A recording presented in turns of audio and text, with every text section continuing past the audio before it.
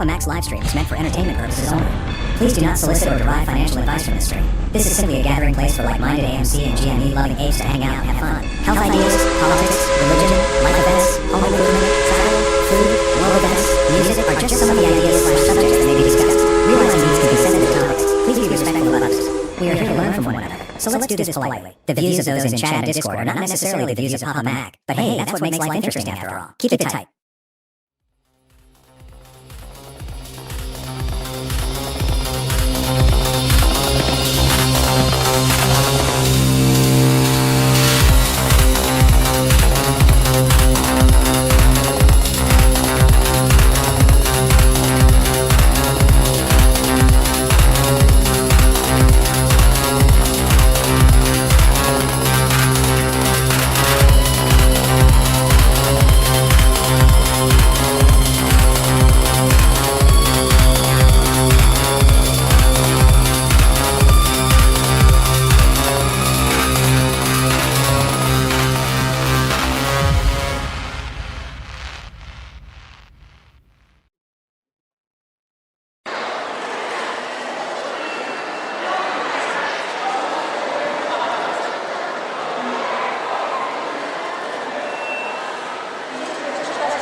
Your attention, please, in the train station terminal.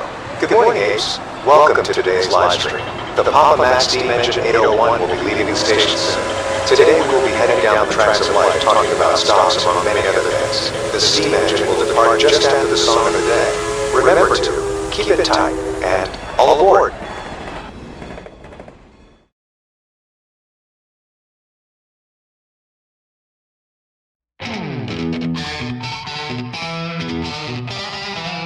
We refer to ourselves as dumb apes. We come in all sizes and all shapes.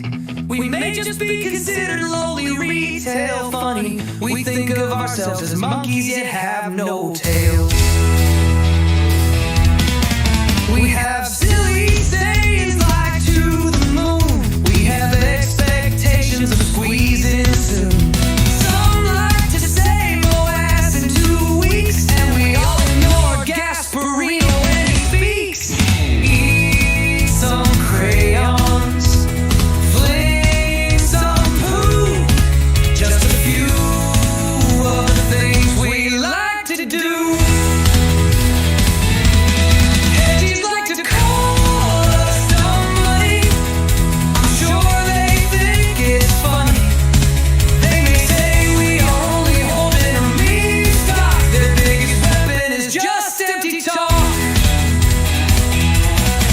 We may not seem to be winning at this time and moment, but time is on our side and against our opponents. Hedgies like to call us dumb money. I'm sure they think it's funny. They may say we are only holding a meme stock. Their biggest weapon is just empty talk.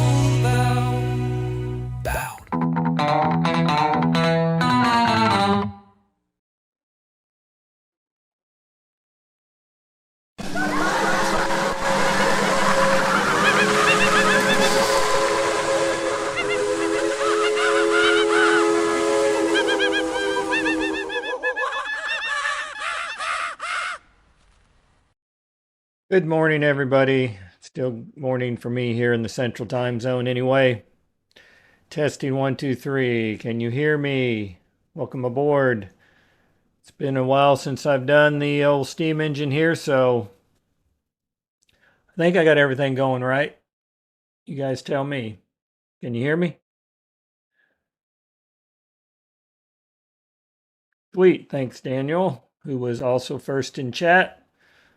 Welcome back, everybody. Yeah, GrayLeaf's got some power issues going on around her place, so thought we could have an hour here. We could sneak in and start up the steam engine, just make sure it's still running. But as promised, let me get this out of the way. A little housekeeping item here. Here we go.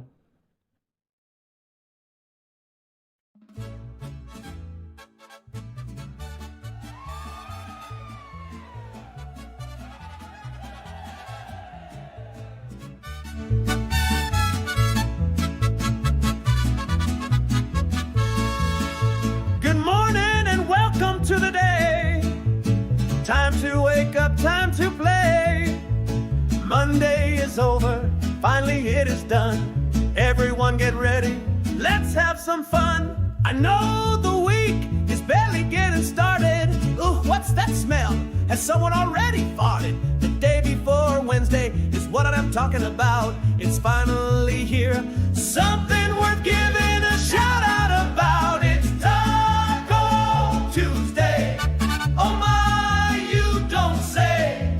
Yes indeed, it's Taco Tuesday. Definitely one of my favorite days.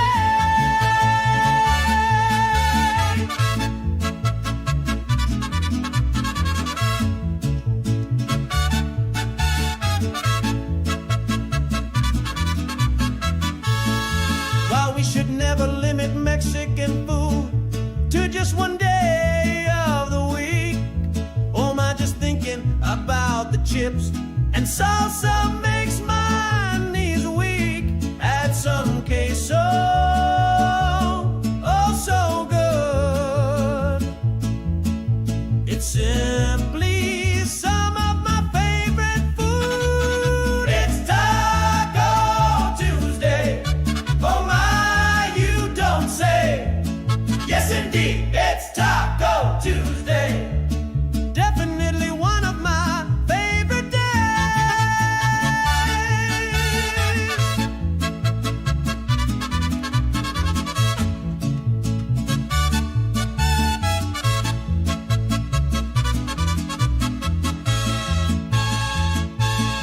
No need to count the refried beans, this isn't math.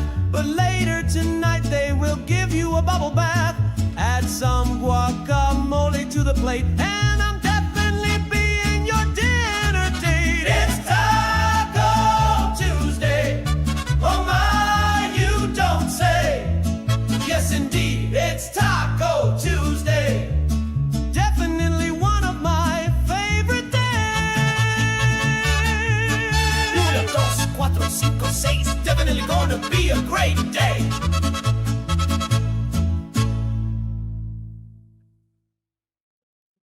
All right, got that out of the way. Hadn't heard that song in a while either. And Daniel was saying that song reminds him of Taco John's. He goes there, I guess, around Christmas time on his way back to North Dakota. Yeah, we have a Taco John's near here. It's one of my favorites as well, Daniel. GrayLeaf's got her tablet or phone 100% ready to go. That's good. Let me know, GrayLeaf, when your power goes out, and then we'll know we've got about an hour to go. I'm hoping they have it back on within 90 minutes so it doesn't mess up my sandwich making routine. I've got a BLT sandwich ingredients waiting for me in the fridge, and I'm looking forward to. Because we are going to our favorite Mexican restaurant tonight for Taco Tuesday. So, but BLT for lunch. Let's see here.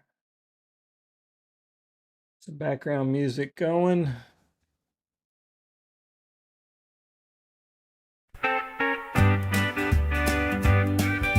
will skip the good morning song since that's not appropriate.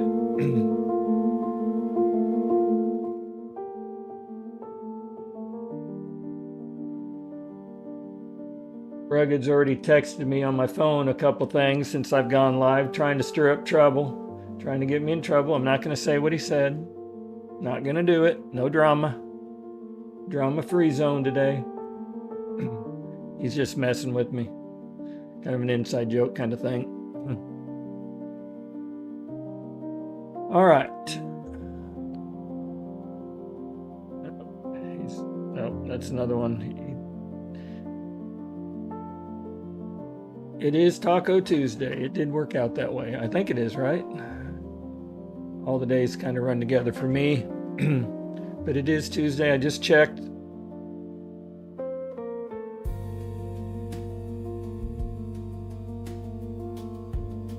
Andy's dropping in with the dark wing duck numbers for Taco Tuesday, 75.65%. I don't know, I think somebody had posted on GrayLeaf stream, you saw that AMC came out with a popcorn, I forget how did they word it, they worded it a popcorn, let's see here. AMC Theaters is rolling out to Stubbs members an AMC Popcorn Pass for $29.99 plus tax for 1 year. It goes through the end of next year. Goes on sale December 1st. And it goes through, like I said, through December 31st of 26. Basically gets you, as a Stubbs member, you can get one free large popcorn 50% off. Unless it says about a refill. I don't know. Maybe the refills, was that not part of the normal popcorn program? But anyway, not sure what to think about that, if that's a good deal or not. I know popcorn, that's a big revenue source for for AMC, so I'm sure they're calculating in, hoping that some people will get it and not utilize it, so they'll bring in some revenue regardless, but I'm sure they've done a lot of homework and decided that it was worth doing, so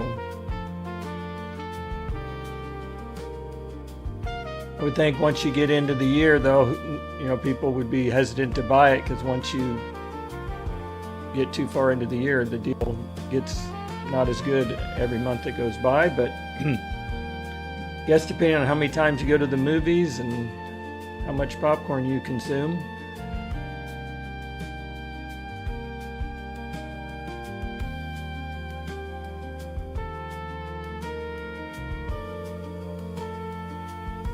GrayLeaf, I was just planning to stream it until your power comes back on, so you can just let me know. I mean, like I said, at some point in about an hour, I'm going to go make me a sandwich. If your power's not on, I can obviously leave the stream running while I go eat lunch, but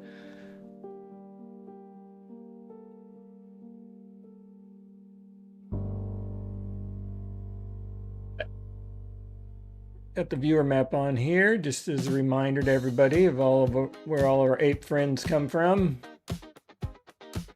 But we'll go to a chart.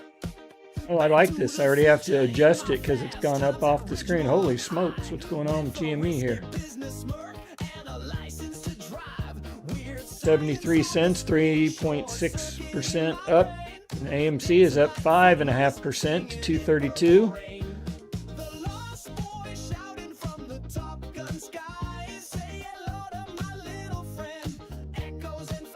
I was surprised I didn't have to do a whole lot of I had to do some tweaking on this home screen. Some of the things were not showing up correctly.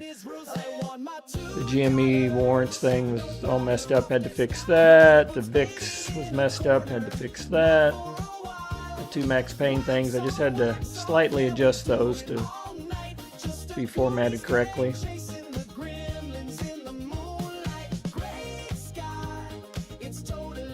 Gary says that's a good Christmas gift item. I guess he's talking about the popcorn plan. Gary Nagel, welcome aboard. Yeah, I'm doing just a little impromptu. Hadn't planned on doing it when I woke up this morning, but I saw that GrayLeaf was having some power work done in her neighborhood, so they told her she'd be losing power for about an hour. So I thought I could use that opportunity to check in on everybody. Start up the steam engine, work the rust out off the steam engine, and do a little impromptu live stream while she was getting the power work done. So hopefully in about an hour she'll be back up and running, and all will be back to normal. But Amazing Bluetooth, good to see you.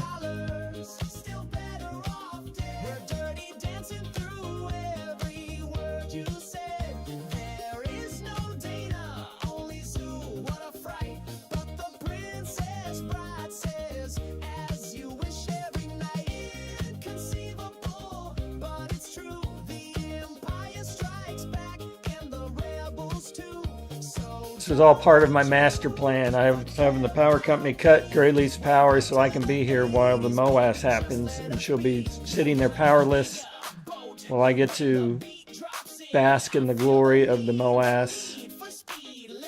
You got AMC already up 5.5%, GME up 3.5%. It has begun. Everything is coming together. I can't believe she really thought those were real power company people. And that's got some good costumes.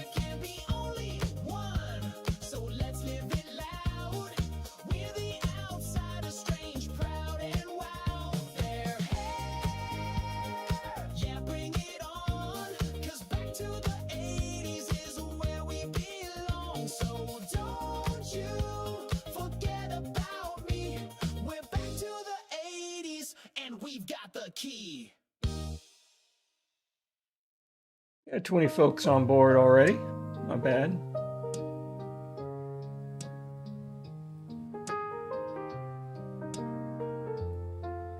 Petro, good to see you. And he says, Yucca, burn your devices as well. What's that all about? Am I missing something here?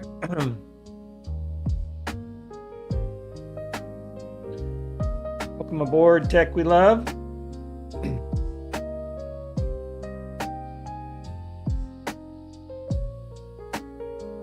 If you all are interested, I can open up the caboose. If any of you all want to, forgot it's hard to fill the air. I don't really have anything to say today. Like I said, I hadn't even planned on live streaming, so it's kind of off the cuff. But the caboose is open. Any of you want to jump in, have anything to say?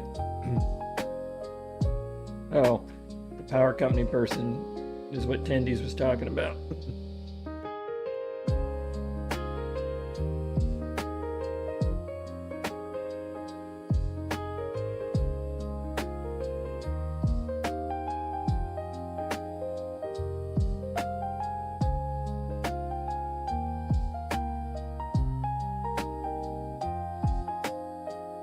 The AMC and GME turned a corner is the question. Have they found a firm bottom that we all talk about? Today is a green day.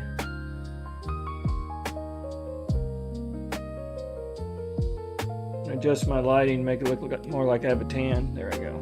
It's a little bit blown out.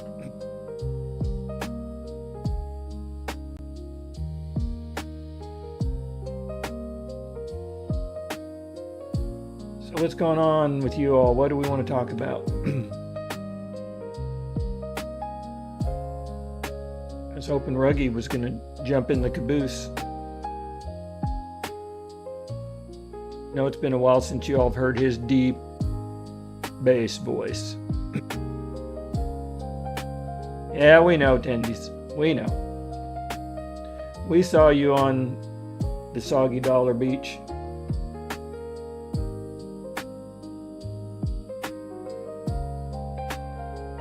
Hopefully my live stream stays on long enough we get to your theme song. That song always makes me happy, no matter what mood I'm in at the time.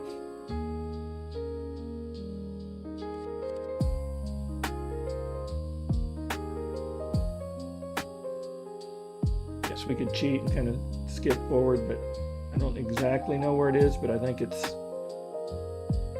maybe an hour into my mix.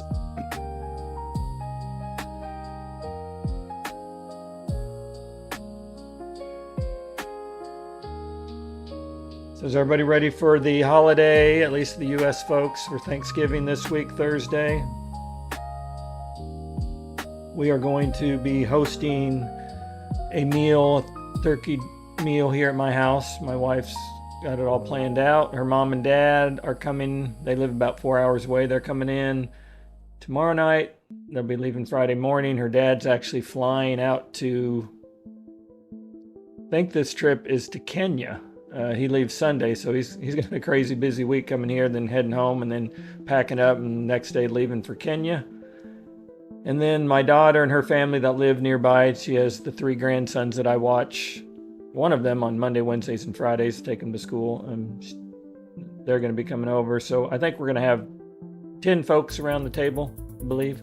Not a huge group for us, but family all the same, so it'll be good. Maze is cooking for 31 people in a small house. Well, good luck to you there. 2 21-pound turkeys.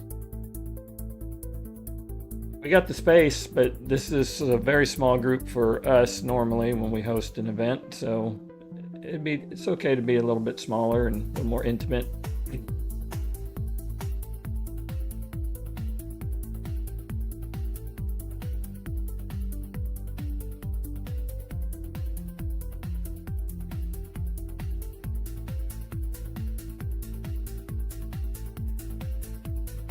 Real Ruggedy is sharing some bedding market stuff.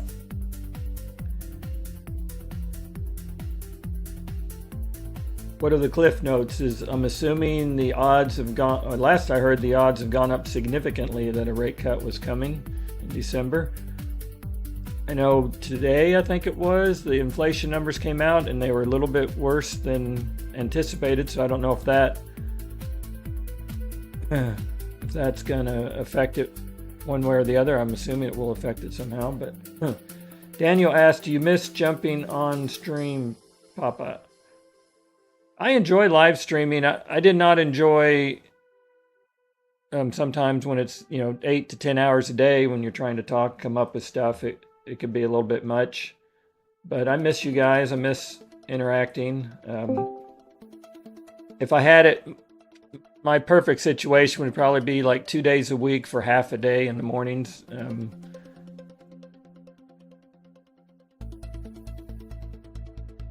Welcome aboard, Pro Jeweler in the caboose. The first to jump in the caboose today. Who are you talking to by yourself? We are live streaming. Oh, fancy that.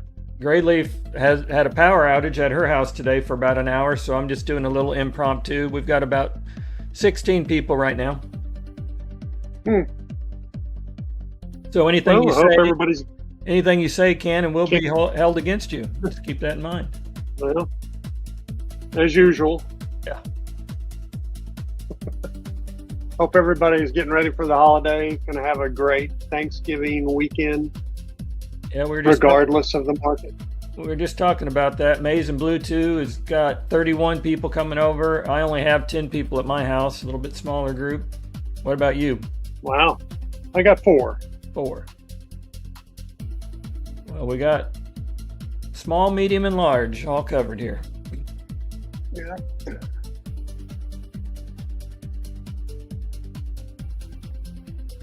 Tech We Love says, hey, Pro Jeweler, in the chat. Oh, well, hey, Tech. How you doing? It's getting kind of busy around here. Gary's listening while cleaning house. Getting ready for company, I guess, Gary? I'm at work today. Thanksgiving, is that a big jewelry giving occasion? It's usually the day after Thanksgiving when all the... gets crazy. Yeah, but we've had a lot of people doing their preemptive, want to get the best selection, want to get the deals are happening before Thanksgiving just as much as they're happening after Thanksgiving. So. Yeah.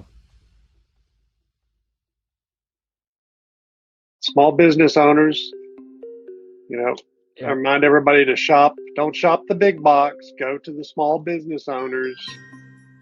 They have economies too.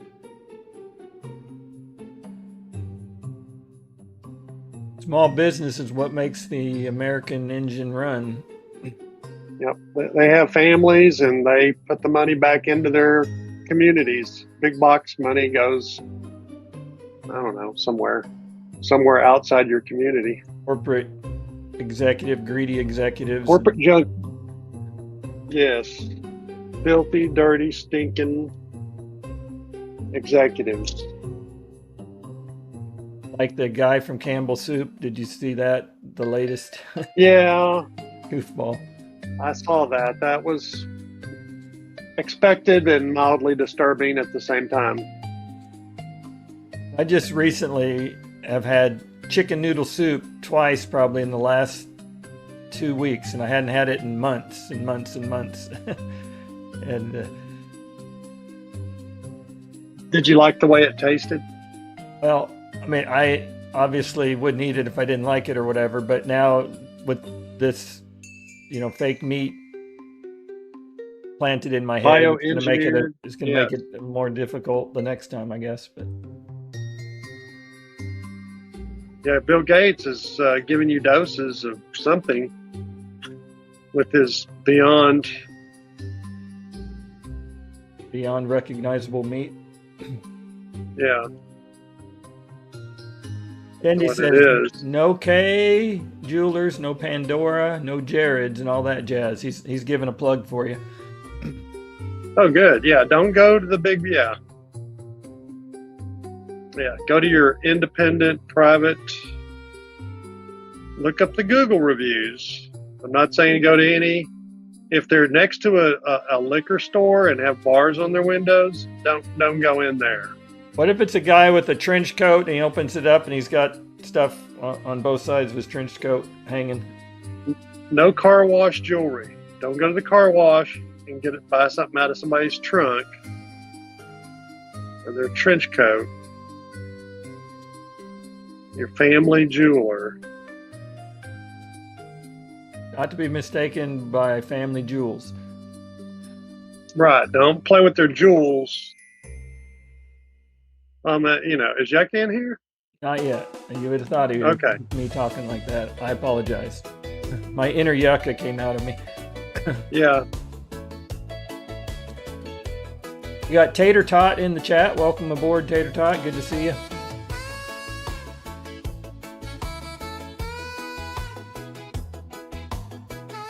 So, what's on a traditional Missouri Thanksgiving dinner? I mean, I think it's pretty traditional. I mean, my wife's hosting. I don't know the exact menu, but things like turkey and mashed potatoes and green bean casseroles. And my daughter usually makes homemade rolls, so hopefully she'll be doing that. I'm not a stuffing person, but my wife likes it. And my mom, who unfortunately is no longer with us, made everybody loved it. Like I said, I wasn't a stuffing person, so I don't know, since she's no longer here, what the stuffing situation's going to be. But yeah, pretty traditional stuff. So the family secret is gone. Well, as far as I know, I don't know if she had several recipes that my daughters carried on, but I don't know about that particular one. I don't think anybody picked that one up. Like, she made a potato soup that was a family favorite, and my daughters all would come over and hang out with her when she was making it so they could learn how to make it, and my wife learned how to make it, and she had several different things she made that they'd learned. But stuffing, I don't know if anybody picked that one up. Yep. We take food pretty serious around our house. I've got my chili going. It's in the fridge. It's been sitting there for a day now. Yeah. Mrs. Pro's gonna make a gumbo tonight. We pick somebody up. One person's in and the other person's coming tonight on the plane. So we're gonna have the gumbo tonight. We'll have chili. So yours is a multi-day event. It's not like Yeah. birthday kind of Yeah, it's an event. Yeah, it's not one day. We've really got to, yeah. Then we have chili on Wednesday night, and then Thursday morning we're going to go to the beach and have coffee and pastries, sit there and take in the views. and then the turkey will finish in the oven, around 1 noon or 1 o'clock. And then we'll work on leftovers after that. I'm going to tell my wife I'm going to head to Florida. I think it sounds like a better plan. Yeah, Fort Myers. So we're going to have rice dressing, a Cajun rice dressing. My wife's Cajun, so. And then we'll have a green bean casserole, of course. Potato salad. That kind of goes with the gumbo, and it's good leftover for Thanksgiving. Some sweet potatoes. Some kind of sweet potato, not a pie, but I guess a sweet potato casserole, you could call it, Yeah. And, some rolls. And, of course, the turkey. Yep. I think I'm forgetting something. I'm not sure. But, I'm going to make some cornbread. Jalapeno cornbread. Yeah. That'll go with the chili on tomorrow night. And cornbread would be a hit with my family, but when you said the jalapeno part, that might knock a few. Well, you don't have to, just put a few pieces in there like surprises, you don't have to. The cornbread is the star. It's just kind of an accent. Yeah. Or you can use some hatch chilies, that's not spicy. It just gives a little bit of a Southwest.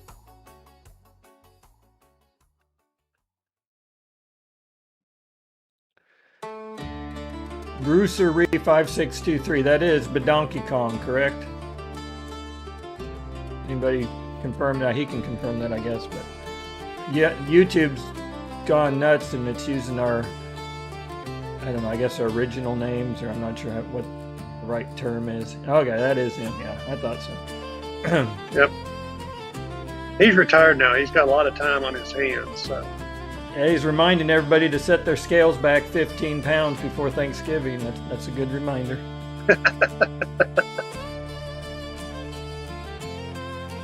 That might not be enough. Yeah, since yours is a multi-day event, you might need to up that to 20.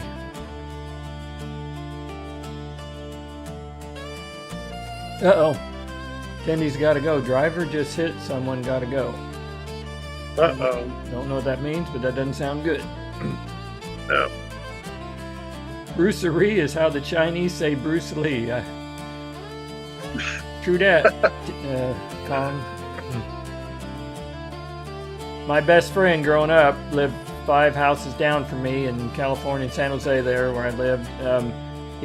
They were a Chinese family, and they worshipped Bruce Lee, literally. And they practiced the martial arts multiple hours before school, multiple hours after school. But I didn't realize, I guess, at the time, Bruce Lee was actually in San Francisco when this was going on. So, which really? was not very far from where I lived. So, in theory, they may have met him in person. I wouldn't have been surprised because the way they worshipped him and his art. But so I was a Bruce Lee fan because my best friend was into it. But Bruce Lee was to the Chinese what John Wayne was to young Americans. Very gifted guy. Have you ever seen the video of him playing ping pong with nunchucks? Yeah, but I guess I didn't think that was real. Well, I don't know.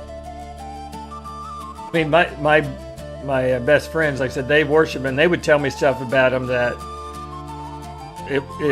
I'm pretty sure that was not all true. But I mean, I think they believed it. But he definitely was a gifted martial artist, and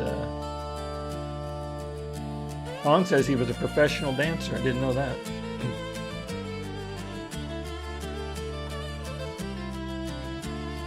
Kind of like in the vein of Chuck Norris. Yeah, I mean, they believe Chuck Norris was a Hollywood wannabe Bruce Lee or whatever, that Bruce Lee would, destroy him or whatever. But of course, we know in Enter the Dragon they fought in the movie, and they claim Bruce Lee in 3 minutes would wipe the floor with him if he was really allowed to do his thing. I don't know what's true and what's not true about that, but I always assumed Bruce Lee was truly the better of the two, but depends on you. Yeah, I think I would probably, I mean, that may hurt some people's feelings, but yeah, I may have to agree with you.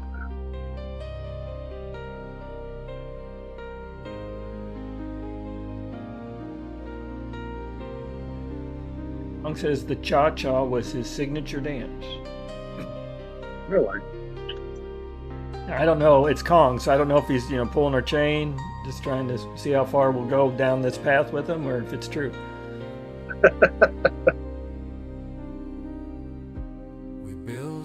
Well, I'm sitting in a laser welder right now, but I don't have time to jump on Google and double check it.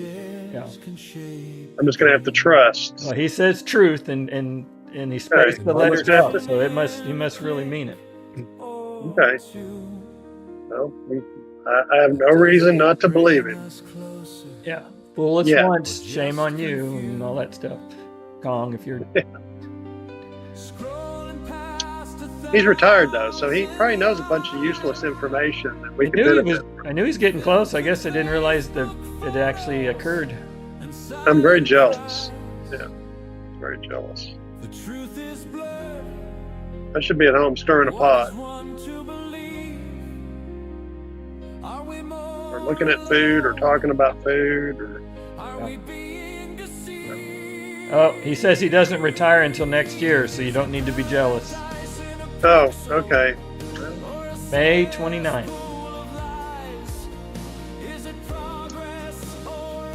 I have it in my You were premature jealousy. Oh, well.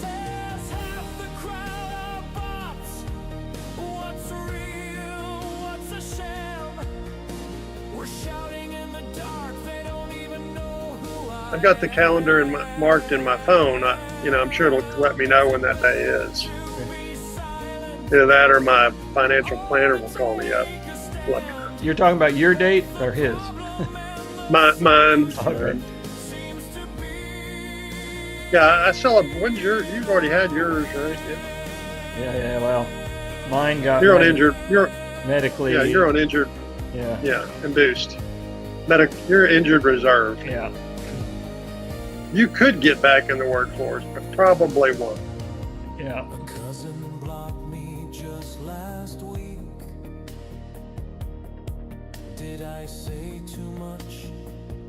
I'm relegated to the live stream world.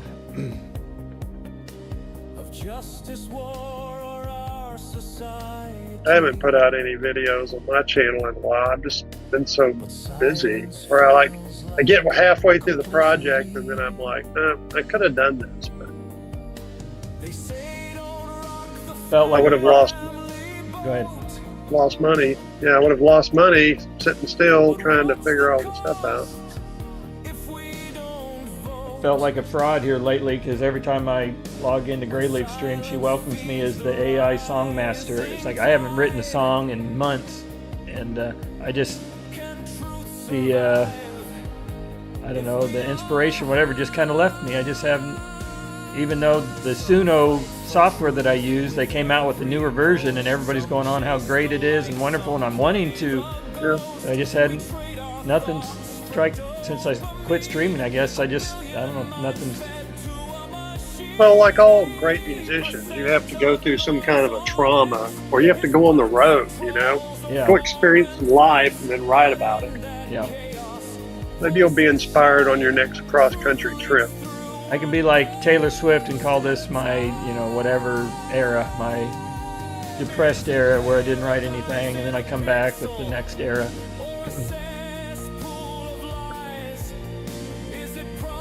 So you just got to find a boyfriend that'll treat you badly, and maybe you'll be inspired. I need to break up with somebody so I can write a song. Yeah. Drink a lot of wine, break up with somebody, maybe yourself for a little while. Get you a cat. Root for a football team, maybe the Chiefs or something. Find a cheerleader that makes more watched money than the- you do. Sunday, I saw the cheat. My son put it on the TV, so I ended up watching this first NFL game I've watched in forever, and they pulled it out last minute. Oh yeah, I watched that game. I was rooting for the Colts. So was my son. And Did you watch that? So you didn't watch that crazy Dallas game, Dallas and Philadelphia? I like I said, it's the first game I've watched in forever. And it's just because my son came upstairs. He's normally downstairs, but he came up and he's like, "Are you watching?" I think I had Fox News on or something. I said, "No." And he switched it over to the Chiefs game. It was like 2 games in one. It was the tale of 2 games. It was like a double-header. The Eagles lost. Yeah. Well, the Eagles won the first half decidedly, 21-0 or something like that. And then I guess they went in and started drinking at halftime or something. I came out. A different team came out than went in that locker room. They're probably eating ribs, drinking beer and stuff, and smoking cigarettes. But I had it wrapped up and prematurely celebrated. We got Easter Beast joining us in the live stream in the chat. Welcome aboard, Easter Beast.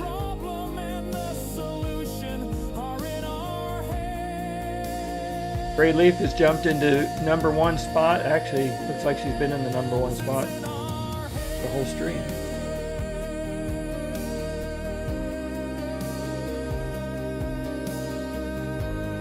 Doing okay, Easter Beast, doing okay.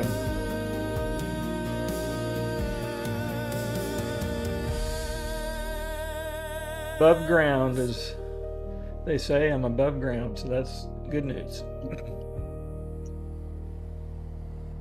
Well, I'm not in silver or gold. It's going to be, I think it's topping a little bit right now, and then it's going to come back down, and then I think we're going to be off to the races again. I had bought a few shares. You made some money? Of SLV, which is paper silver, basically. And I was up. I made my $500, and I was going to cash out that day that hit that. And I put in my sell order, and it never hit, and then it fell from there, and it's never recovered yet. Oh my gosh! So oh my gosh! I've been stuck. You've got to force that. I mean, you've got to babysit those sales. You Well, I put them in. I just should have put the sell order in. You know, it's good to cancel kind of thing. But I just figured I'd do it one day when it got near there anyway. But it backfired on me. But I've learned my lesson. I have the sell order now in there, and it's set. It's good till canceled. So good. Yeah, you've got to force those. Sometimes even if you have to do a market order just to force it through, make it happen. Yeah. Welcome aboard, Joker. Good to see you.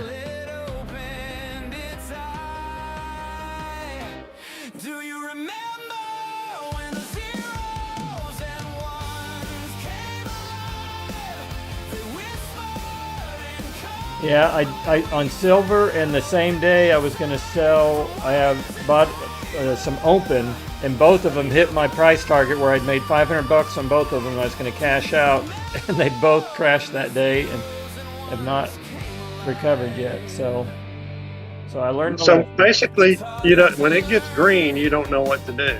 Yeah. You haven't. I was being too lackadaisical, like, it's going to get my price point, and I'll worry about it when I get there. And it got there, but it fell quick. In the blink of an eye, it probably got there, and then it was already. Yeah, it was pre-market the day that I did it. Pre-market, it went way over my price target, and I still missed out.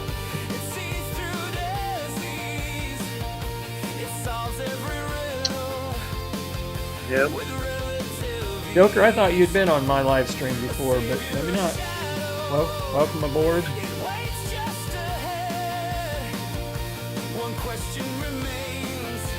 Joker of Babylon. Let me look on my spreadsheet. Fire that up. I keep a viewer map. Oh, let me just do that. Joker, do you remember seeing this ever? If you've seen this, then you've been on my live stream before. And then the next question would be, are you on the viewer map?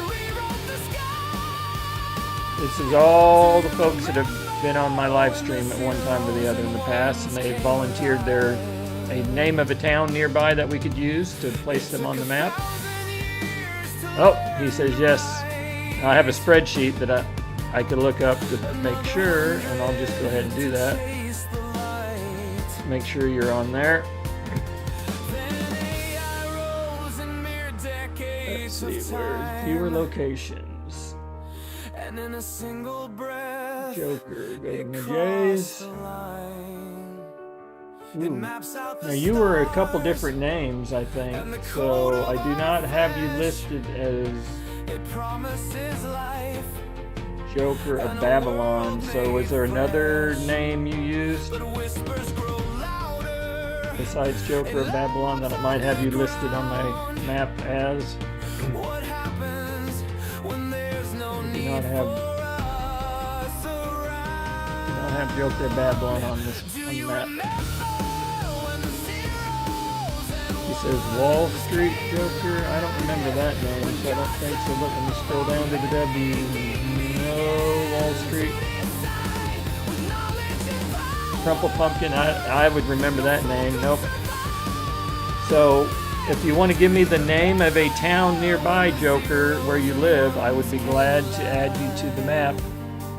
It doesn't have to be the exact town, especially if you live in a really, really small town and you don't want to dox yourself. But whatever town you want to use, then I got to remember how to add people to the maps. It's been a while since I've done it.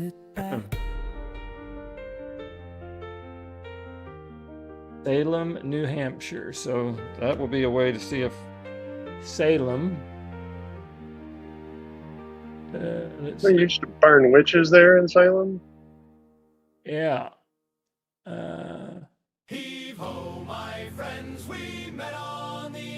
There you are. You are on here. Why are you not on the spreadsheet? Let's see. What number is that? 193. Let me go to my spreadsheet. Control find 193. El Gato from Texas, he talks sports gambling all day. And Kong from Boston. You were added, but you were the last person I had added to this, and I had not alphabetized your name. So you were on here, so that's good to know that my system is working. I just hadn't alphabetized your name yet into the spreadsheet. So you were there. Good to know. Well, I'm looking at my portfolio here, and I'm happy to report that my Dix is up. Oh, whoa! Wasn't Yeah. ready for that. Yeah. Well, it's the leading stock I have in percentage. You know, Dick's Sporting Goods. Something I'd expect Becca to say on the live stream is Dix is up. Well, it's up 3.8. It was up there 4% while you were talking. My Dix has come down a little bit, but it was at it's around 3.78, 3.8. So it's leading the charge today. There you go. Green is good. Yeah. Green is good. It's up. We got the Eli Lilly right behind it. You know, the meds are pumping right behind my Dix. See what the markets. All the markets are green except they're all green. Russell, S&P, NASDAQ, Dow Jones. We got Dynamite joining us in the chat. We got Tech joining us in the welcome aboard, Tech. Hey, Tech. Hey, yeah, Pro Jeweler's got all the jokes. Yeah, he's My life is a joke. What are you talking about? All the Dick's jokes. I like Dick's Sporting Goods. we have what's the one we have? We have Academy. Is it Academy Sports? I think. Yeah, Academy Sports and Outdoors. I don't think we have a Dick's Sporting Goods nearby. We have one of each down here. Song says it's cold in Boston. A good day for some lab-grown meat. He's gonna have some Campbell's chicken noodle soup. It sounds like. Wow. Yeah. I found that whole thing funny. I read the article. Apparently, it's not new news. If you read the label, they say it says bioengineered or something like that on there. But I'll be honest, I didn't know that about it, but until this came out. But Those little perfect cubes do look suspicious, though. yeah, I mean, I guess I always wondered if they really were chicken to begin with. Yeah, years ago even. But Well, you could probably cut regular chicken. GrayLeaf is having some power work done around her house. So her power is going to be cut for about an hour. So this is just a little impromptu, unscheduled backup live stream until GrayLeaf's power comes back on. Go ahead, Tech. Sorry. No, yeah, no. Hey, look, I was just saying, look, you're everything's green. Yeah, I joked earlier that this was all part of my master plan, that I had people cut power at her house so I could be the one when the MOAS happens. I could be live streaming. Taking over. It's all coming together. I haven't even looked. Is AMC green? AMC is up 4.5% to $2.30. GME's up almost 3% to $21.08. Mycroft's 2.47% up. Almost $10. $9.97. Yep. Yeah. I've been following. Well, I've been in and out of Mycroft probably a dozen times. I've made money on that thing. The cycle is so predictable. So I'm in it right now. So that makes me happy. Yeah. Archer's down today, which disappoints me, but it's up in a sense. The last 2 days. Heck, you're usually up on things. What do you think about this, or have opinions on things of this popcorn deal that AMC announced today? Have you read that? The kettle? No, the program where you get a 50% off if you're a Stubbs member. For $30 you can get for the rest of the next year, or from December, or from now to the end of next year, you get 50% off of large popcorns if you have that card. No, it's the first time I've heard about it. Okay. I'm kind of mixed emotion because I know popcorn's a big profit center, so giving frequent moviegoers half off of that, I'm not sure. I'm assuming they've done their homework and they've figured out it's going to be a good deal. Is that on X or who's? I think. Well, shut up my Thinkorswim news section, but other people posted it. I don't know where they saw it from, but it AMC Theaters announces kind of thing. On the Thinkorswim news feed. I gotta believe Adam Aaron tweeted it, but I don't know that for a fact. But I'm assuming he did.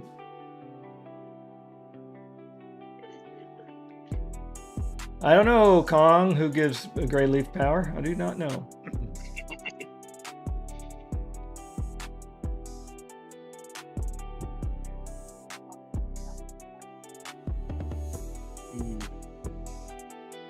It said 50% off large once per day, but you can use every day of the year if you want, if you go however often you go.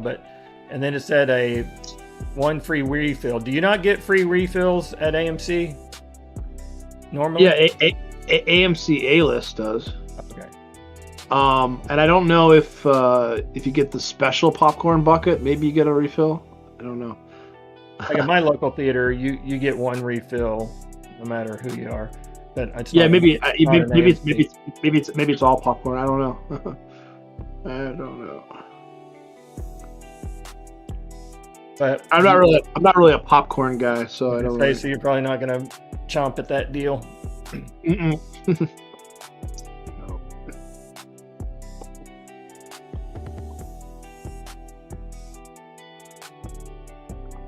Until after I'm the saga of AMC has concluded. I'm swearing off caramels. I'm swearing off popcorn. Anything that's bad for my teeth. I don't want any surprise problems, but popcorn's less so. But it gets stuck in your teeth a lot, and you have just. That's the reason I go to the movie theaters is for the popcorn. I know. But I get the chicken tenders. I get the pop. I get the what else? Chicken tenders, pizza. I get in the mood, I'll say to my wife, said, "You want to go to the movies?" She goes, "Yeah, what are you wanting to see?" I said, "Oh, I don't care. I just want the popcorn." And I let her pick the movie. Yeah, it's good that we have customers like you. Yeah. Who watch popcorn. Yeah. Well, unfortunately, there's no AMC's around me. I wish there was. Yeah, but still, like customers like you in the area of where AMC's are. Yeah, who just like the popcorn. So. Yeah, but I saw the one with the kettle corn being launched into grocery stores. That was yesterday announced. But I gotta say, I'm trying to find the one you're talking about. Let me see. I'll go to my Thinkorswim here. Hang on a sec.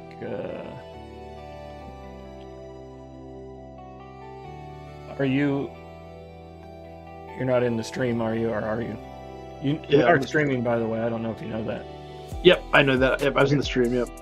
Let's see. AMC Theaters, New York Stock Exchange AMC, the largest theatrical exhibitor in the United States and the world, today announced the launch of AMC Popcorn Pass, a new annual benefit that lets AMC Stubs members enjoy 50% off a large AMC Perfectly Popcorn every day for just $29.99 plus tax per year. The AMC Popcorn Pass brings added value to the most iconic traditions. One-time annual purchase, AMC Stub members unlock a daily discount on a large AMC Perfectly Popcorn with a AMC Stubs free refill membership benefit, turning a single purchase into a full year of flavorful savings. It can be purchased starting December 1st and is good through December 31st of 26. Could you put it on screen? Yep.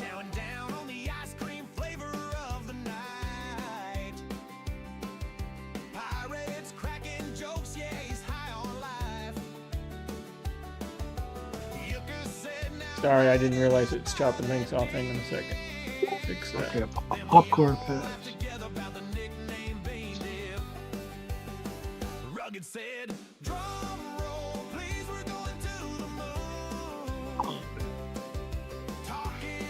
Well, the thing is, you have to come there regularly. It's to increase attendance.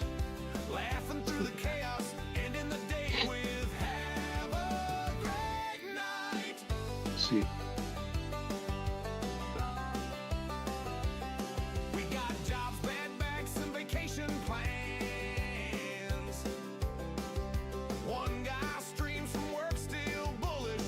You're saying institutional ownership. I think you meant to say up big time. Yeah, I think.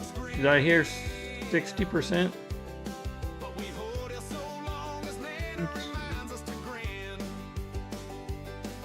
Seems like maybe it was 60%. Thank you, Dynamite, for mentioning the songs. Appreciate it. Yeah, I think they're thinking the math is either AMC Stub members don't come that often, and it's a nice way to advertise, to like show that we're offering discounts, or they're thinking that the people that these people are bringing along with them are coming more often and are going to buy other things other than popcorn. Yeah, I'm sure they've, it's hard to speculate without seeing their numbers, A lot of thinking about it. Yeah, it's all internal numbers and stuff. I could have had a chat with Claude, Mm-hmm. I mean, I understand, like, when you do gift cards, I think they're banking on people forgetting they have them, not using it all up and all that kind of stuff. On this one, when it's a profit center product of yours, it makes me a little nervous that they're giving it 50% off, but like I said, I'm sure they've got people a lot smarter than me that have thought this one through. So, and I'm sure, they'll do it this year and see how it goes and decide whether they think it made sense or not.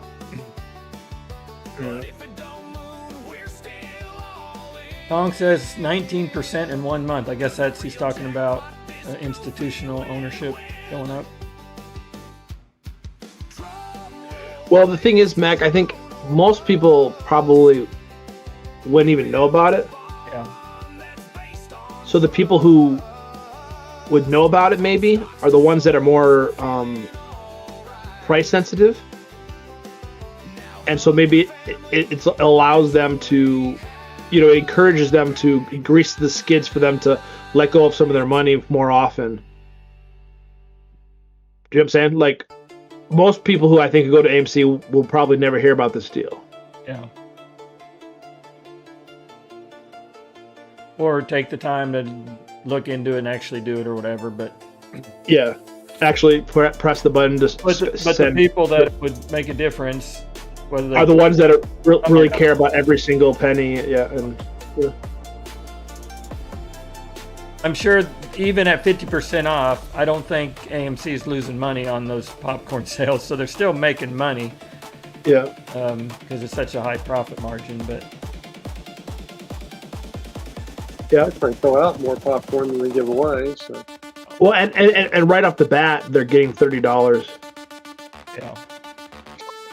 Before you buy any popcorn at all. I mean, I think companies love having that kind of guaranteed that money repeat income where they know what they can kind of bank on how much it's going to be. Well, or even just think about it, like, let's say somebody planned to come, right?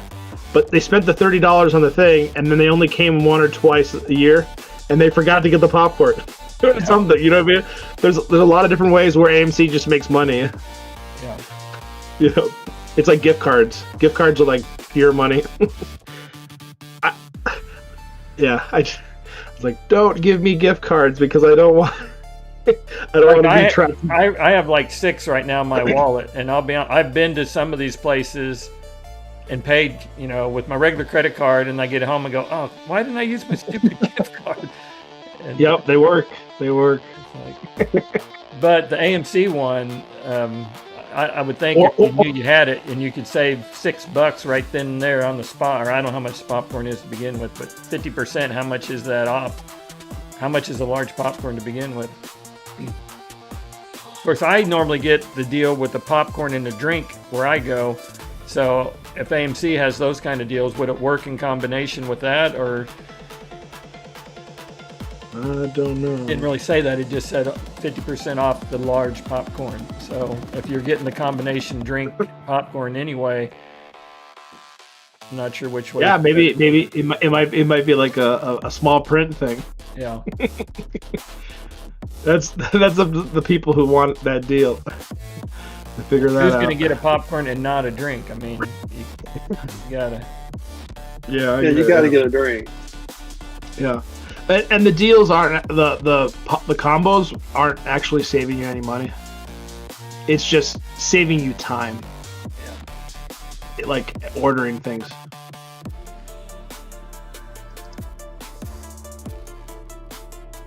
Let's see. What are they saying in chat here? Somebody, Kong saying his daughter gets popcorn delivered to her house. Dynamite buys popcorn by the case on Amazon. Kong gets extra small popcorn at the... Who does that, Kong? Come on now. Extra small. Give me a break.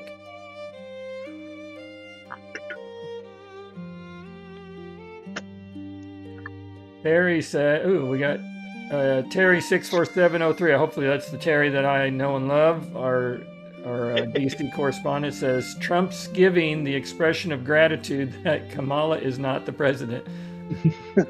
There you go. Dynamite couldn't imagine the hellscape we'd be in if she had won. Don't you guys miss her word salads? Come on. After a couple glasses of wine, she starts to make a lot of sense. Wasn't she floating the idea that she wasn't giving up running?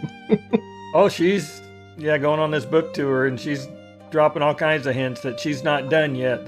I think she just wants money from the book tour. It's always a money grab. Whenever you see somebody on any talk show or whatever, they're there to sell their book. Wanting money.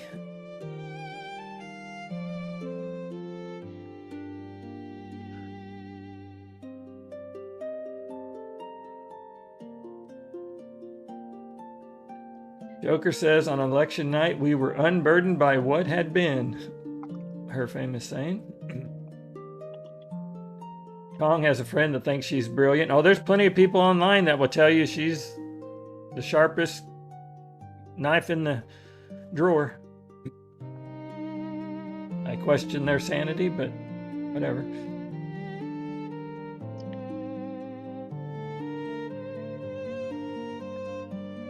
AMC is 228 and GME is at 2114.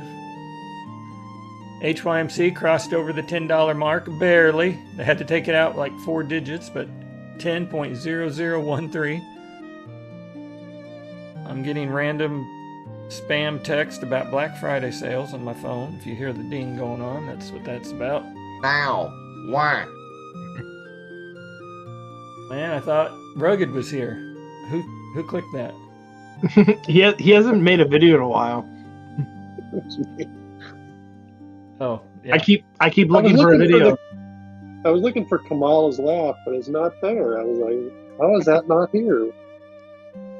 Dynamite says she's nuttier than a porta potty at a peanut farm.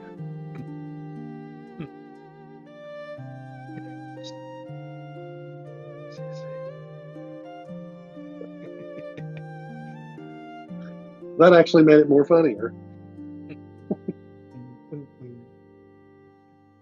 You made me look into my Discord. I thought Rugged had showed up in chat because that's kind of one of his taglines. Yeah. Now where's Ruggy? He said he had to He seems very busy lately. help carrying groceries or something. I can't remember if it was a text or a chat that he told me that. But he said he'd be back. I think it was in chat, and I told him to hurry back. He's being the helper today. Yeah, he's... Attendees, if you're still listening, this sounds like another musical version of your theme song, but this is not it.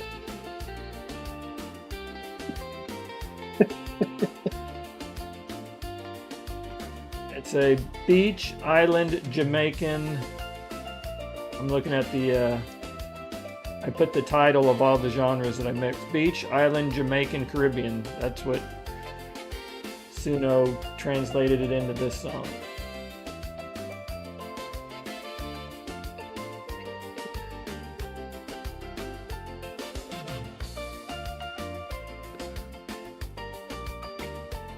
So GrayLeaf, have they cut the power? Are they working on it? I never heard if they actually cut her power yet.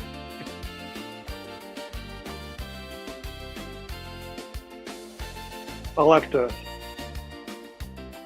Did I tell you that we caught somebody trying to cut the power in the back of the store here? We got them on video. Yeah, I think I remember you saying something about that. Yeah.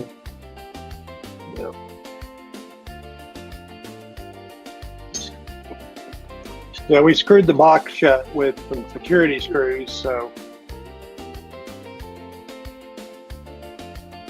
the power company wasn't very happy with us, but we told them we didn't care. Did they have a what is it, a French accent? Where was the Louvre? Is that in France? Well, those guys were actually successful. This guy was not successful. Sounds like they weren't the sharpest thieves in the shed after they started looking at it, but apparently they left some DNA behind. I can't imagine what they were doing. Seems like they caught most of them, I think. But yeah, they haven't contacted me to repair the crown, and I'm kind of disappointed because I am the best guy for the business, to do that. Yeah, it got thrown on the street and it rolled into the gutter. And, yeah, I'm surprised the FBI hasn't contacted you looking for info.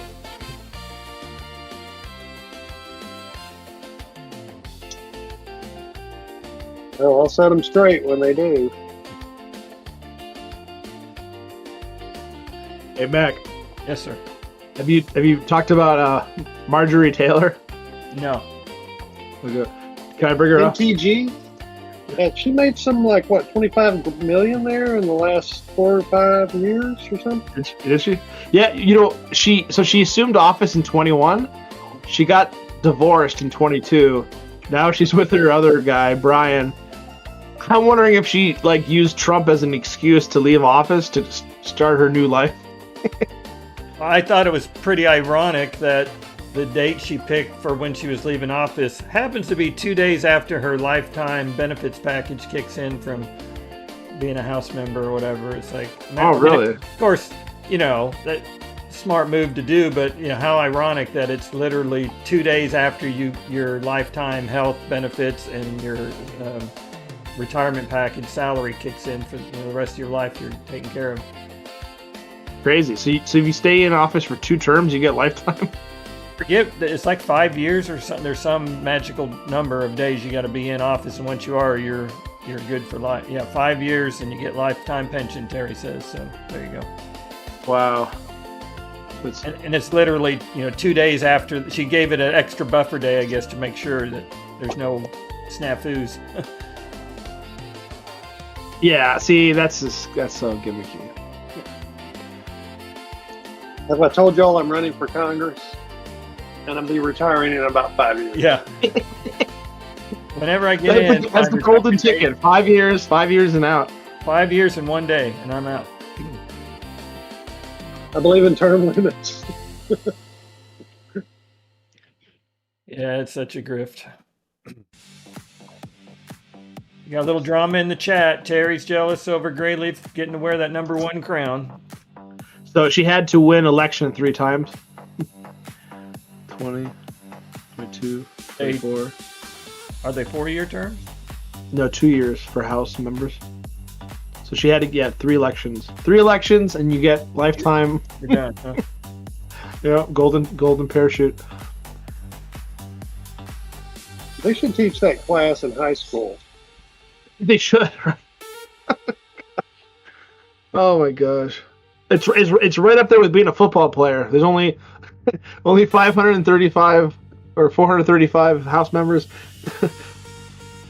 Well, odds are better getting into Congress than they are getting into the NFL. Yeah, it's true. Yeah. Just wait your turn. 5 years and out, and give it to somebody NFL else. Requires talent. Congress, you just have to be a good liar. Yeah, you just have to have some some people skills. Convince people to vote. When NFL goes to DEI standards, then I'm gonna be looking to get in there. To be a safety. I can screw up anything. I can screw up a play. Hey, if they lower their standards, I'll be a kicker. We need to widen the post and lower the bar. Literally. My daughter was a nanny, I guess you'd say, or not a nanny, watched the kids all day, but didn't stay overnight kind of thing for a kicker for an NFL player in Kansas City. She did that for a couple of years. He was retired from it, but he and his wife, I think, are now lawyers, but they treated her really well. Gave her a credit card, told her to take the kids. They wanted her to take them to the zoo, to just anything and everything. They wanted their kids to get good life experiences and treated her real well. Yeah. Who of our group discovered that whole 5-year thing? I saw it, on the news the other day when people were ripping on it, saying, "Oh, isn't it mysterious how 2 days after her lifetime benefits kicks in is when she's leaving?" Oh, wow. Yeah. But Terry's the one that confirmed. I didn't know if that was true, but that's what I'd read in a post. Well, who wants to bet that she still gets paid until the next person? Did she stop getting paid on that day too? I don't know. I'm assuming her retirement package kicks in on that day. Her salary stays until that day, and then it switches over to her retirement program, whatever those benefits are. which isn't their retirement benefit. You get the same pay. And Well, I'm gonna find out what I'm gonna find this out. What is the retirement benefits? Why don't you ask Claude? yeah, that's what I normally do when I'm live streaming. I don't do the extra research. I have my minions like you guys do it when I'm the actual. Oh, I'm working and actually making money at the same time. So You're actually getting paid to be here where I'm not, but yes. but I'm not going to do the research and the live streamer and not get paid. I have limits. Hey, nobody would fault. I wouldn't fault you if you had the ability to do ads. You know, I never. You know. Forgot to tell you the bottle of bourbon back here is empty, so you're gonna have to get a new one. Yeah. I'm not hanging around. Certain people didn't want to do ads, and I wouldn't have thought that would have compromised anybody. So if you want to put ads, you go do it. Yeah, well, with first of all, with our numbers, it would not be worth the pennies I would get for the aggravation. I get it. People. So, Hey, you never know. I did a live stream like 7 years ago. Some random person gave me $30. oh, you mean super chat? No, that's a different thing. You turn on super chats, but super chats are turned off. Yeah. I don't. Can you do ads? I mean, can you do super chats but not do ads? Maybe. Is it configured? Yeah, I think you could. Yeah, you could do that. Yeah. Because those ads are annoying. Yeah, you should turn. Yeah, you wanted to turn super chat on. I'm gonna start live streaming. Well, it's harder because it's hard to get people to show up. Well, Pro Jeweler, your profession, like you said, if you could have a couple cameras set up, and if you that's true, you could do it. You could do it. Your microscope to one where you could hit a button where you could zoom in for people. I'm sure you could get a following. But, yeah, I may have to invest in some cameras because I'm always screwing something up back here. That'd be some. But just have it like a zoomed in, right? Yeah, so different workstations. So it doesn't dox you or anything. Well, you might want to hold off there. Dino Mike says he's seen a couple of your videos, Pro, and he's no, they're not very good. No, he's seen a couple of your videos. He did not comment on the quality. No, he didn't. I do need to improve the quality. Absolutely.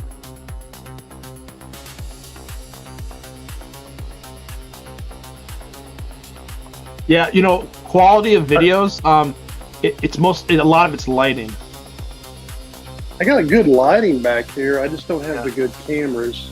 Yeah, not too much lighting, not too little lighting. The right angles. I got the ring that was run over by a golf cart. I got that one fixed. You saw some pictures of that, Papa, didn't you? I think so. I also saw your pirate pendant thingy or whatever. My pirate coin I made, yeah. Made a pirate. Yeah, it was an actual piece of egg, and made a frame for it. So, piece of egg. Yep. You never know what's going to walk through the door. I'm telling you, every day is a new adventure.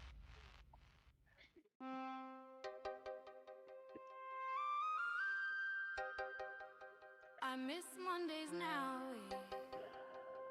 Yeah, you need to get you like a high school kid or college kid that had free time when you do it, that they could kind of be running the stream and switching the cameras and typing stuff and to kind of facilitate, and like you do your thing, and then it would be hard to be doing the whole thing yourself, I would think, but yeah, maybe some AI. I mean, like there's this one Twitch person that, one time after Yucca's ended, I flipped over this other person. Anyway, I started following her, and she has this set up, and I don't know if it's random. Like, she has probably 6 different camera angles. Like, she plays the drums, so she has an overhead one. She has kind of a wide shot. She has a closer up. So, again, I don't know if it's just random or if somehow she can't be controlling it because she's literally playing the drums or playing the guitar or whatever. So maybe she has somebody, but she never acts like she's talking to anybody else in her studio, so maybe it's just randomly switches to the cameras, and I guess you could set it up that way too, just to kind of mix it up a little bit. I think the word you're looking for is a producer. Yeah, that's just following along with. So like most in your interesting- case, you may not be using the microscope at all time. You know, there's only, or you might be using the welders. You know, you don't know when you're going to be using Yeah. which one. So Actually, I have this a plug-in on under my laser welder where I can put a camera in there, and we're gonna be doing some of that. Maybe some of that would help. But yeah, I think that's what I'm gonna do this next year is start that. yeah, sounds like GrayLeaf's got the electric company about to. Turning on the power. I don't know if they've actually turned it off yet. I haven't. They're at 2 trucks setting up in front of her house at pole.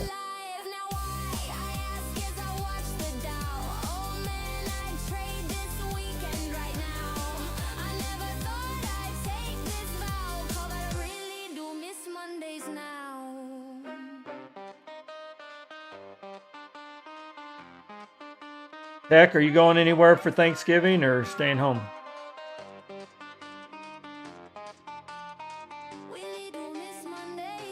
Beck's busy.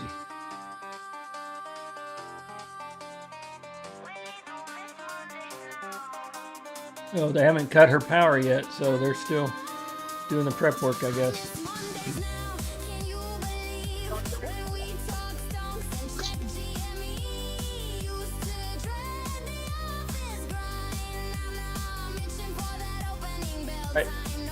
Terry had given some news up above. Iron Ape, which I don't know who that is, an athletic company, says they cut ties with Jamie Booker. Don't know who that is. I guess I'm not in touch with pop culture.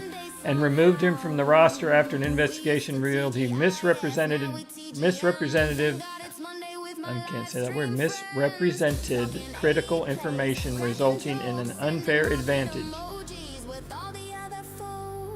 Maybe Unfair advantage for what? Do you know who Jamie Booker is? What sport or what?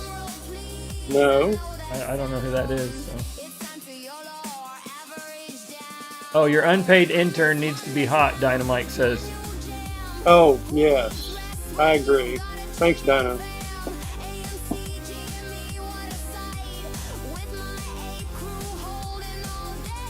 Mrs. Pro would love that. Gary Nagel says, ironically, he's got an electric company doing stuff right outside his house, too.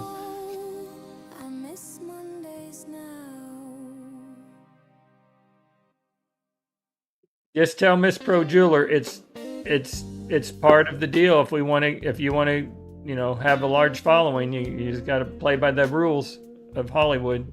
Looks matters. It's nothing personal.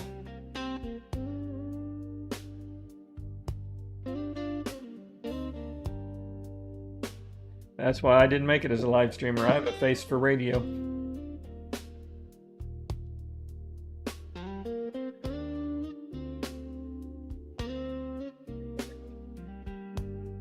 Oh, I have a medical update. Y'all might remember my wife had a knee replaced a couple months back, and you endured hearing me complain about having to be the therapist and driver and all that. Well, they're doing her other knee. Oh boy. So. Oh boy. That wasn't necessarily expected. I mean, they told her they thought her other knee would be better once they fixed her really bad one, and that she started walking in a normal gait. They thought the other one would be okay. Well, it had actually deteriorated even more, and the pain has not gotten better. It's gotten worse. So anyway, we're doing number 2. So pray for Papa Mac having to go through it again. I have to be the therapist and the driver and the emotional support person. Well, you get paid. Yeah, you get paid the big bucks. Kind of threw a monkey wrench in the Christmas plans. We're supposed to go to her folks for Christmas in the middle of December, so that's out the window now. We'll be homebound, but we will adapt.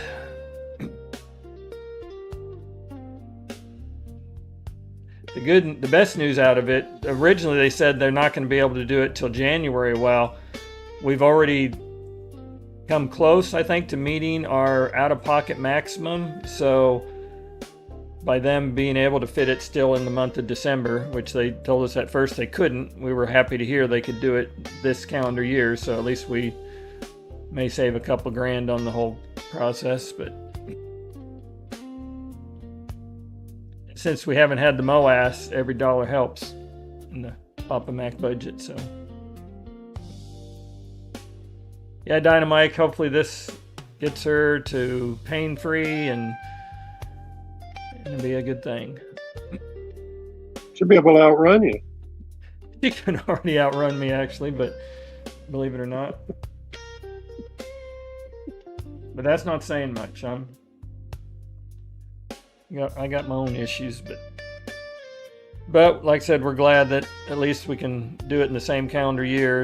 At least if we're gonna have, it's gonna need to be done, we can at least save a few dollars in the process. So.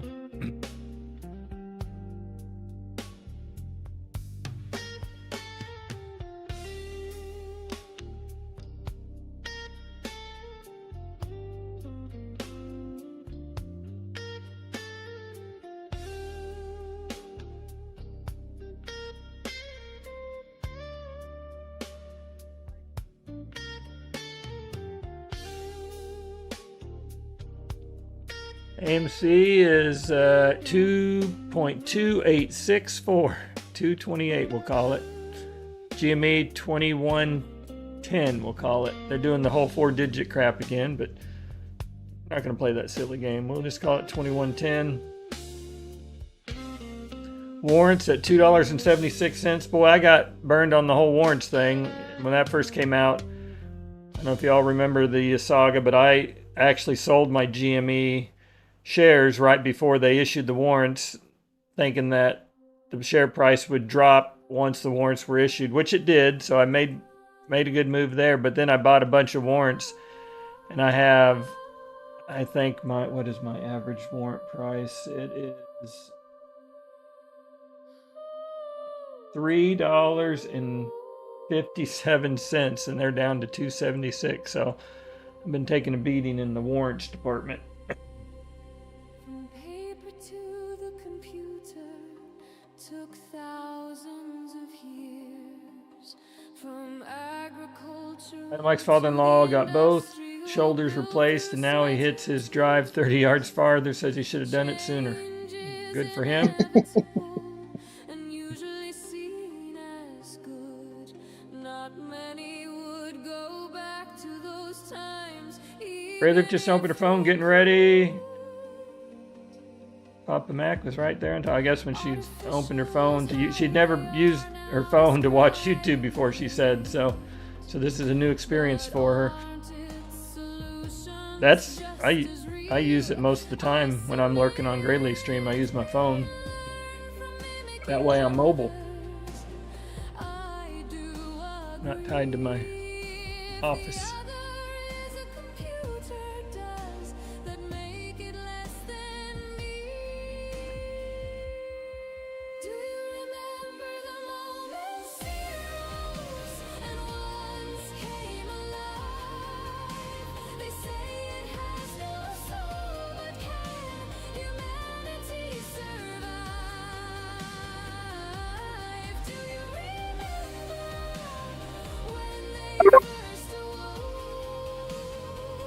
Yep, I got family over early, so I got the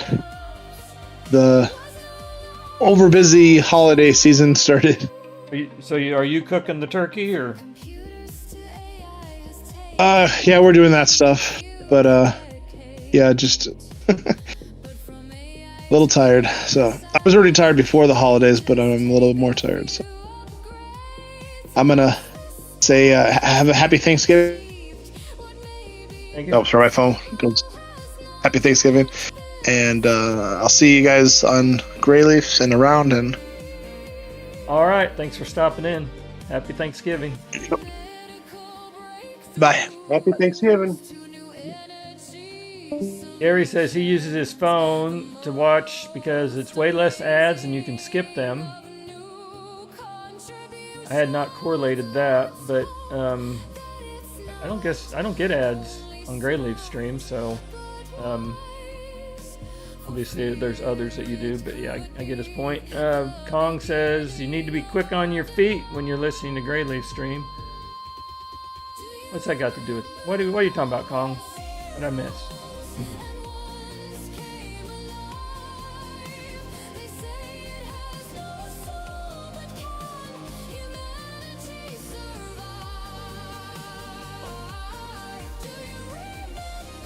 All right, well, I'm going to take a little break.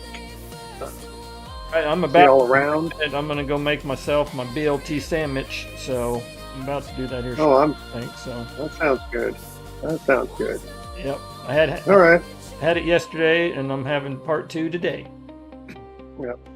Well, happy Thanksgiving to everybody that I don't normally talk to or see around, but I think the calm before the storm is about to happen for me. So I'm going to be tied up between Monday until Christmas Eve next week. Y'all have a good one. All right, take care. Thanks for stopping in. Not a problem. Y'all have a good one.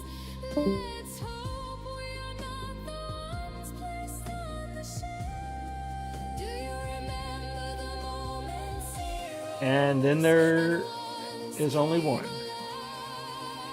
Left me hanging here. Maybe Rugged would join us.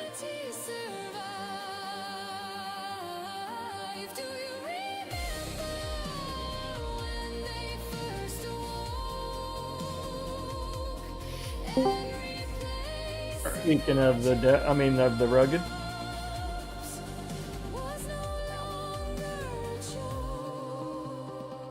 For you to play drum roll, please. You can have that. Can't hear you.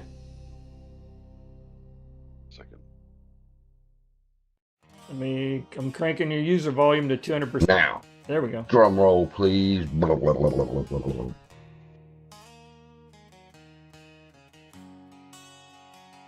I was born in a little shop. I don't see you going green, Ruggy. Are you talking? Not right now. Oh, there you go. How you doing? I'm doing all right. How are you? Not bad for a Taco Tuesday. Yeah.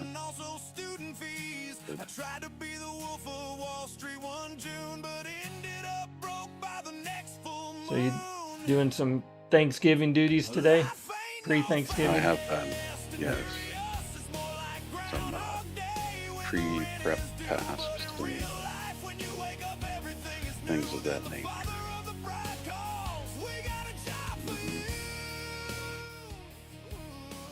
Turn the background music down because I can't hear you very well. Oh, I'm sorry about that. All right. See if I can adjust my volume here.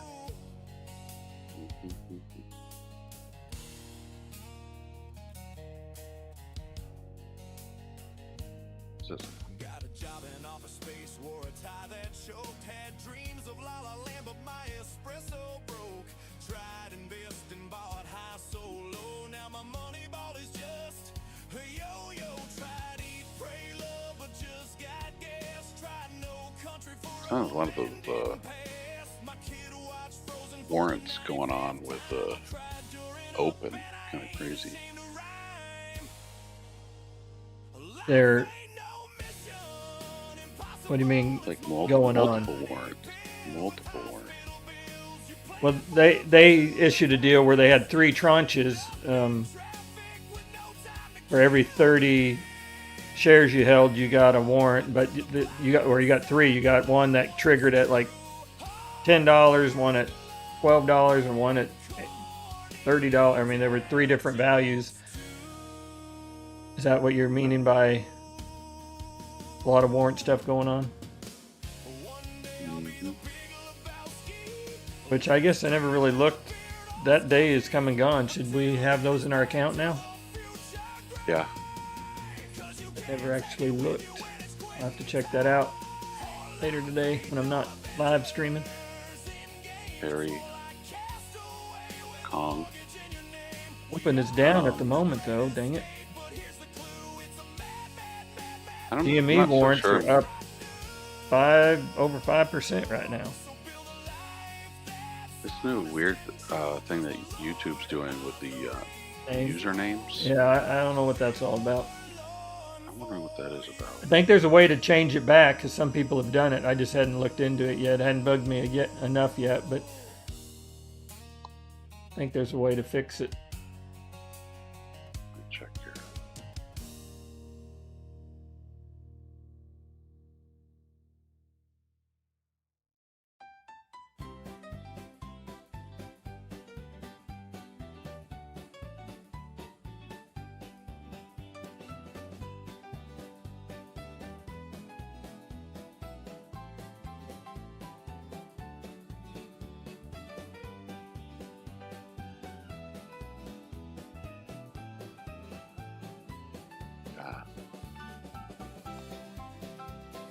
You heard from our friend Trevi today, Rugged?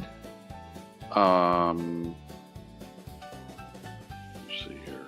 Just noticed he never did respond to that text earlier, and just hope he's doing all right. No.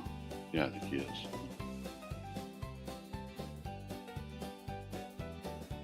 Thank you, Andrew Morgan. Welcome aboard, and happy Thanksgiving to you as well.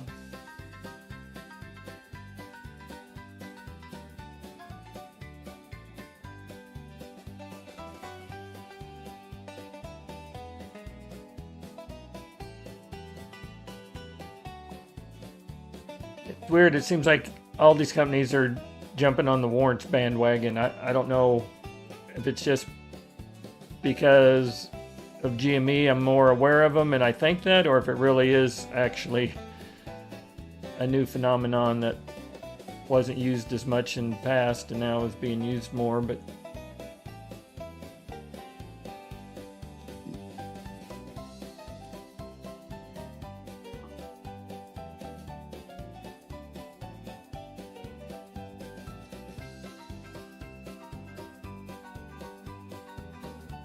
I like the concept of them, that it kind of rewards the shareholders. It's not like normal dilution or whatever. It's like you're getting the shares. It's not going to some foreign entity or whatever. And so I like the idea about them, but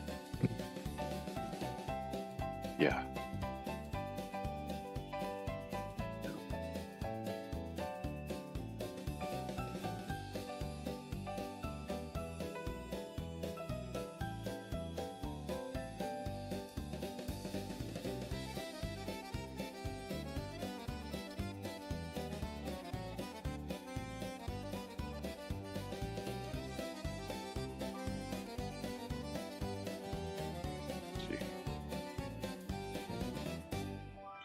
Check something.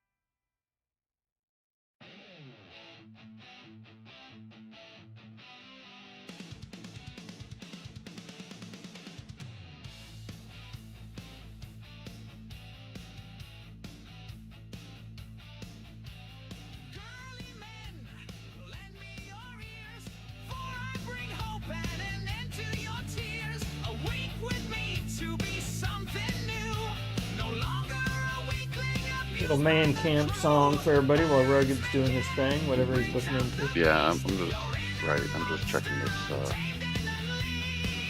settings for the display name.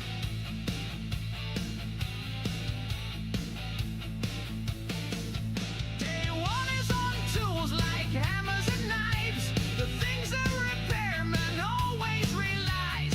Pirates man camp brings out the beast, your inner monster untamed and unleashed.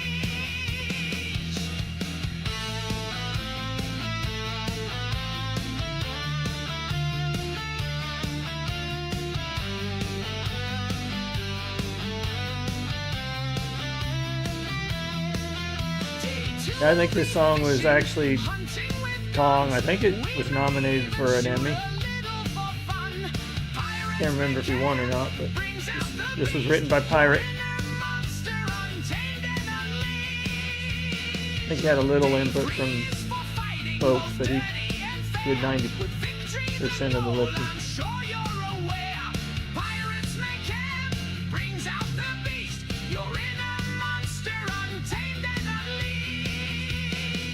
All right, he did 99%. Papa Mac changed 2 words. I think he had an F-bomb and another. I said to make it marketable, we had to take the F-bomb out, and he agreed. So he let me take it out.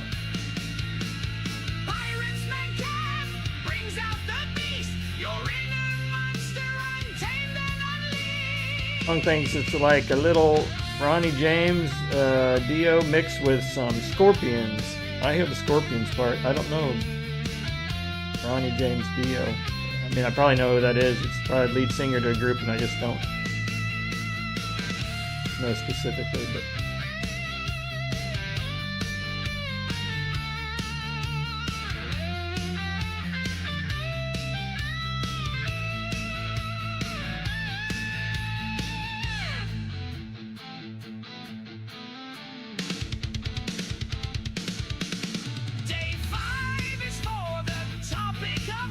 Okay. Remember we were talking about the live chat replay functionality? yes. Okay. So there is a function when you go live.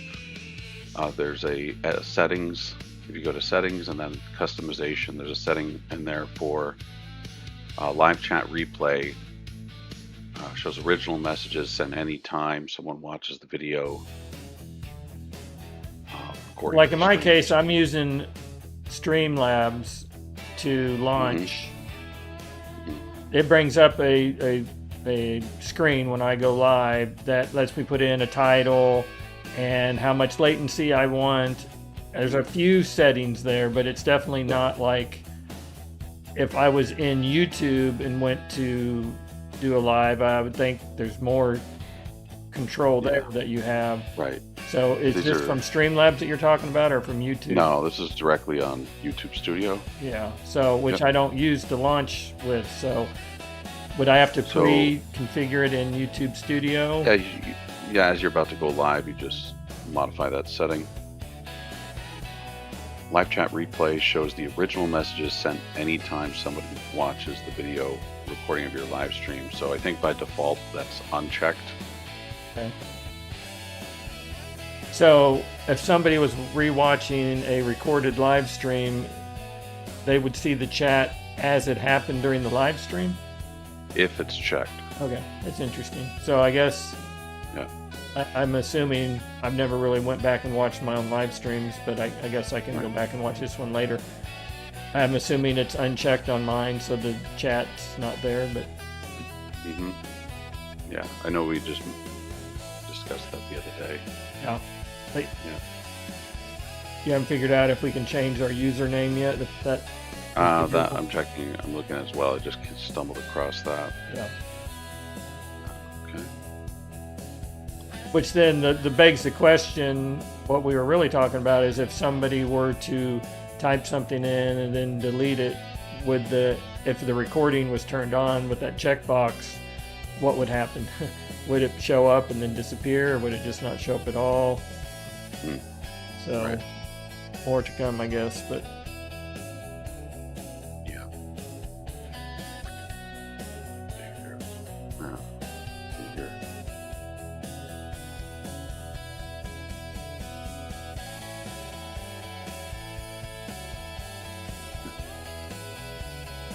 Speaking of Charlie.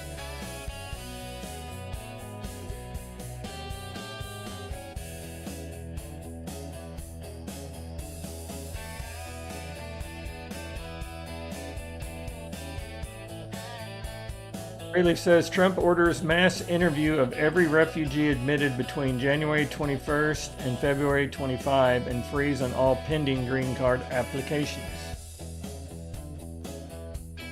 I know there was this big deal in Minnesota, or is it Minnesota, where Jazz Hands is from. The Somalians, they had a big scam going on where multiple millions of dollars were going to some bad organizations that should have never gotten their hands on our money.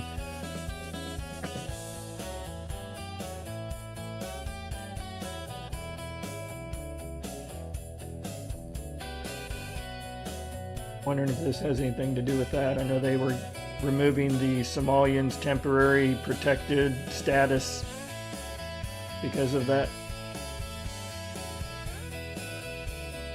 crime that was going on with money and whatnot. Terry in with some news. Newsom just caved to Trump, canceling 17,000 illegal immigrant commercial driver's licenses after a series of deadly accidents. Oh, here's our song. Hang on. We're gonna have to pause for a minute. Listen to the Soggy Dollar song. Sand in my shoes, salt on my skin. Hopefully attendees is The breeze tuned rolls in. in like a long lost kin. Palms are swaying while the tide says hello. Soggy dollar dreams where the cocktails flow. Oh, South Carolina boy with a soggy dollar smile, living for the beach every carefree mile. Catch me in the sun where the good vibes stay, where the waves kiss the shore and the worries wash away.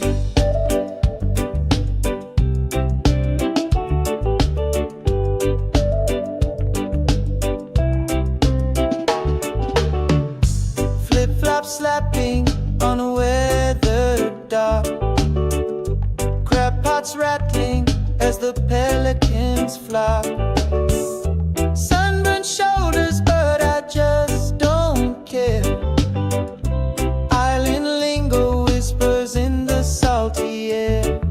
Oh, South Carolina boy with a soggy dollar smile, living for the beach every carefree mile.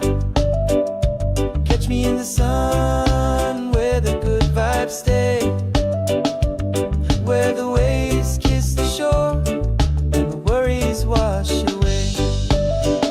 Let the hammock swing under a mango sky, with a rum-soaked laugh and a wink in my eye. Every grain of sand writes a story of joy. You know you can't resist. South Carolina boy, South Carolina boy with a soggy dollar smile, living for the beach every carefree mile. Catch me in the sun where the good vibes stay, where the waves kiss the shore and the worries wash away.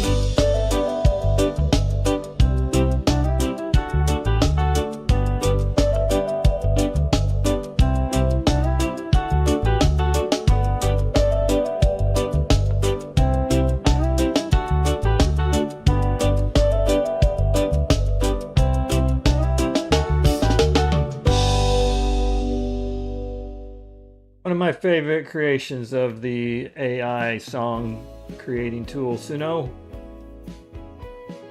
That song always puts me in a good mood, makes me want to go on a cruise, hang in a hammock on an island for a day. We have attendees to thank for that creation. He inspired it. No shoes on my feet. Yeah, Terry, that's one of the better ones, I feel like. It was Tide rolls in like it's got secrets to keep. a lot of fun. Palm trees sway. All right, Rugged, we're back. I don't know if you found any success in figuring it out. I'm looking still Go ahead. looking. South Carolina boy, Let's see. where did you go? It's fairly new. Yeah, I mean, it just happened within the last few weeks, 2 weeks maybe. Yeah. But I'm pretty sure there's, I don't know if I see anybody in our chat, but I feel like there's some in GrayLeafs that have figured out how to change it back because they did. Or maybe it So was random and they didn't do it, but like I know it kind of like if you have technically have like a YouTube channel, I think that is what it'll do. Like if you have a specific URL Mhm. assigned to your YouTube account, I believe it will default to that if you chose that. But if you didn't choose that, then it's whatever you registered. I think as far as like your like an email address, for instance. So you have when you registered originally with any Google account, you choose your email address to associate with that account you create, and then you also had an option when you created it to actually define or specify what you wanted your display handle to look like. Like I could sign up as Mr. Bill Rugged at gmail.com, but I could make my display be Real Rugged, something like that. Mine shows up as Papa Mac Videos, which is my URL name. Yes, right. But that's your URL name versus your email association. Yeah. Okay. So right. So I think that is all right. So correct me there a little bit. So I think it like sort of like what I was saying beforehand, that if you did choose a URL, like a URL, you specify a URL path like youtube.com/Papa Mac Videos. That would take first precedence. If you never specified that URL when they promoted people to create that like a year or two ago, then it would, I think, revert to the actual email address. Why did they change it from using your display name to using your URL name? Good question. And the point is from what I was just reading on another page, is to encourage more cross collaboration, tagging, basically communicating with people across the channel there. Yeah. Who do we got? We got Trevor, little Trevi. What's up, guys? We are live streaming, so just so you know, what you say will be used against you in a court of public opinion. In the court of now, why? How you doing, bud? I'm okay. How are you guys? Why are you streaming, Papa? Taco Tuesday. What's that? Oh, don't even tell me that. Why are you streaming? Well, GrayLeaf was having some power work done at her house. They told her that she'd be out of power for an hour or so. So I thought, well, I'll use this opportunity to fill in the gap. And so we are until her power comes back on. So they're just now about to cut power to her house. It's taken longer than they thought to get to it, but it's her power hour. It's power hour means a different thing to her today. It sure do. You like that little bump there, Debbie? And what? Little Amy bump. I seen earlier it was like 230, right?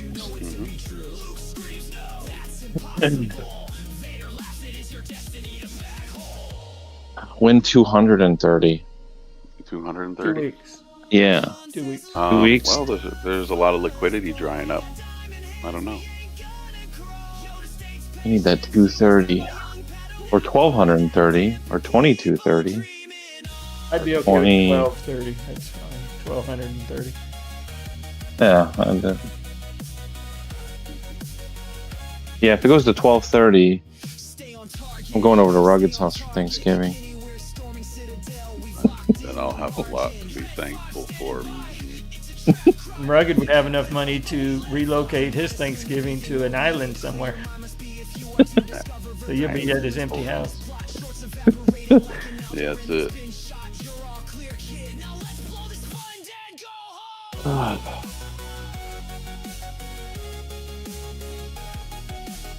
How long you been streaming? It tells me on here. Where does it tell me that number? 1 hour and 56 minutes. Welcome back, Baby UFO in the chat. Haven't seen that. Oh, you've been in for 2 hours. Oh. Haven't seen Baby UFO in a while. Welcome aboard from Hawaii. Just doing a little temporary fill-in live stream because GrayLeaf's power was going to be out for a little bit. So here we are. I have a question for you, Papa. Does it say on the bottom of your live stream that I'm still in first place? I removed all. When he comes back, he removes it. To Yeah. to you, and anything to do with your name has all been scrubbed from the system. Yeah, I see how this works. He comes back. He leaves when he's in first place, comes back and deletes it all. It just magically appeared. I was going to wait for you to bring it up, so you are now back in first place. Added it to the screen. Actually, yeah, because you did not sell any GME shares, right? So. No, so no. You got first. But if we were doing a warrants race, I'd be kicking your butt. Yeah. Well, what are those at right now? Today they're up 5.5% to $2.74. We'll call it it's okay. 2.745. Back in the 270s. There you go. But I was just telling people my cost average of my warrants is still $3.57. So I'm getting smoked in the warrants department. Yeah, they got you. They got you. Suckered me in. But I sold my GME at 27 and it went down to 19 something. So I saved myself there. But yeah, the warrants. Should have listened to you. Kicked my butt.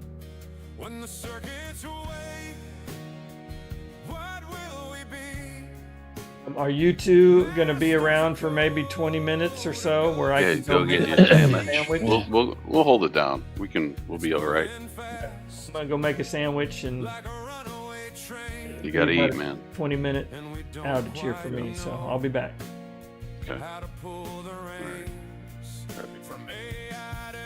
Do what we do. Mm-hmm. How's your day, Rugged? Oh, it's going all right. I'm about to go clean up some vomit off the carpet. From what? My daughter was not feeling so well, so. Oh. You got a little portable thing, an extractor? Yeah, I've got a little Bissell thing. You'd like to watch me stream? You want me to do a little ASMR, carpet cleaning and siphoning of it up? Not really. No, it's not too chunky. Yeah. Oh, I just don't even want to think of it. Yeah. Well, it's good that you have something to extract it than pushing it into the carpet pad. That's right. Oh, yep. You'll never get that smell out then. Well, I spray and pray, so Spray and pray. Yep. What do you got, like certain deodorizers and stuff? That's a good question. Good point. They are the stuff that comes with it. It kind of has like a weird smell. So I was thinking of using something else. I actually don't mind like the smell of like a simple green kind of thing, or just like a little dish soap, and just try that and see if it's able to do it. So we'll see. You could also order stuff online for future, like my brother, like doing cleanings and stuff when he was doing all that stuff, and they got different types of deodorizers and stuff for urine and vomit and stuff that really breaks it up because it gets into the padding. Because no matter what, a little bit of it seeps in, so it kind of neutralizes it, Yeah, the last time you were here, right? Yep, exactly. Ooh. Yep. That was neuter, not neutralize. Oh, okay. Yeah, no, this is kind of gross, but like the black light thing, right? So you can see, like the video I just sent you. Oh, I'll have to check that one out. I haven't watched it yet, but really, oh god, I'm sorry. Okay. Give me 1 second. Hold on.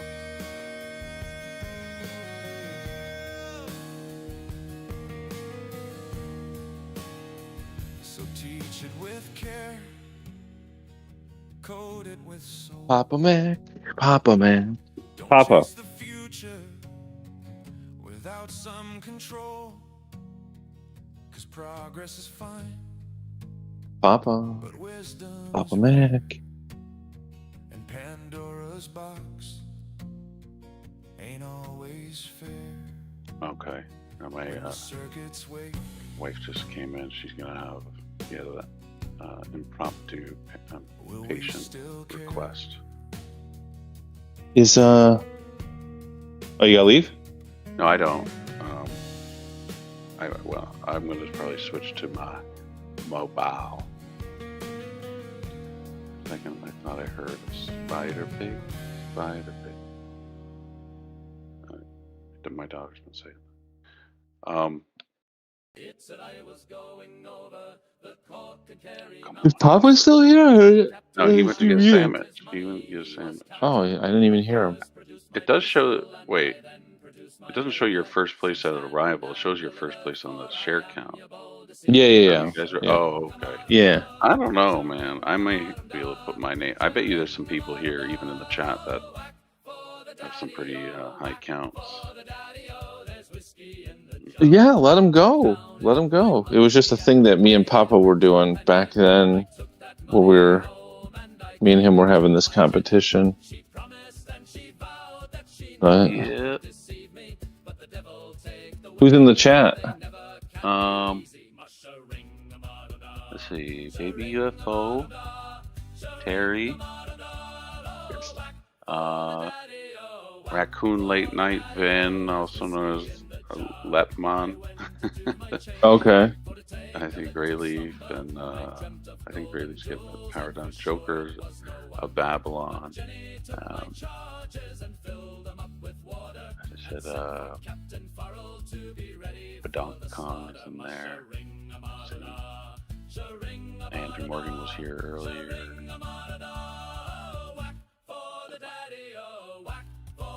Fine people. That's not Dynamite here. Who's here? Oh, Dino Mike's in? All He right. was, at least earlier. Dino Mike. Yeah.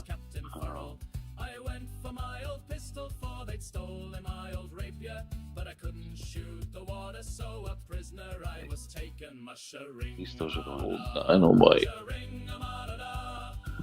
Daniel Watson.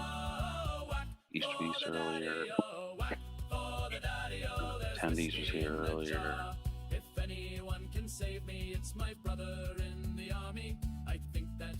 Where's Pro Jeweler?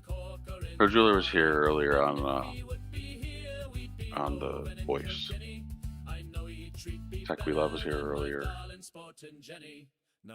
Yep. Mason was here earlier. Richard from Buffalo. Oh, shit.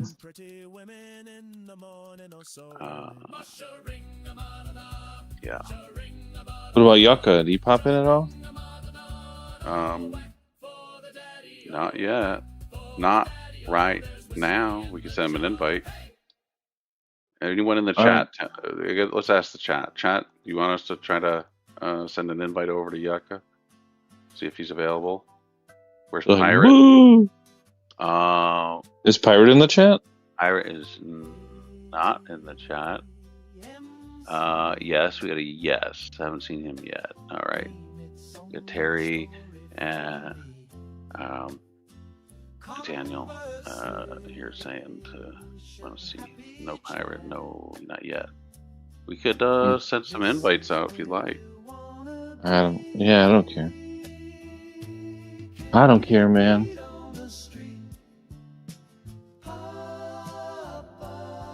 Oh, man. I'm tired. Yeah, it's when the sun's not out. Yeah, it's gloomy. I think it's in the northern parts of Alaska now. It's already dark until next year or something. Oh, I couldn't do that, man. I just couldn't do it. Unless I had to. Unless it was just like, you don't have a choice, sir. Like, all right. But that would be miserable. It is like, 6 months, right? 6 months of darkness. I'm not sure how long. It's a couple months, a few months at least, I think.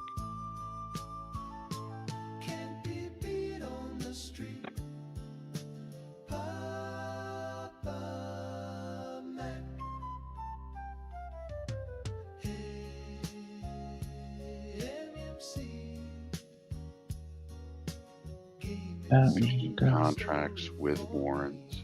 Baby UFO's got 15 contracts with warrants and 6 without. Is that of GME? 15 contracts with, what's that? Cheers, K40. K40. Okay, cool.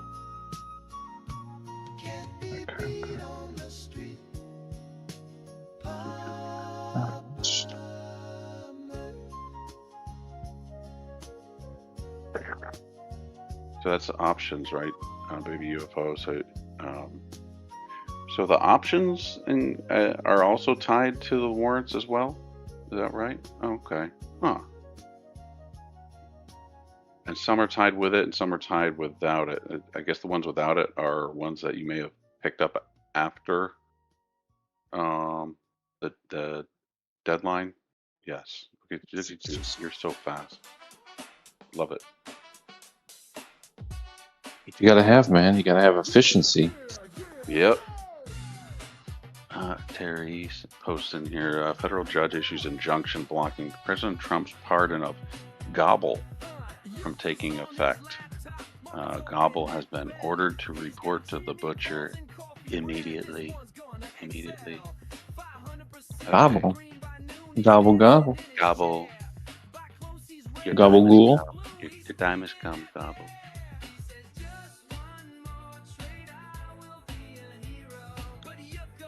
Okay, I need to go clean up a little bit over here. I'm going to switch to my mobile. Wow. I'm going to go degrade my, I'm going to take off my fancier headset, put on my earbuds so it'll sound nice and tinny. 78th warrants. Well, that's a nice number, 78. 78 warrants that were gifted to you, Joker. I know it was, I forgot your other name. But that's pretty. If they were gifted to you, that would indicate you had a lot of shares. Pretty nice. Wow, wow, wee, wow. Was it very nice? It was very nice. Very nice. A chair that has the shoes and it's a walk. Let's see. I watched a clip of him last night. I don't know how old it is. And he was sitting at this table with this guy. And he's talking. He's like, yeah, I'm retired. And he goes, you're retarded? You're retarded? In his voice? Because of the way the guy said it. It's like, Yes. And he kept saying it. And then he asked other people at the table, he goes, is it okay for a retard to be sitting here eating with us? The guy's like, no, I'm retired. He goes, retarded. Yeah, someone actually mentioned that earlier in the chat. Something Oh my God. that was who said that?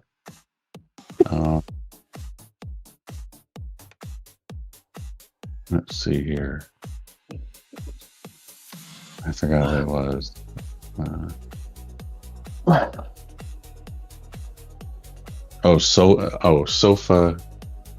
Sofa King, and something to that effect. It's funny because I know actually someone I went to school with who actually has registered their business as that, Sofa Space King, as their business name.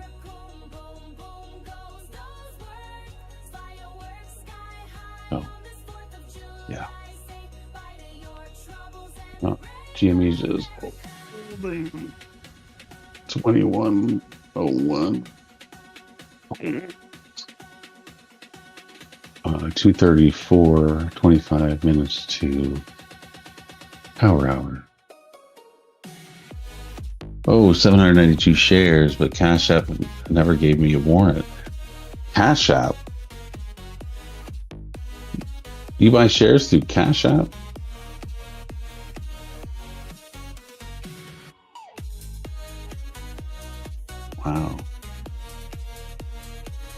I think you could buy crypto there.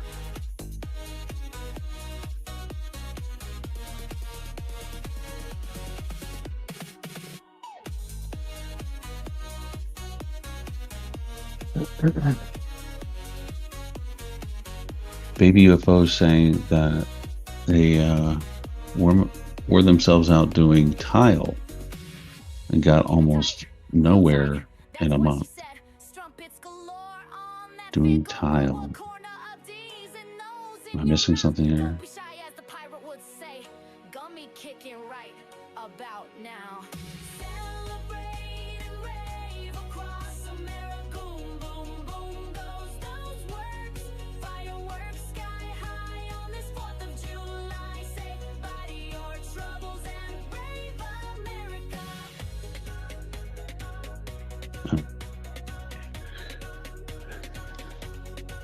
Joker, Babylon. Yeah, hell yeah. I only have 11 shares in Cash App just because I had a balance.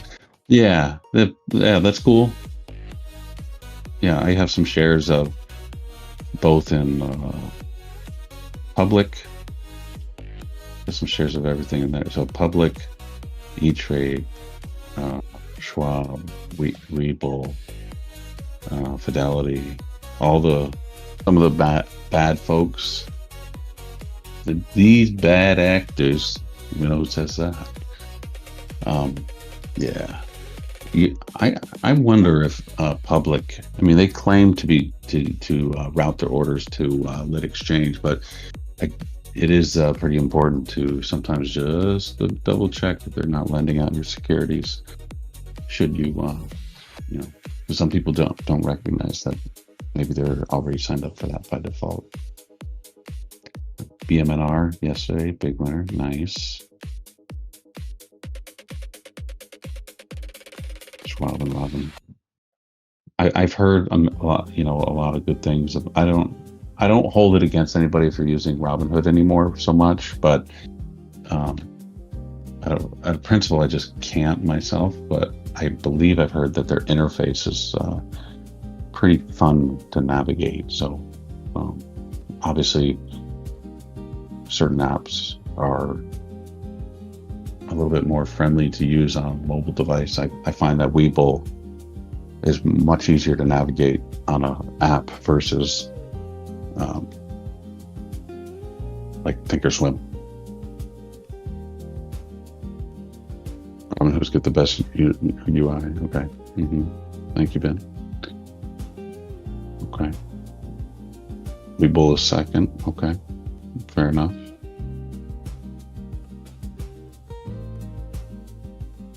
And wow. Got any more sales on online? Or are we not talking about that here?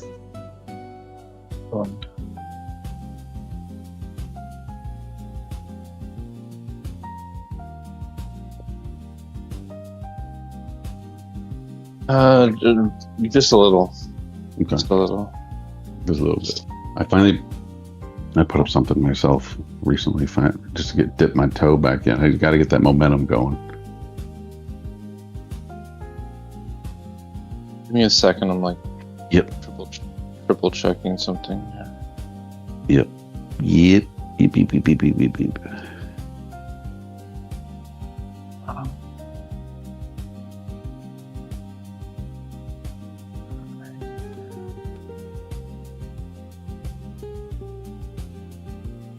Jesus, where did he go to get a sandwich at? Italy? He could be just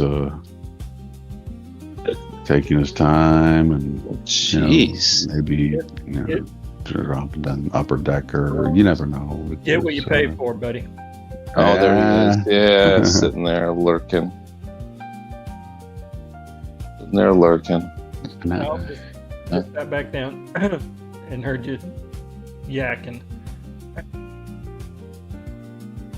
My wife came up to me this morning and said, well, it's Taco Tuesday, so we could either go to our favorite Mexican restaurant, or if you want, I could pull out something out of the freezer and cook it. So what do you think I said?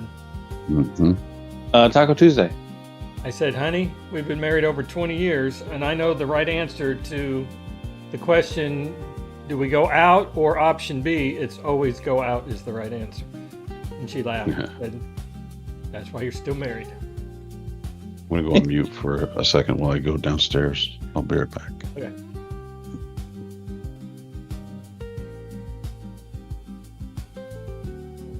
So we are going to El Toreros tonight. Is the plan anyway. Nice. Nice. Are you feeling better today? No. Are you home? Yeah. Okay. But not feeling better. Do they expect you to be feeling better soon?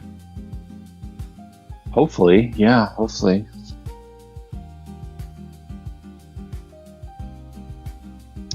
I'm very uncomfortable.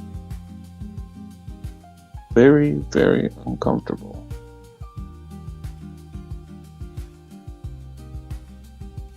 Amazing Bluetooth. I did warm up the bacon in the microwave. It was pre-cooked. And Baby FO says Taco Bell in Hilo got really expensive, so he goes to Panda Express. Wow, Panda Express is cheaper than Taco Bell? That is not the case here in Southeast Missouri.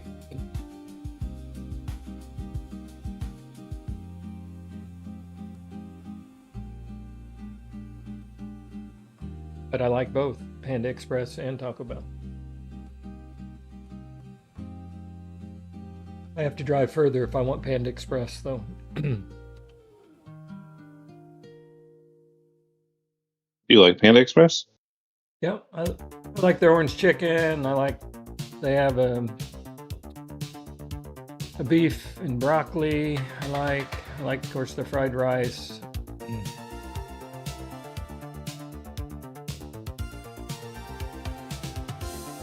But we don't have one locally. I have Taco Bell locally, but Panda Express, we got to go over to the next town over to partake with that cuisine.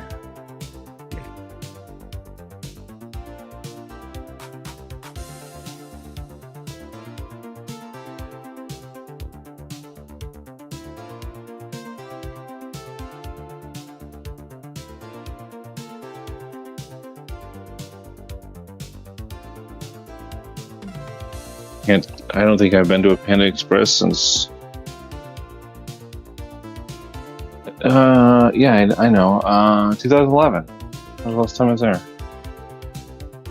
I don't know how you can remember that. I could not tell you anything I did in 2011, hardly. Let alone that was the last time I went to a certain. There was one by a place where I used to live, and it was right down the street. And I used to meet up at a friend's place of business, and they used to eat it all the time. And so he moved, and that was in 2011. So I know for certain that was the last time I had it. That's how I know. Other than that, I would never know. Obviously, you're not a fan of it, or you would have been back on your own. It's not that. I don't know. I was staying away from the high sodium stuff. I don't know. Sticking strictly with more healthy Taco Bell, Burger King, stuff like that. Yeah, stuff like that. Exactly. See, you're getting it. Gotta have priorities. Yep. I threw AMC on the chart, folks, so this is now AMC. We had GME for the first half of the stream. We'll do AMC the second half. Unless GME makes a drastic move, we'll go back.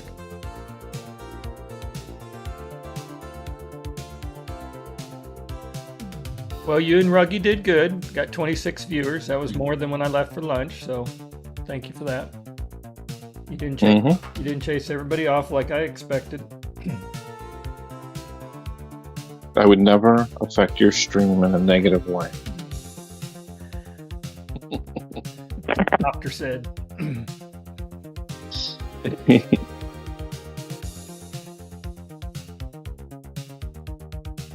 For 14, They've always said be. $14, Baby UFO can get a huge piled plate, 2 entrees, but Taco Bell's $15 just for three tacos. 3 tacos. About Taco Bell has gotten very expensive. Very expensive.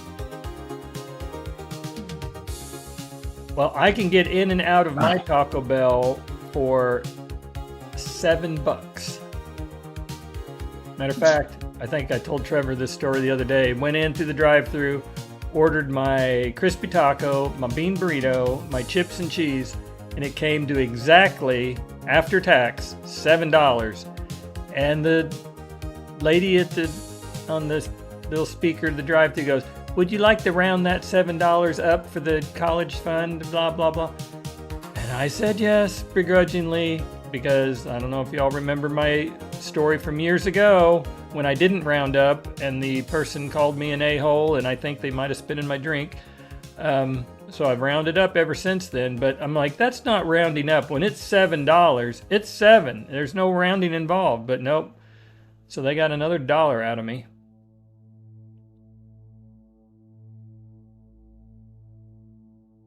So What you're saying is I need to open up a franchise in your location. would you like to round that up to $1,000, Papa Mac? Yeah. Or whatever. Your bill's $8. Sure, would you like to round that to 50? Yeah. Otherwise, I don't know if I trust your food. We got Twitchy Jimmy back there, and he doesn't like the word no. If you remember my story, but I had just recently purchased my 2016 Dodge Challenger with the Scat Pack package, the 460 horsepower Hemi engine. But anyway, brand new, bright red. And I wasn't even lit. She just at the end said, blah, blah, blah, and I just said, no, thank you, because that's my knee-jerk reaction when I'm on a phone call when somebody's trying to upsell something. I just always say no, thank you. Didn't even know what she was even asking. But anyway, I get up to the window, and this older lady that looks like she probably had been done meth most of her life hands me my drink and go, "Here you go, asshole." And it just took me back. I was like, I'm thinking, what? And then I realized what I had done. Here I am in the brand new car, pulling up, and she's asking for 30 cents for college fund or whatever. And I said no. And so then as I was about to take a drink out of that drink, I'm like, I did not see her pour this drink. So I think I'm just going to pass on the drink. No, some college kid was pouring your drink. This is a 50-year-old lady that looks like she had done meth, unfortunately. She couldn't even spell the word college. Yeah.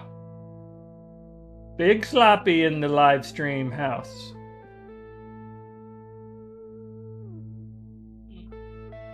We are live streaming, Big Sloppy. Just FYI, anything you say can and will be put on the internet. I appreciate that. I had to unmute myself. How are y'all doing? Doing all right. How are you? Good.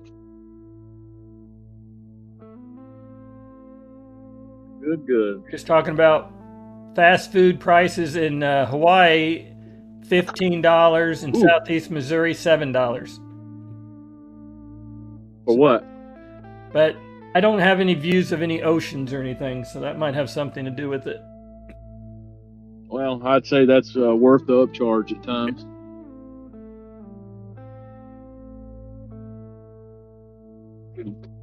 You know, I don't, me myself, I don't go out to eat too much. I cook at home the vast majority of the time. Yeah. Pack my food when I go to work or come home and eat lunch. I don't, it's just pretty expensive to go out to eat. Yeah. Oh, baby. And half the time it ain't worth it. It ain't no good. Sorry. I say, baby, No. I was saying it was the $15 he talked about came with a drink. So mine was a taco, a burrito, and a chips and cheese for $7. He got 3 tacos and a drink for $15. So y'all can do the math, figure out how much is what. But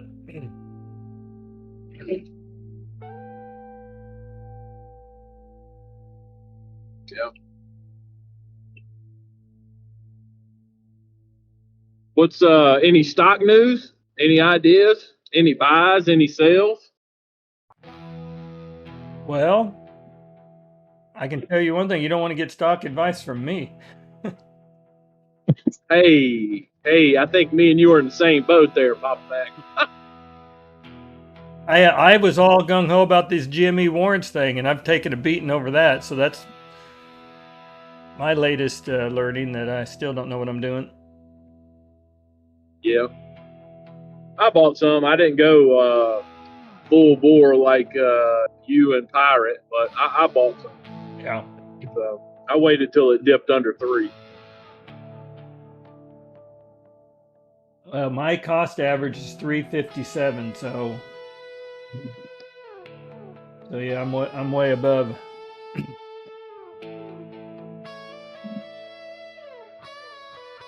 I mean, with those, I would just, to me, it's safer than buying options. I mean, here again, what do I know? Because within the document, I don't know what the form is. It did say they can extend them if they choose. Mm-hmm. So I would hate to think that they spent all this money. Here again, I don't know, but spend this money to do this and it just go to waste, if that makes sense. I guess I'm hopeful that if Brian Cohen, if we get somewhere in mid next year and those things are still not in the money, that he would announce that they're extending that, so that, you know, we wouldn't be punished for purchasing those. So, but hopefully it becomes a moot point if we're above, what is it, $32? Is that the strike? I've already forgotten, but right. Yep. It hopefully yep. isn't even an issue, because we'll be above that price by then. But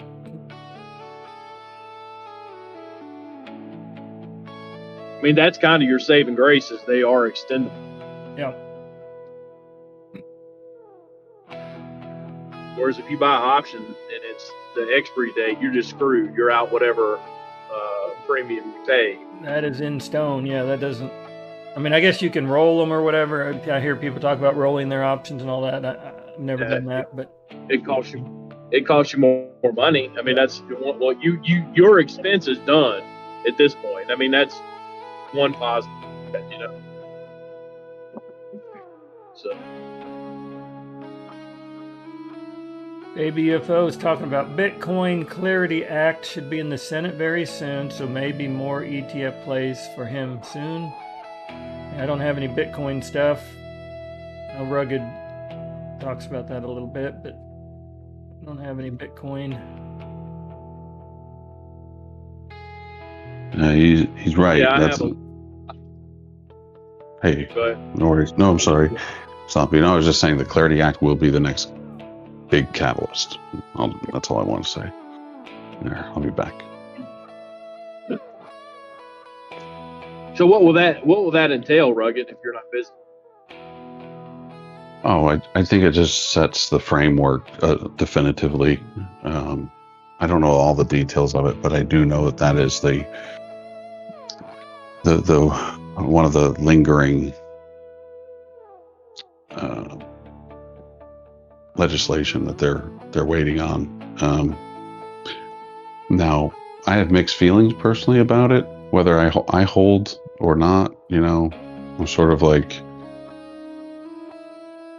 I guess part of me, there's a part of me that's slightly concerned about the actual root of crypto, and of course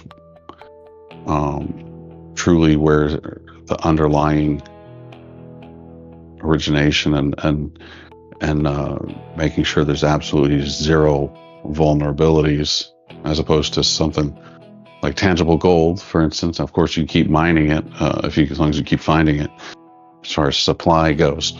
But so there's that skeptic in me on one side of my one shoulder. It's the skeptic, and the other side of me, it's like, well, it's an opportunity to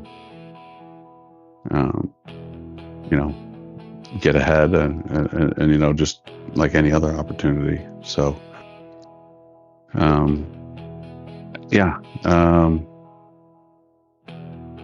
Oh, the one thing I will say is, blockchain as opposed to crypto, but crypto can be blockchain, but blockchain as a means of tracking shares can be, I think, positive in terms of just magically creating them. The issue is how how they'd be issued. I think so. Maybe I'm derailing here, but I just sometimes think about like if you actually assign, so if there's a trail, I think one of the positive things of blockchain in general, and sometimes crypto, if you go and look up a trail for a given address and sends and receives, you can actually see an audit trail, basically, of something coming and going. You may not know who it belongs to, but you can actually see that it went from one place to another place, when, for what quantity, and then of course if you could assign a unique identifier to every share, that would be interesting. When you talk about paper currency, at least with paper currency, there's serial numbers on them. Whether you think it's garbage or whatever, there are serial numbers on it. But when you get into digital money, there's no assigned serial numbers to any of that. It's just the dollar amount. It's just, and so you have to sometimes kind of wonder. So, does that make the case? I don't know. Would we get to more world peace with if we knew definitively, if you knew, for instance, like, hey, if the U.S. Currency was not the world reserve currency, would that lead to world peace or something?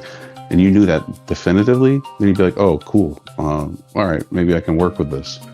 But if you're not sure if it would lead to that, and then a shift in power, well, you may be biased, and naturally, of course, you may say, I don't know. I may just like to prefer to keep it keep the standard as the U.S. dollar. But I was going on a little trail there. But let me see if I find anything more specific on Clarity Act. Speaking of clarity, Clarity Act. Maybe UFO thinks that Ken Griffith will find a way to fake having tokens, kind of like paper. Yeah, right. That's a concern. That's a legitimate concern. Well, it goes back to the settlement period where they have, T+1, but it's not really T+1. It's 35 or whatever the hell it is, and they'll figure out a way to smudge that, right? So I believe, and I'm not trying to rain on your parade, Rugged, because I get what you're saying. Yep. They'll find a way to skirt the laws to make money, or the regulations, whatever it is, no matter what. But so here's the thing: is that who allows it?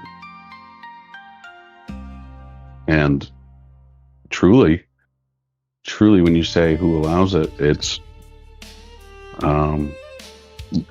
largely legislation. Yeah. And unfortunately, I don't feel like legislators, members of Congress, even members on the monetary or financial committees, your Maxine Waters, all those folks, I don't think they really truly know. I think they're on the committees, but I don't think they truly have the depth of knowledge the way, a market maker, knows how to manipulate things. And so there's a lot of trust there that too much trust. Yeah. There's something that I've found out the past couple of years, not just with this, but with something else involving, where we live, Rugged, that people come into politics and they have these great ideas, right? And what happens is, and I can speak, in one specific instance that I know. They have these great ideas. They're gung-ho. It's going to happen. We're going to do this before I leave office. And it sounds great. They're really motivated. And then all of a sudden, it's like these people just surround them. And when they surround them, be it their chief of staff or whoever it is, it literally, the flow of information to them is so filtered. It's what they want to go to them. So, like, they know what those people want them to know, and that's pretty much it. I guess, maybe I lived in a bubble and I didn't know that. But I found some stuff out, just conversation, and it's kind of wild to think about it, because you're not and that's what we're not electing those people. We the people that surround them, we literally elect that person, but they're the one not even gathering the information, so yeah, pretty wild. And I'm pretty vague. I apologize, but no, you're probably about as vague as the information is that they're receiving. They just don't know. They don't know. It's sometimes rugged. It's not even vague. They will not even convey the message. They will not even convey the concerns. Yeah. So it's pretty wild. Yeah. Pretty wild. You need. I think it's going to take time for this shift to play out a little bit. Yeah. But I do think that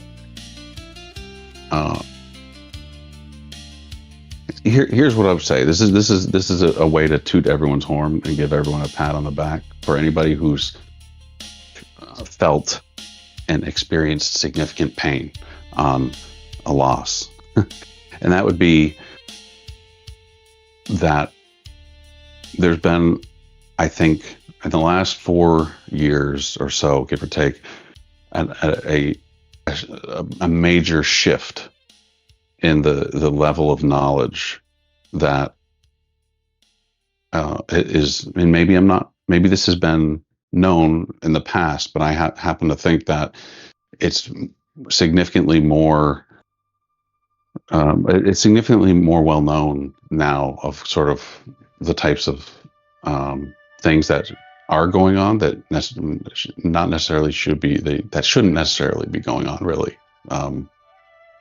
And it's going to take, I think, a new generation of leadership willing to tackle that, because I think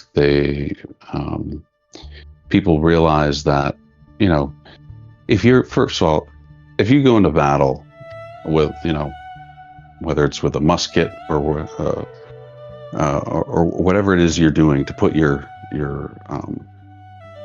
life at risk, and I'm not trying to make such a grave comparison here, but there is an element of sacrifice that goes into that, and I would say that to some extent we all here have sort of endured that, but we've learned. What I'm trying to say is that the learning that's taken place here of a population is, I feel like those that are in the financial power have realized, who control the markets, they realize that the knowledge is spreading, just like things spread on media now through technology. Technology is not always positive, but in certain cases it can be revealing to basically educate people on what things are happening. But it's gonna take time for this to sort of play out. Like anything, whether it's slavery or voting rights or this is just like, I look at this as like sort of another challenge, and that sort of, in a way, this is of our monetary system as we know it, and how we need to keep a degree of close watch on it so that it does not crumble beneath us. So that level of accountability, if it's not there, it will do us in. And so I think what I'm trying to say is that we're all part of that. Although there is a hopefully only a temporary financial loss, there is a major gain there of knowledge and discovery. Right. And that is, you can't really put a price on that, except for, it's kind of like if crime's happening out in the woods and there's no one there to see it. Well, is there, there's still a crime there, but if no one sees it and if no one witnesses it, are they ever going to be held accountable? So,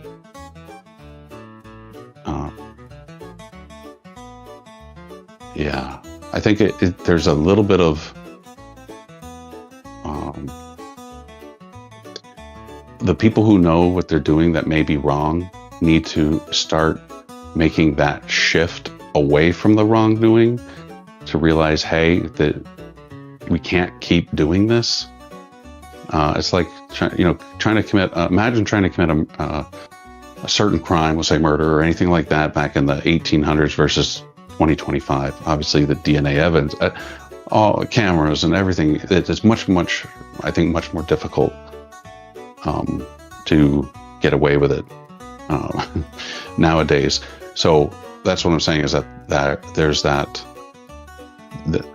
the element of being able to be hidden and no one really knows what's really happening. All that I think is just kind of coming to the surface, and I think it's taken a certain community of people to open their eyes and call a spade, basically to educate others around them, their friends and their family of what's going on, and say, hey, you need to be aware of this and this kind of manipulation, and this is not right, and be a little more skeptical. I think some people really don't give a shit. Sorry, but there's some people who just say, oh, hey, I got my money in my mutual funds and my 401k and everything's fine, it's managed and it's fine as long as I make my percentage. And there will be that subset of people. There will be that subset of people that I think are just cool with sitting back and just coasting, and they're not interested in getting into individual stocks and stuff. But nonetheless, I do think, unfortunately, that sort of the blissful head in the sand approach, that's the liquidity that allows the people to go and do stuff all day long with those funds back and forth a million times, and at the end of the year you get your 15% or whatever, you're pleased. Meanwhile, some of them have made 200-300% or something off of it. So I don't know. I'm going on. I'll give you an example of what you said. Yeah. So I'm in a group chat with 3 dudes, right? Okay. Dudes that I used to live near. We used to hang out, drink, whatever. Like-minded, we always got along, joke, So anyway, we're talking about stocks and stuff, and the further I get into it, I'm making a limit order, or my to buy or sell, right? And so this has been a year or so ago, and they know that I'm crazy about like GameStop and AMC and shit. They think I'm insane. Right. It is what it is. That's So you got 1 out of 4 there, right? Like me, and then the other 3. So I tell them about a limit order. I'm like, why the hell would you do a market order when, like, if you know what you want to do it, just do it, set it, and forget it. Ron Popeil, right? It'll do it whenever you want it. You set it to the parameters of, all or nothing. And, it's not your first rodeo. Do it extended, right? Or whatever. And they're like, I wouldn't do that. Oh, I can't do that. Wonder if I don't get it. Or whatever. But what I'm saying is, like, there is such a small section of us. We are so immersed, and I may be wrong, and I'm sorry if I offend you by saying this, but we are so immersed in this like we think that a lot of people know about like this shit that's going on. Yes, it's more, but it's still such a small section of the population. What'll happen, in my opinion, is another fault. Like somebody will go bankrupt or something, and it'll be a very minute like change.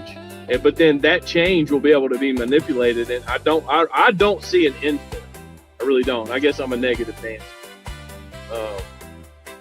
I think it will continue. There'll be a way for them to manipulate the stock market forever. I'm pretty negative. Right. Yeah, I hear what you mean. Yeah.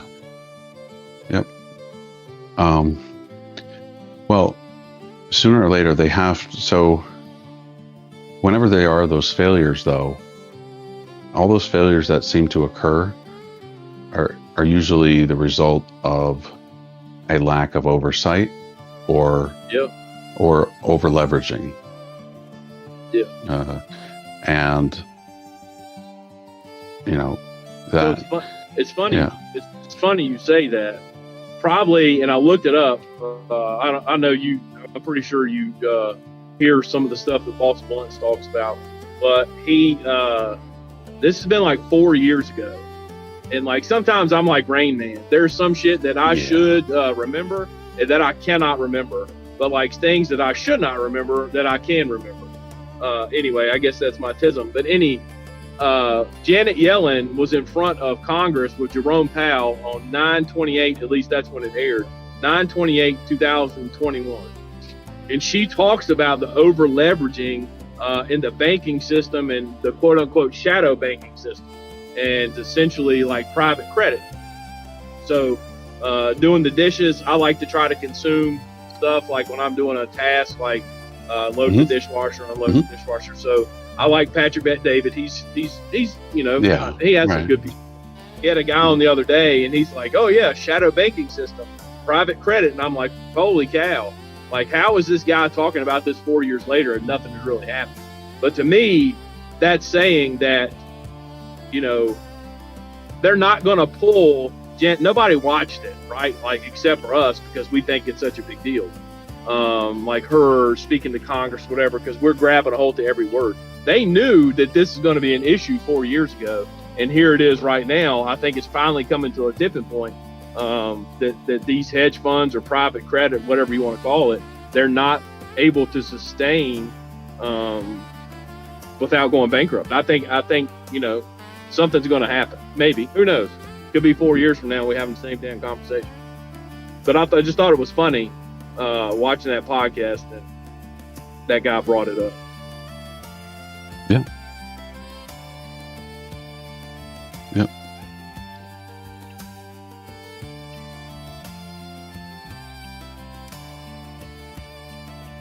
Victor Davis Hanson. How's the weather? Another name out there on the internet. If I'm doing something, want to listen to somebody while I'm doing something, I feel like he's one of the smartest guys on the internet. But Andrew Davis Hanson. Victor Davis Hanson. He's not necessarily a stock guy, but he's just history of the world and politics and just common sense kind of stuff.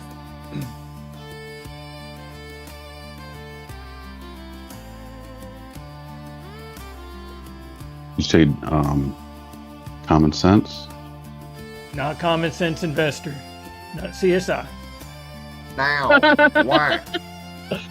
I knew what was coming. I should have just played along. Well, do you understand now why? Let him have his fun. Because now. Is he still around? No, his last video was like four months ago. Really? Why? Does he Why? not have any more teeth? I have no clue. Bro, he used to burn down heaters, bro. He crushed them darts. You know what I mean? Like, up on them sticks, son.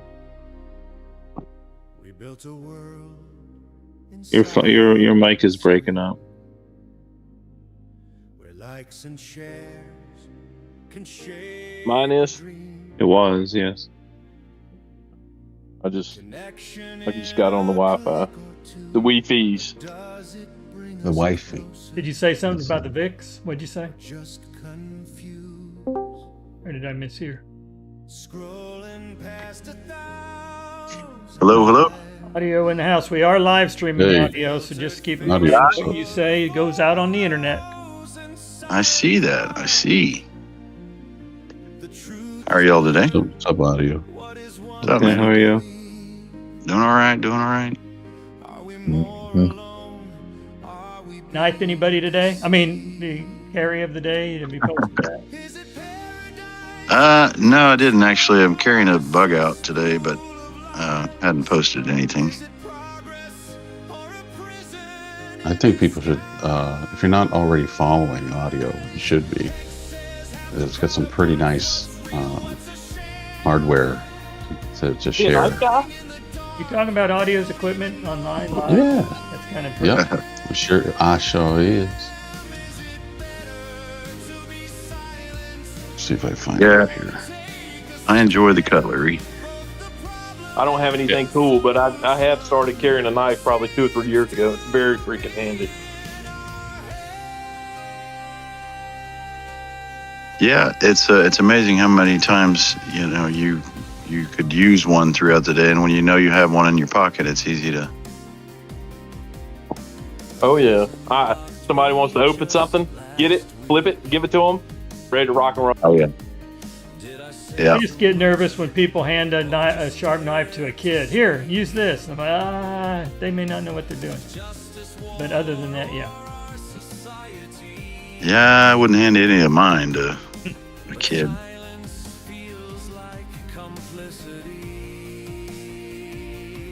Baby UFO mentions about the vote for AMC. Baby UFO, I think the vote's going to be yes, regardless of what retail does. I mean, I guess there's a chance that if all retail were to happen to vote no, there is a chance they could sway the vote. But from my understanding, the institutions have enough to control the vote now. So, and I'm pretty sure they're going to vote yes. So that's my 2 cents on the subject. So I don't think it's going to be a no vote, but I guess there's always a chance.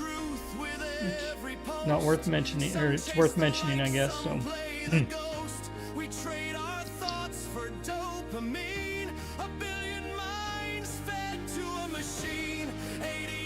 guess we'll find out here. What? Not too many days. Is it December 10th? Is that the vote? I forget what day it is. I think that's close. 8th or the 10th, one or the other. I've also asked my friend Claude, my AI friend, and he agreed that the institutions control the vote and they vote as a block and they vote in high percentage, and the retail doesn't vote in a block and we don't vote in very high percentage. So Claude even agreed with me that the institutions are going to carry the day, and it most likely will be yes. But there's that. Ditto from last time. Anybody disagree with that? Do they think it's going to be a no vote by chance? Anybody in Discord? I think it's gonna be a yes vote. You kind of have to vote yes, in my opinion. Yeah, I mean, I agree with you. If there's any dissenters, speak now and state your case if you think it's.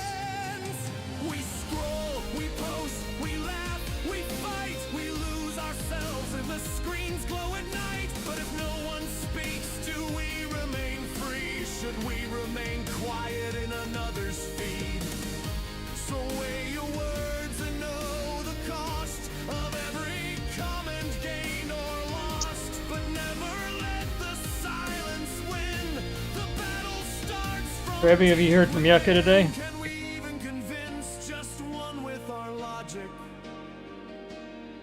Or is to think that's simply psychotic? Do we labor in thoughts deep from our brain? Long says, bottom line, Adam needs. No. Okay. Thanks. Adam needs the shares. Cesar, which is actually CEZPT, but his old name's Cesar Moreno, I think it is, or Amarin, says, I think it will be a yes vote because massive institutional power vote. KBFO says he's contemplating the odds of a reverse split within 6 months. Yeah, I think that's almost a given. That's just Papa Mac. Nobody else necessarily has agreed with that. I haven't talked to Claude about the reverse split, but I think that's a given. GrayLeaf thinks they gave up for the night and they moved the trucks across the street.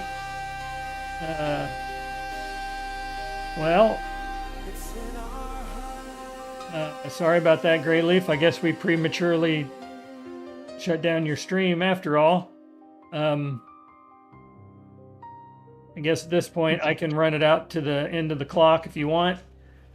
And tomorrow morning, if you're not here by market start, I can't remember if I get the grandkids tomorrow. I think they're out on Thanksgiving break, so if there are no kids here, I can start up the stream in the morning if you're not online at 8:30.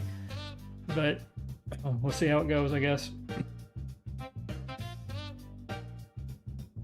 Yeah, retail usually too lazy. Even on a good vote, I think retail is like in the 10% on most stocks, so which is not enough to make a difference. So AMC is a little bit different because of the meme status it has. It's had much stronger retail support, so I think they've seen close to 30% on some of the votes by retail, but even that I don't think is enough, and they'd all have to vote the exact same way, and I just don't see that happening. So like I said, as we all have said, I think yes is going to happen.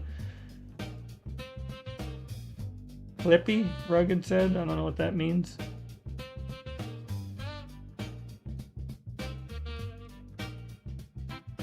Yep, sad, but Bill doesn't vote. You're right, Cesar. Wukong says, I'm going to clean up with Super Chats with today and tomorrow. All Super Chat proceeds are going to my favorite charity, me. Oh, wow.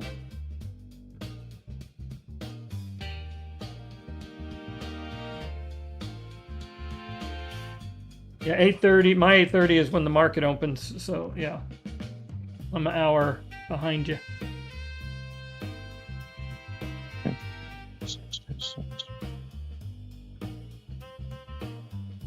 ABUFO says buy warrants. Yeah, I need to. I need to get my cost average down. It's pretty high at 357. I ought to be able to bring that down.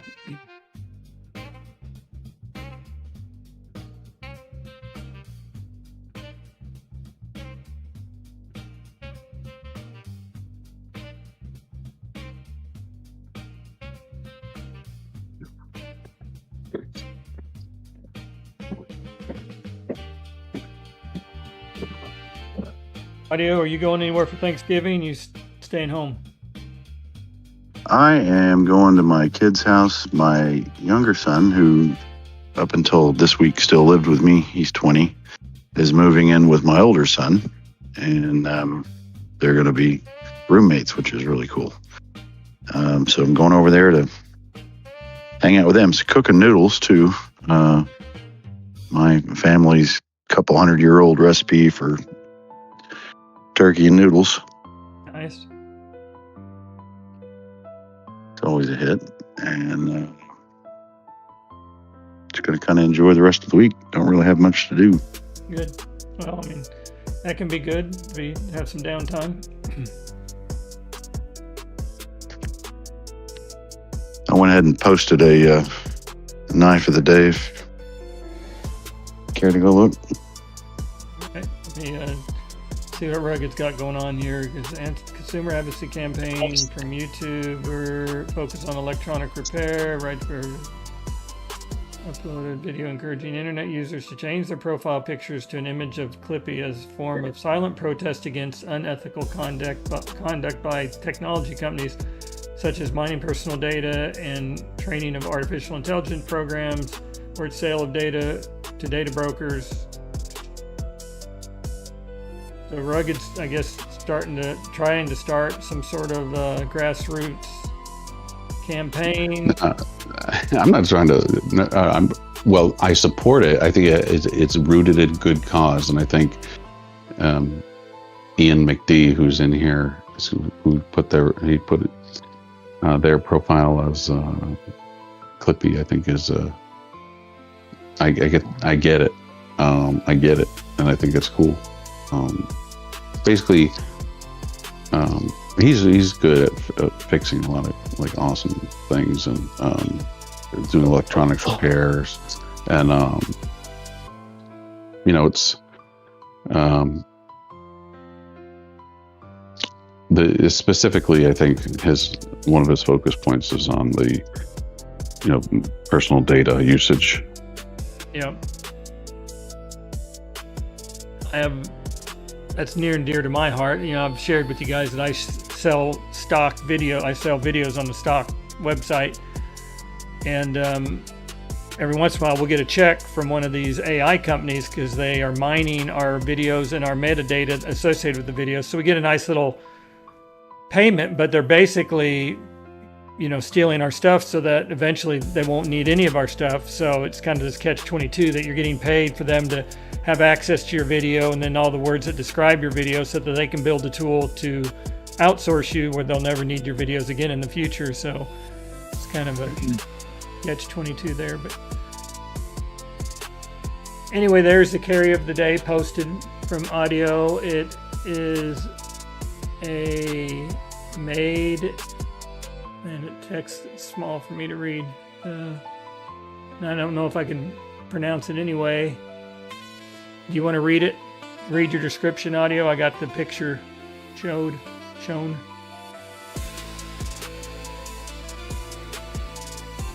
Oh, I don't know. I'm on my phone here. It's a Benchmade bug out. It's a titanium scales and they're a frag pattern. I don't remember what I also wrote. Like S30V blade. Yeah, that's the grenade fragment pattern. Yeah. Scales. It's cool. Yeah, this was just some kind of spare parts that I had from building other knives, and I bought some Damascus blades and some other ones, and so I had some extra original blades and just kind of built a knife around those. Yeah, cool.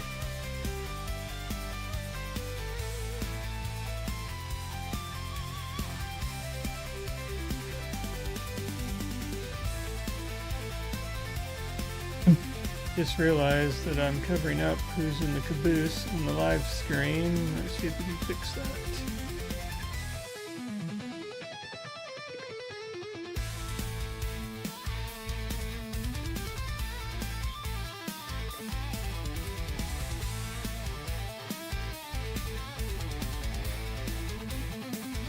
A little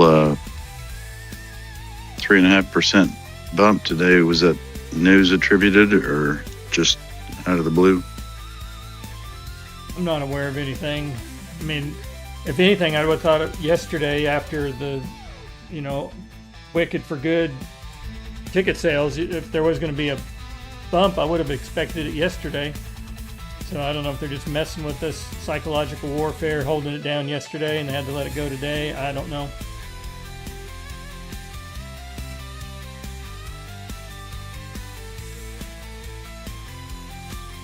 I mean, the only news I saw today about AMC was related to they have a new program.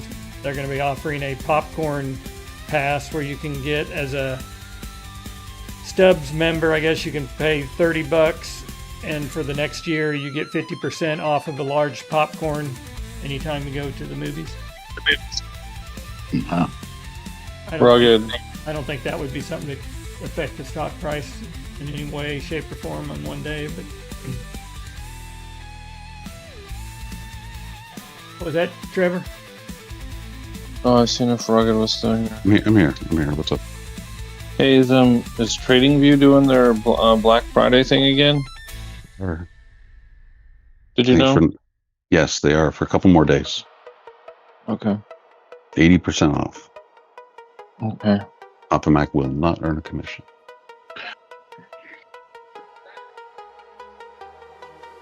Yep. JBUFO is invited to Maui for a family dinner, but he's stuck because of his kennel business. It is height of the time of the year. I just can't fly over for the day. Yeah, it's a bummer. That knife is not exploding, is it? Audio, just because that's the grenade finish.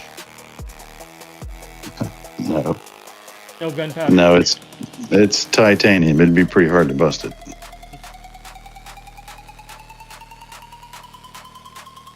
Stop pulling our pins, Audio.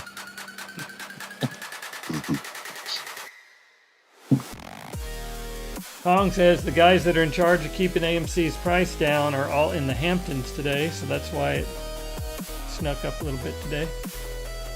They're all on holiday. Yeah, or in Connecticut, which is where most of them are.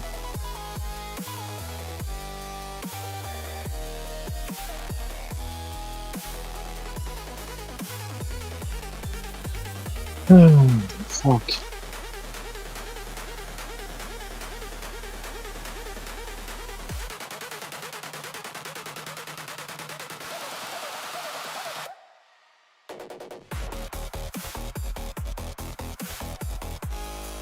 Yeah, for those that got here early today when the stream started, they were blessed with getting to hear the Taco Tuesday song. So if you want to go back to the beginning of the stream, it is there. If you missed it.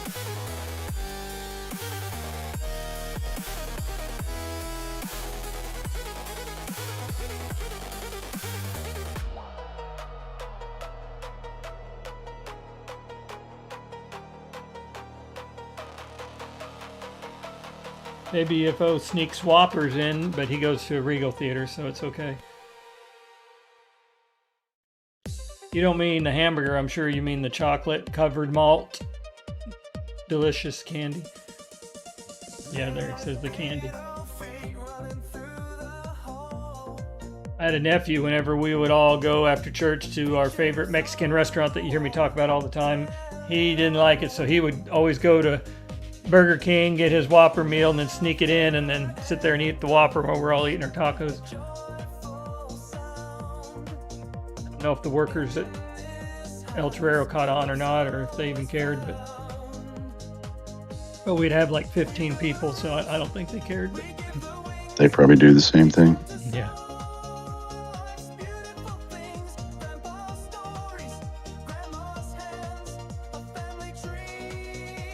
28 minutes left in the trading day. AMC is at 2.2707. GME at 21.10. HYMC still over $10, $10.04. VIX down almost 10% today, 9.12% to be exact. Excuse me.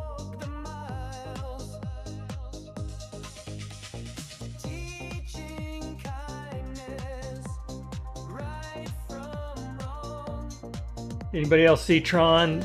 Baby UFO was wanting to go see it, but he hasn't.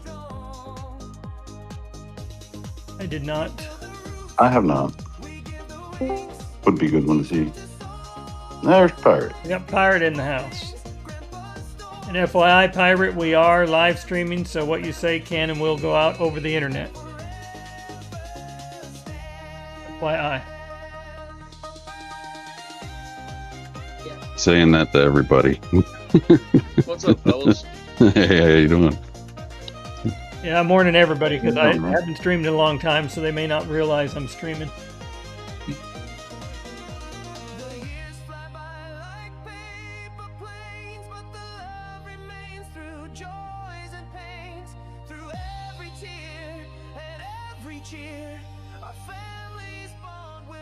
Did the wife give you a few hour break off the work project? Yeah, I went too many days in a row and started hurting myself a little bit, so I took the day off. She's out doing deliveries today. I'm entertaining myself, arguing with people on X. There's a trend here lately. They've been digging up a lot of old articles about when you could buy homes from the Sears catalog and how you could get a house built for $10 and all that kind of silly shit. But, so I've been entertaining myself, arguing with them. You ever have the Montgomery Ward's catalog? Oh yeah, yeah, I had all that shit. We had one of those near us in It's California. part of the. It's a big part of the. You know, a lot of clickbait, obviously, but the trend of houses are too expensive and real estate's too expensive, and you should build it yourself. And back in the day, you could have a house delivered from Sears for $5,000 or whatever. And the first thing they don't tell people is that house isn't assembled. They bring it to you. It's just basically a kit. But I mean, you pay for the lumber, and it's all, they give you everything you need, the windows, the doors, everything. But it came delivered, and that was it. You had to put it together. And the second thing is they never include land, septic tanks, power poles, clearing your land, permits, water hookup, drilling a well, all those things, air conditioning, modern HVAC. So That doesn't make their story very fun, though. What's that? Oh, I said that doesn't make their story very fun, though, if they have to look at all the facts. Yeah. It's just ridiculous. I'm like, you need to stop this. And then there's another one. That's my favorite is, I guess it's kind of insulting. Anybody can build a house. You can build it yourself. And I encourage people to build their own home. I think there's nothing better than having a little enterprise and getting after it. But to say that anybody can do it is ridiculous. I mean, this, and again, I'm sure a lot of it's just clickbait to suck people like me in. But there's people out there that the average person today can't run a cordless drill, much less build an entire house. I mean, the idea that somebody's going to pull all their own electrical wiring, pour their own concrete, put their own roof on, all that shit. Just because somebody can build a dog house doesn't necessarily mean they're qualified to build a home. And I just think it's the whole concept is it's easy to own a home. Just go out and do it yourself. Well, it's not. It's not easy. The materials are incredibly expensive. It takes a lifetime to learn the skills to do all the different trades. And anyhow, that's how I've been busying myself. How about you guys? What are you up to today? Well, I started streaming 3 hours and 14 minutes ago because GrayLeaf was supposed to lose power for an hour, so I was just going to fill in the gap. Well, it turned out the power company kept delaying, so I've ended up streaming longer than I had originally planned to. And there you go. So here we are. Very nice. I don't know if you can see the chat, Pirate, but Kong said it's Bruce Ree 5623 is really Donkey Kong. He says, "Hey, Pirate." Oh, good to see you, man. No, I don't have to. I'll have to see if I can turn on the chat. Okay. There we go. YouTube's changed up their algorithms, so the usernames are not necessarily what we're used to seeing. So some people you kind of gotta. Some are obvious, like Baby UFO is still Baby UFO, so that one was easy to figure out. But yeah, I got it up now.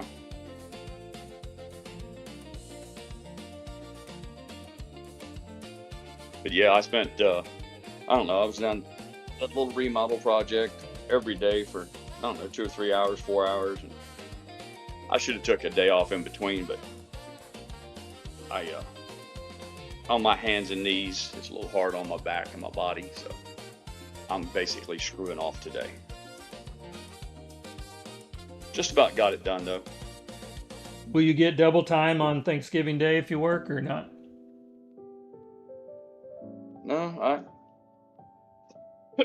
excuse me, I didn't mean to cough in your ear. No, she made it clear that we're not going down on Thanksgiving. Yeah. Jesse's in Japan. He's traveling. Logan's at home. Logan's still home, so we're going to have a traditional Thanksgiving, have the day off.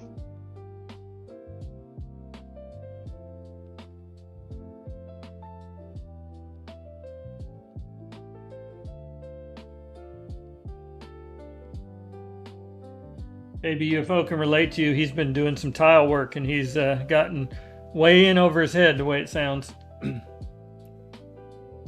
Man, I don't want to rain on anybody's parade. I am all for do it yourself, get after it. In fact, I've said many times that the best advice I could give a young man is to find a little piece of property somewhere and maybe live in a camper or an RV as opposed to renting from a guy like me, handing over your hard-earned wages to a guy like me on the first of every month. But it's a, that's a different topic than just telling people you should just run out and build your own home. It's a little silly.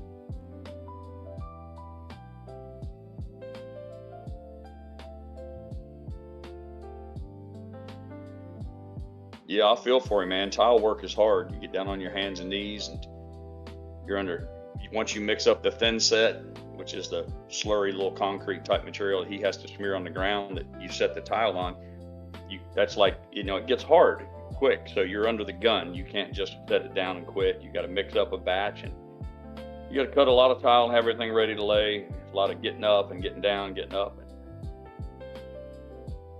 Guys that do tile work for a living, man, they pay a heavy price with their bodies. Hey, it's good to see you too, Maze and Blue too. Good to see everybody. I had no idea that you were Papa Mac was even streaming. I saw a couple guys hanging out on the Discord and thought I'd jump in there and jerk their chain a little bit. But it's real nice to see everybody. You didn't get an alert, or did you weren't at your computer, or? No, I didn't get an alert. It didn't pop up. On the iPad as usual. I have my charts up. No, I'm afraid I did not get an alert. Did anybody? I mean, it's been a while. Did anybody else get an alert?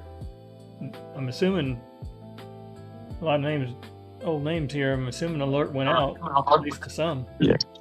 I think I did, but it was a couple hours ago, obviously, and I wasn't able to jump on until just 20 minutes ago. So I did get an alert. I just happened to check.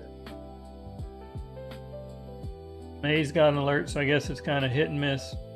Normal YouTube, I guess. Yeah, Daniel was number one. He got an alert. He was on before I had a chance to even look up at my home screen when I launched it.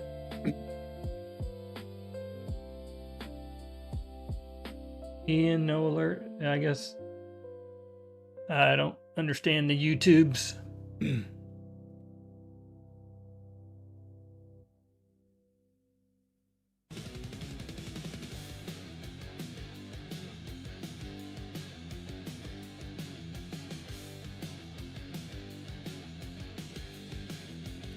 WFO says Highcroft holding $10 like a champ. It's at 10.0052.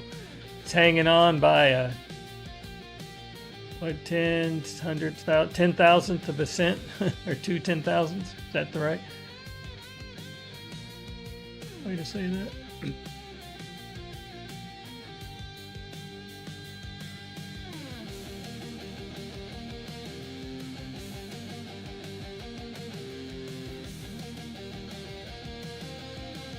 The property has a laminate vinyl flooring in it, and obviously I had to take a lot of it up to do this work on the subfloors, and some of the pieces couldn't go back down, so I'm short of material, and I just thought I could stumble back into Lowe's or Home Depot, wherever we got it, and buy a couple boxes of it. But unfortunately, it's been about 8 years since I laid that, and I guess they don't carry it anymore, so I kind of got screwed on that one.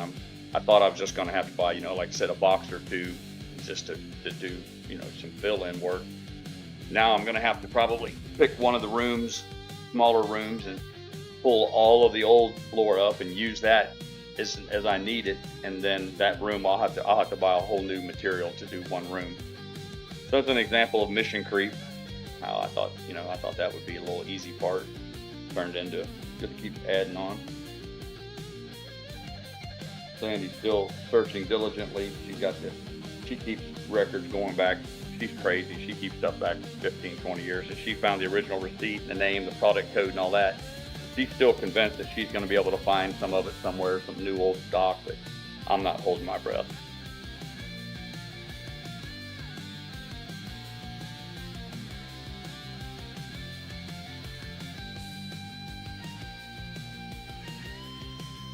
Yeah, it's bad with tile too, UFO. Same way with tile. I try to keep, I've got a storage barn, and I keep a lot of overage material, leftover pieces and this, that, for just this sort of thing. But on that particular property, I had a box and a half left of laminate flooring, and I left it in one of the closets. And, you know, the last tenants took it upon themselves, I guess, just to throw it away or something. I don't know what you people think sometimes, but made a mistake. Now I'm going to pay for it. So. Daniel, Yeah, Daniel, I can see you. Yeah. Yep.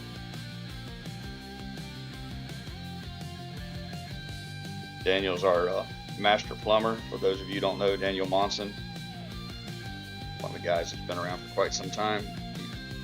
He engages in construction chat. He's spent his entire career as a plumber. I've been fighting with him, Daniel, on all the nitwits on X, all the. I shouldn't lump everybody under one category like that. It's one of those things where an idea takes off or somebody makes a claim and it kind of catches fire. And if you dare speak up in opposition to it, a lot of them get real offended real fast. And so I try to be as delicate as I can, but you know, I'm not known for pulling punches. So I keep a few battles going on X all the time.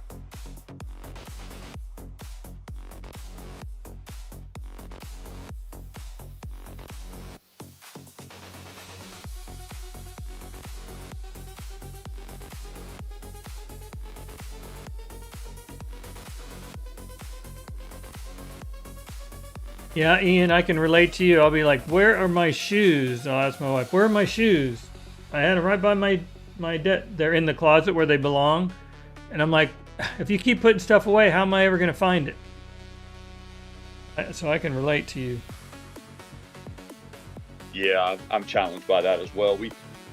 I'll go somewhere and buy I don't know, 2 or 3 tubes of tub and bath caulk or window and door caulk.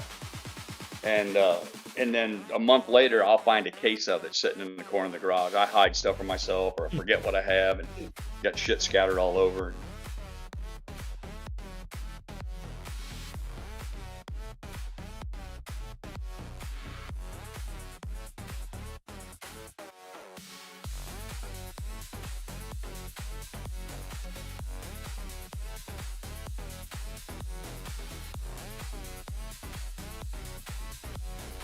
I haven't really paid much attention to the markets. Did they do anything exciting today, Papa Mac, or is it AMC was up over 5% at one point. It's pulled back a little bit. GME's up almost 3%, but HYMC's up 3%.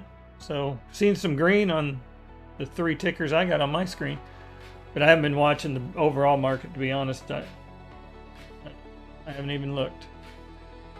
Rugged might be able to fill us in. Let's see. SPY is at 675.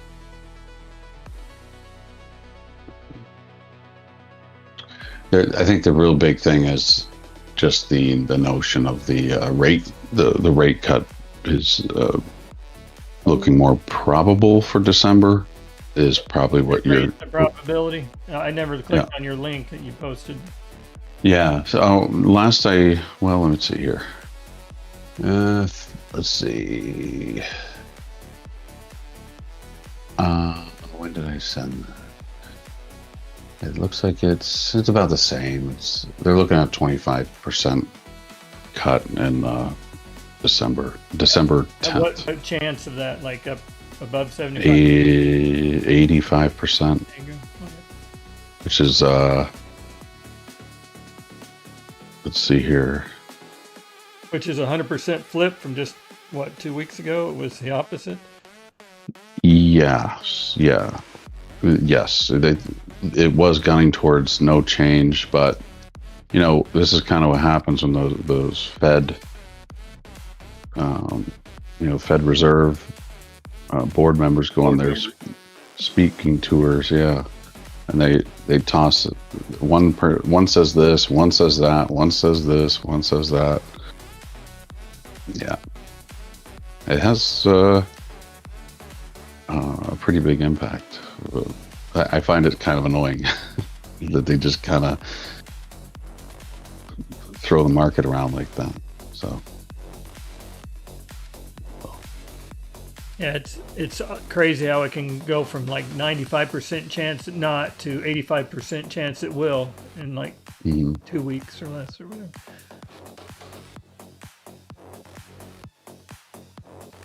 I know Trump also basically indicated he would like Hassett to be the one to replace Jerome Powell as the I thought he chair. was a huge Powell fan that he was wanting to keep him on. Yeah, I don't think so.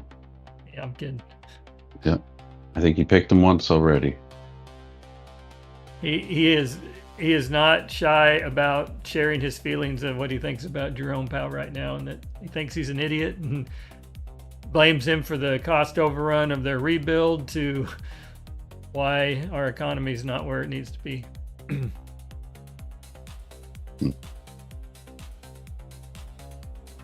I guess they did a remodel at the Fed or whatever, and it's, you know, like every other government project, 10 times over budget, and Trump the builder, he sees that, and that's just fingernails on the chalkboard to him when he sees cost overruns on building projects.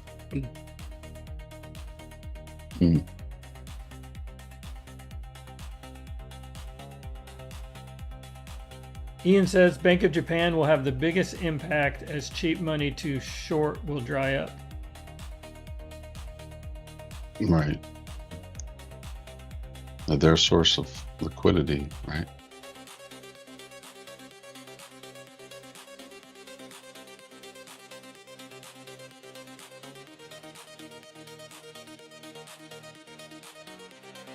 I have to talk to Claude and get back to you on that. I don't say anything without consulting with Claude first. Okay.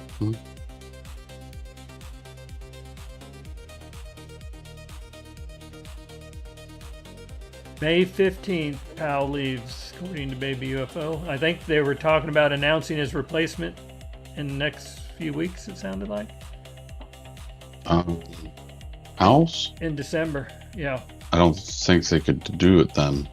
I don't think they can do this until May.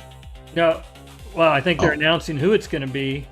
Oh, okay. In December, but it's May 15th, according to Baby UFO. Is the actual. Okay. I'm sorry.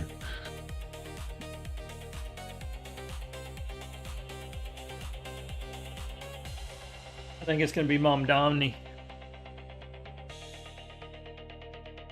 However you say his name. What did you all think about that meeting between Trump and the commie, Mondami? No, sounds like it went hospitably. It was a love fest. You know, well, he's got a lot of property in New York, so maybe I don't know. Vested interest in it being successful. Yeah. Who knows?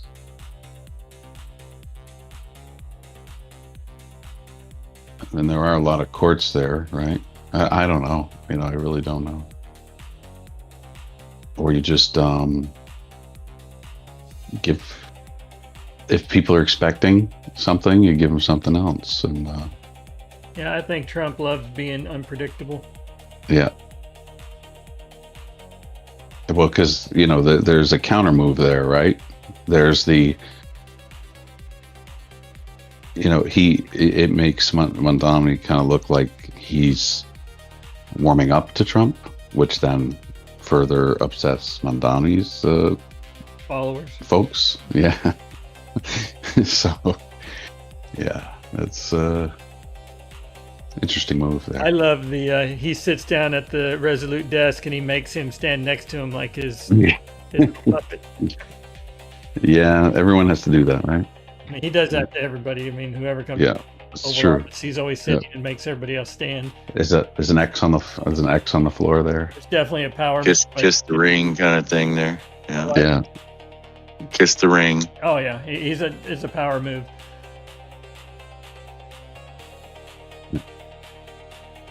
And who stands, you know, directly behind me is more important than who stands. I mean, it's all orchestrated.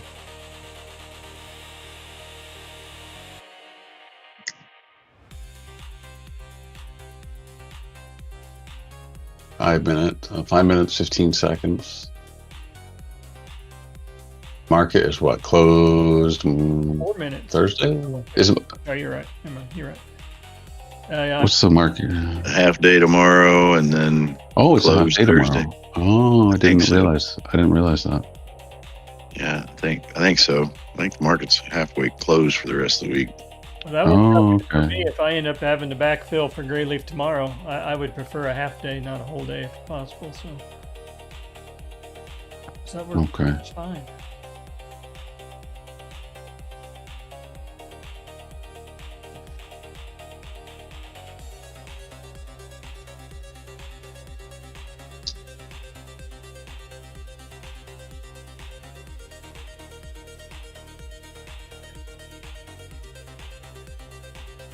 I get this. It's a securities class action weekly mailing. It actually comes from Stanford University. It's a securities class action clearinghouse mailing list, and it's sent out, and it's basically all tickers that are basically, it's a weekly email, and any class action lawsuit against any stock is basically comes out. I don't know if you want me to share it, like reported on or whatever. Yeah, it's pretty. Actually, you know what? I could probably put the URL in here. This is a pretty good site. I think you guys would. I don't know if anybody's really made much off these class actions, but sometimes it may not be a horrible thing to look at. You do need to register if you're going to, I think, get the emails and stuff. Let's see. Okay. Drop this in the chat. I think this is it here.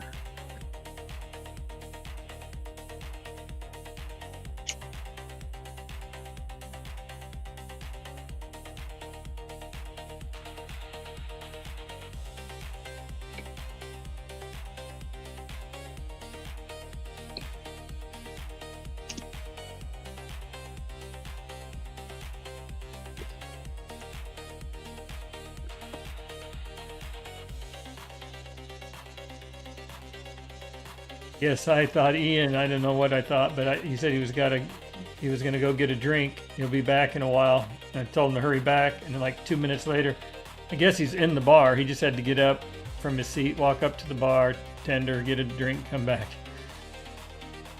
But he didn't really go anywhere.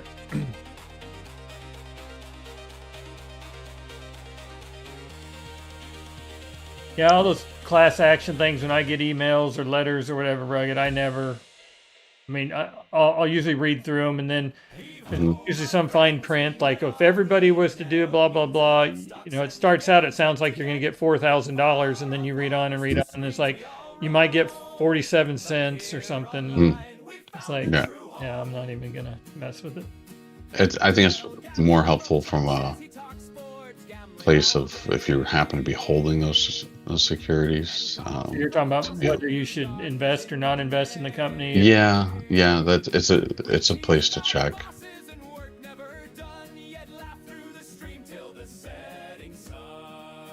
So, CrowdStrike. What do you think about Campbell Soup? Someone said they went up today after that negative press they got from their CEO. I don't know much about that. I didn't actually check the ticker, but somebody said it went up today. Go figure. Funny. Campbell's reaffirms its soups use real U.S. sourced chicken, not 3D printed or artificial meat. So that was a lie all to begin with? Yeah, 3D printed meat. I wonder if it's one of those Taco Bell things where they can say the beef that's in there is 100% beef. Well, what came out yesterday was some behind the scenes, somebody got the CEO or some higher up executive on tape. Yeah, I got him talking about something. Saying that we'd use 3D printed meat, and I wouldn't eat the crap, and blah blah blah, and it's all for the poors. I can't believe they buy our soup and eat it, and so that's what's the thing. And then now they're saying it is real. After all, it's not fake meat. And there's a closing bell. Now. On the internet of memes and of stocks and the gains yet to get. From far off harbors to screens we all roam. But here online we found a true home. Heave ho, my friends, we met on the internet of memes and of stocks and the gains yet to get. From far off harbors to screens we all roam. But here online we found. Yeah, I think the market's probably going to be stable through the holidays. Everybody always wants their Santa Claus rally and all that. Palantir's down quite a bit. Palantir's down to 163 from, I mean, it's still high, but it was at up to 207 on November 3rd. Now it's down almost 25% from there.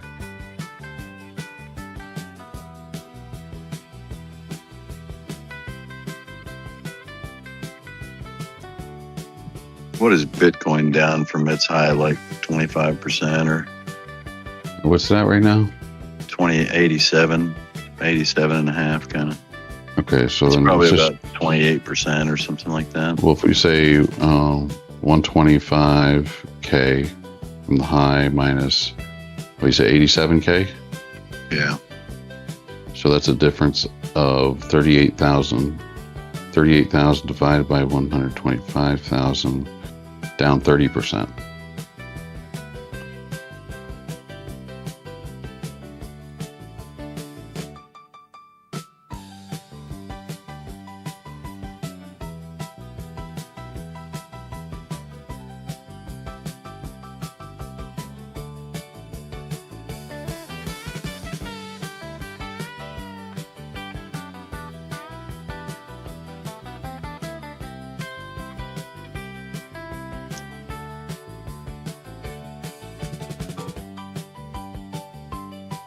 They definitely got some earnings going on right now as I see some suckers moving. Let's see here.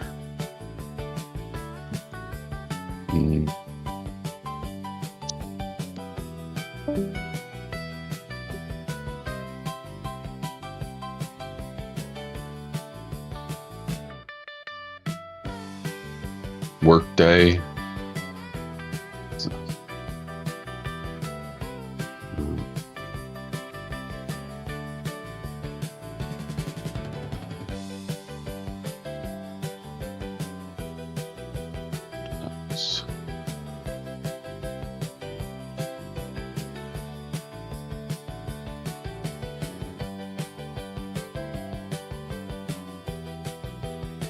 Clean Spark.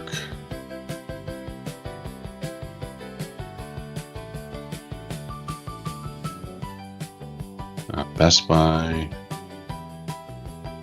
Neo. Movado.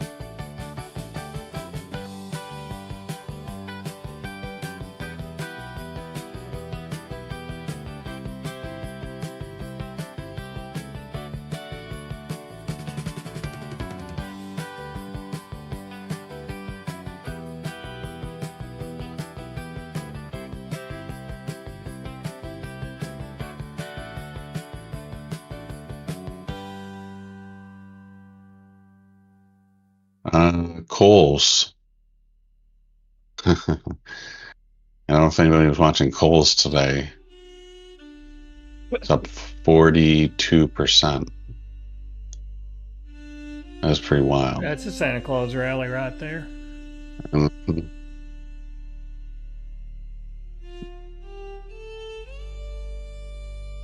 It closed last night around almost 16, and it's up 669 on the day today.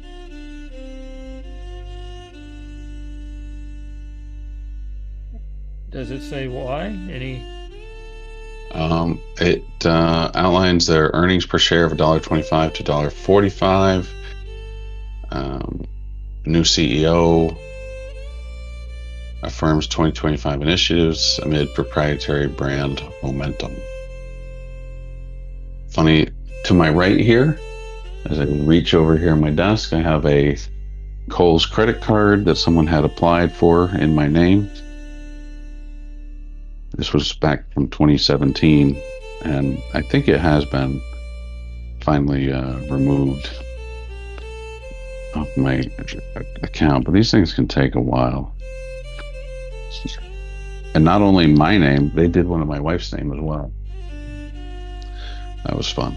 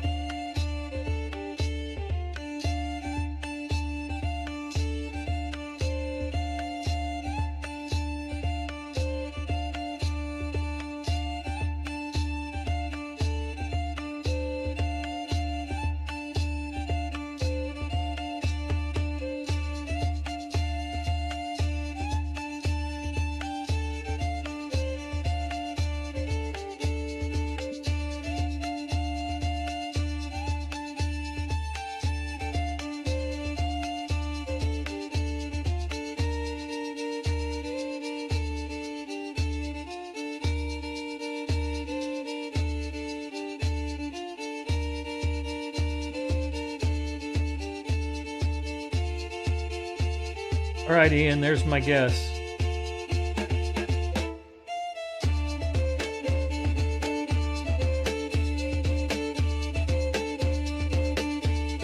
I did a manual search and I couldn't find anything, but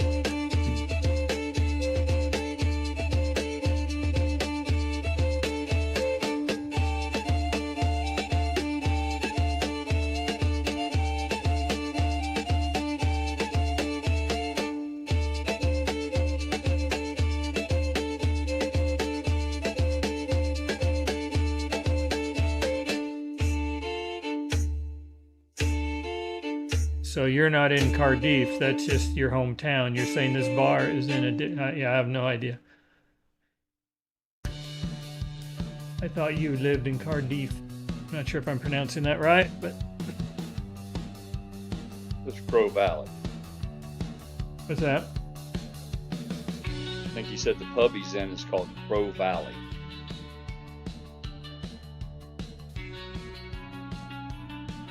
He said, how good of an internet detective are you? I'm in a chain pub in a town in English would be Crow Valley.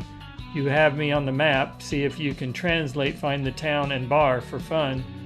And I have him listed in Cardiff, which is a town I zoomed in on, but I think this bar is in a town that would be translated Crow Valley, but we'd have to know what Crow Valley is in whatever language. Oh, I thought Crow Valley was the name. I didn't read the part about the translation.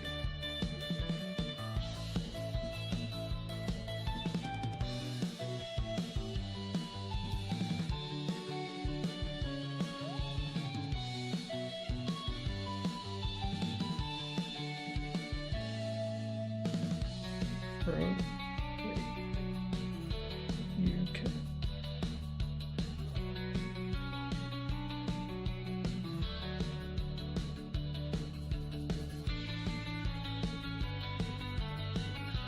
Papa Mac, did they ever sell that building lot next door to you that was for sale? Nope. What were they asking for that lot? Do you remember? I know you told us at one time. I thought it was 44,000.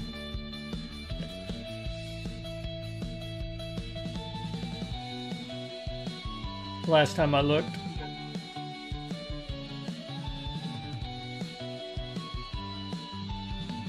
They had a couple, an older couple, they came out 3 different times, walked the property, every inch of it.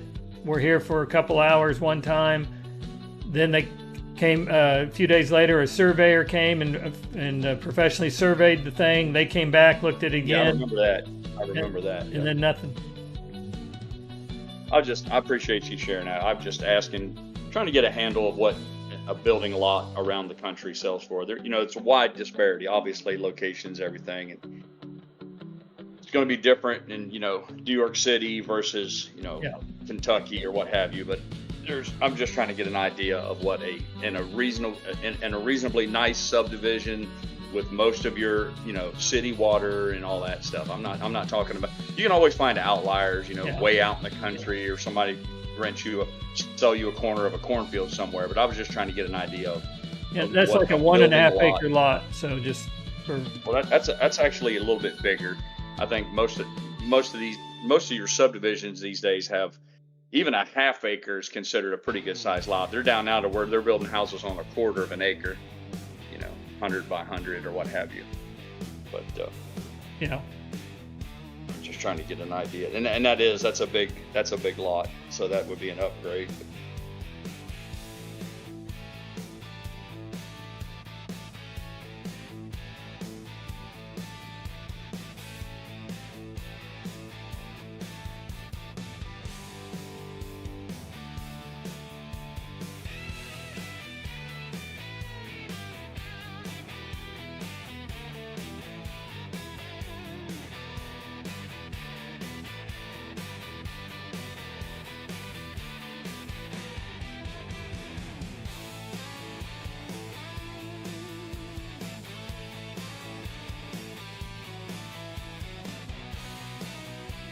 Well, somewhere in this area apparently is the bar that Ian's hanging out at.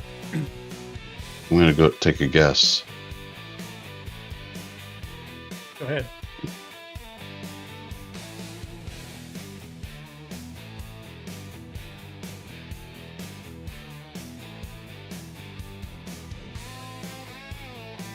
Weatherspoon. John Fielding, JD. Thank you very much. That's the name of the bar? Yep. So, is it north, south, east, or west of this point on the map? Anybody know? I just... he said it was the valley, so that one road there is Crows in Wawalek or whatever, Croes. That's a crow, so it's due south of there.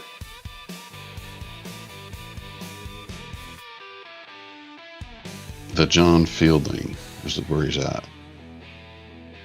So if you do John Fielding near Wales, let's see here. That's where I'm at on the map here. Yeah. So, I think. Yeah, he said the translation was crows, so that's a pretty easy one to figure out there.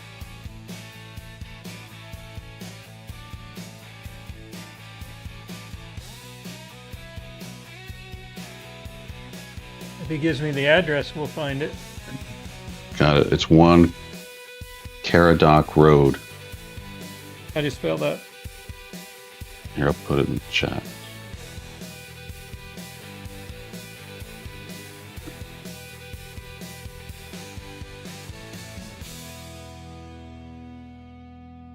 The manhole. Yeah, I think he's right. It is the manhole.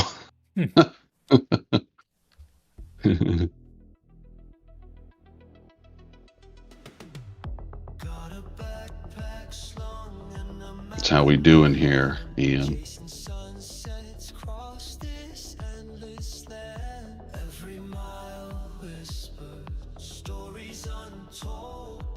Does that look like the general area? I don't guess I see that particular establishment. Here, I'll send a link to it. Told you I used to work for Procter & Gamble in my college days, making always pads. They called those manhole covers.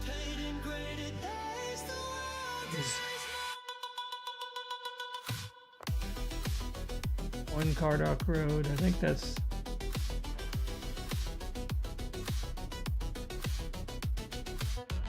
NP44.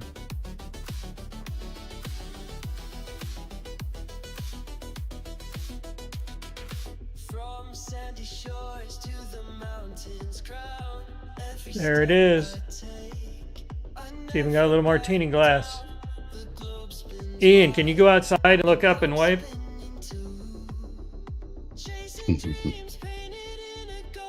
We have you on the satellite coordinates.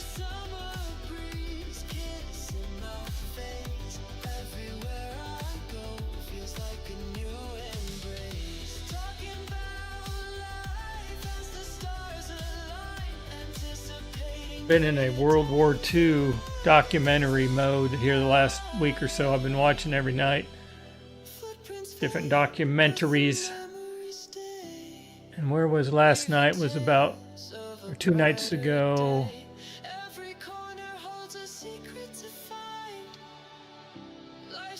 was about this island right here. I don't know if any of you know Guernsey, the story behind that island. I believe that's what, or what, wait, hang on a second. It was, the island started with an A.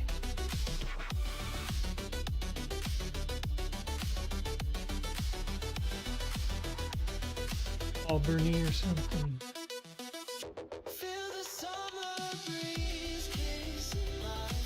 But last night was about trains, what the roles trains played in World War II. That was quite interesting. When Germany went into Poland, or well, went into Poland, but went into Russia, and how the gauge of the tracks from Russian trains and German trains were 8 centimeters difference. That's what saved the Russians' neck, because the Germans had to re-gauge the entire rail to try to get their troops to the front. It's quite interesting stories.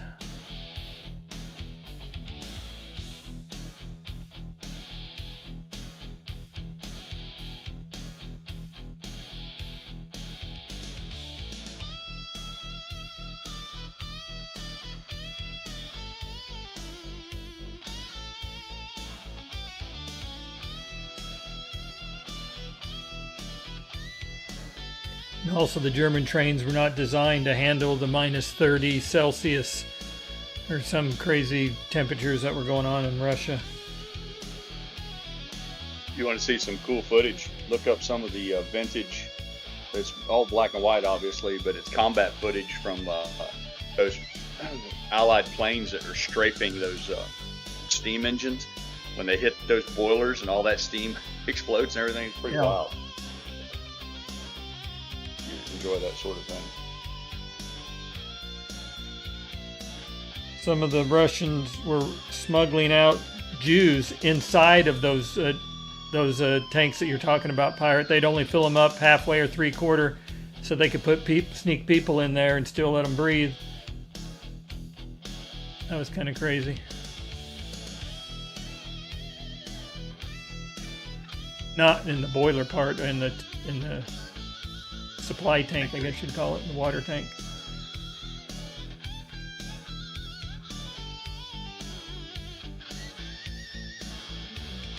Take care, Ian. Thanks for hanging out, man.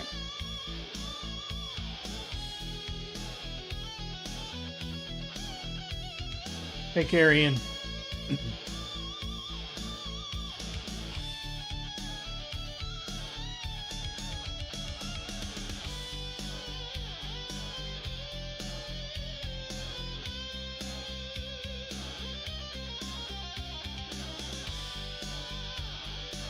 They were saying how many tons of supplies, materials were required for the troops, and that, they had this formula for every, so many people, you'd have to have so many tons of stuff, and that, of course, trains could move a lot of tonnage, where they would compare a horse-drawn carriage to a truck to a train, and I mean, it's just no comparison. And of course, train only needs one human to drive it, so that it's just what a big role they played in the whole war effort. Logistics is a big thing in the military. I can't remember the number. It takes something like 18 people in the rear to support one guy that's on the front line. Yeah, I wouldn't be surprised.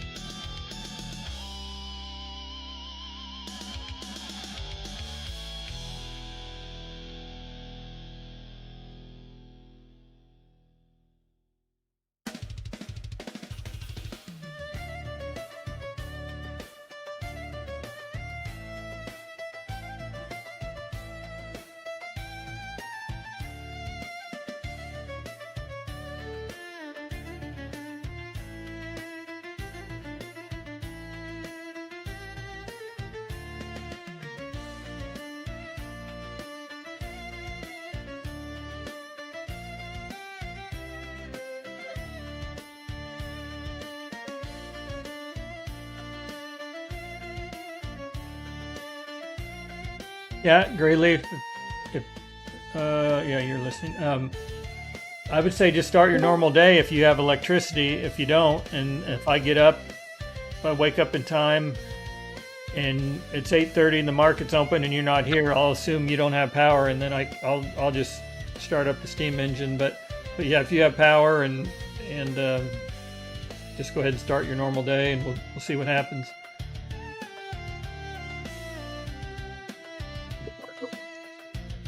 Pretty flexible. I don't really have anything going on. Like I said, normally I'd have my grandson tomorrow, but with the Thanksgiving break, I think they're at home with their mom and dad. I think both took off for the rest of the week. So I am pretty flexible.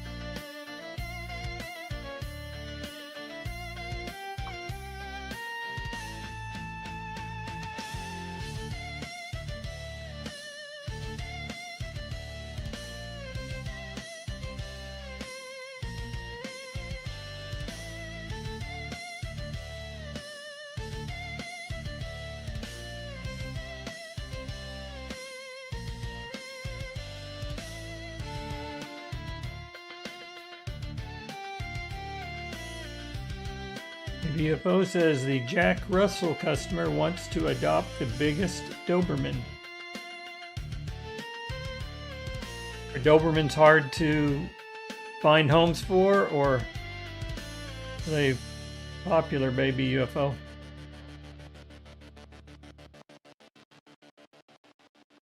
You guys remember the movie that was out? I can't remember the title. There was a movie that came out around 1975, 1977 about the Doberman pinchers that robbed a bank. A guy trained a whole bunch of... You guys ever see that movie?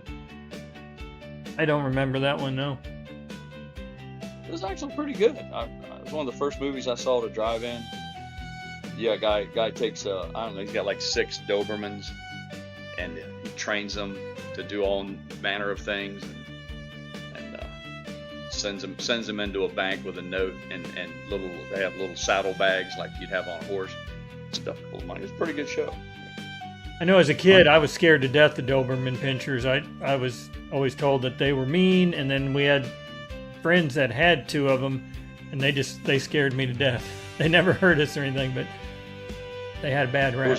There was a lawyer that a friend of mine used occasionally to do some paperwork, but he paid an extraordinary amount of money. I think he paid like $10,000 a piece for 2 dogs to guard his home, and they stole the dogs.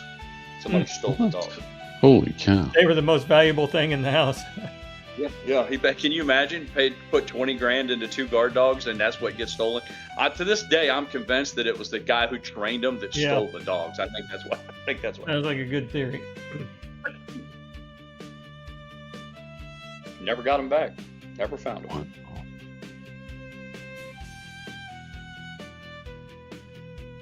Well, they weren't very good, so good riddance. Yeah, I wonder if he got a warranty or something, man. Yeah.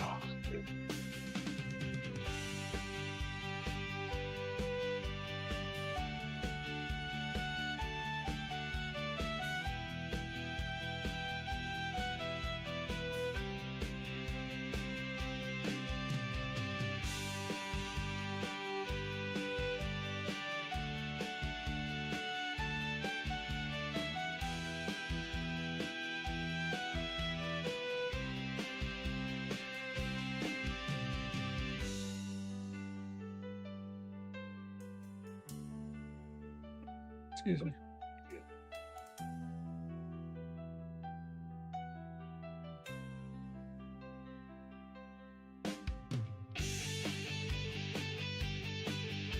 All right, go back to my map.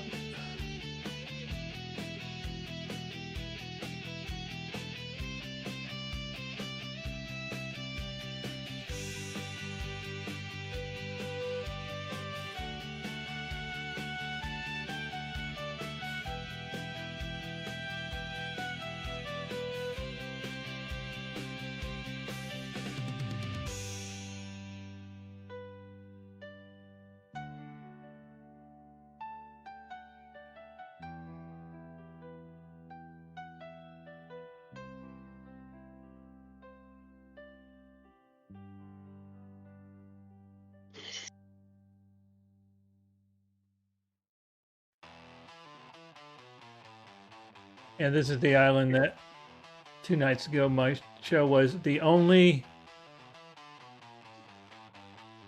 I guess, British soil that had a concentration camp built on it was this island during World War II. They don't like that being known. It was quite a story what happened.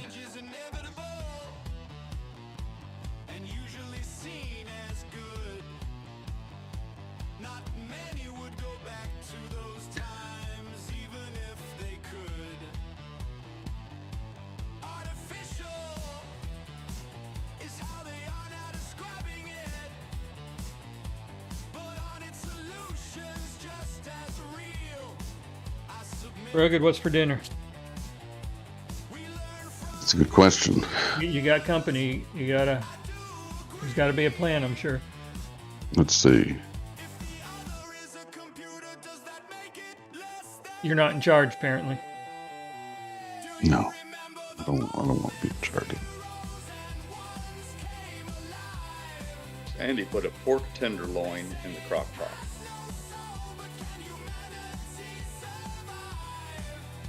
Nice. I'll be having pig tonight.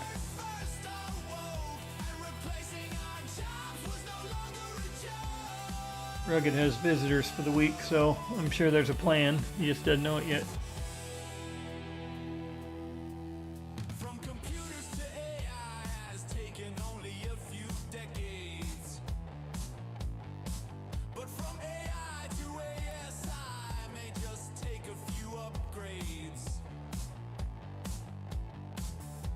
Baby UFO's 24 hours ahead of you, pirate.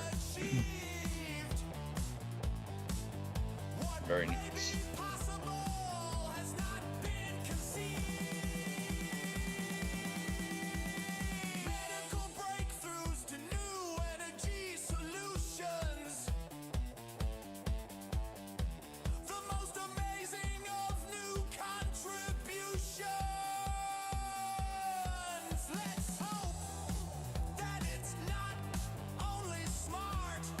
Still haven't had a chance to use my new DeWalt battery operated caulking gun. I'm so excited to get that, and I got it out of the box, but I haven't had a chance to get on that yet. But I did pick up a tube of caulk, and I was amazed.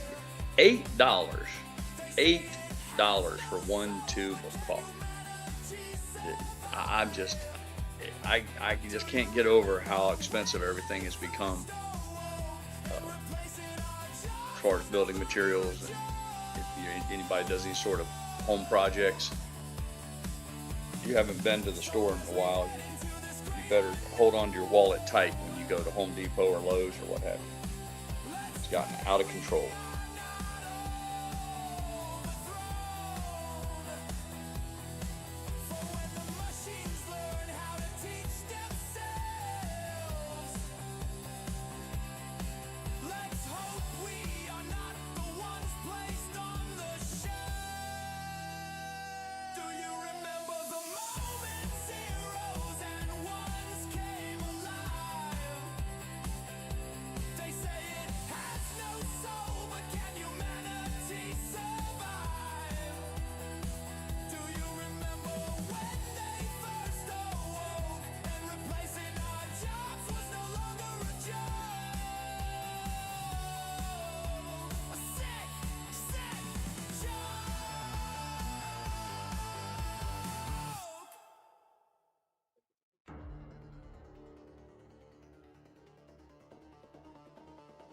Yeah, the construction adhesive, it's even more expensive. It's good stuff.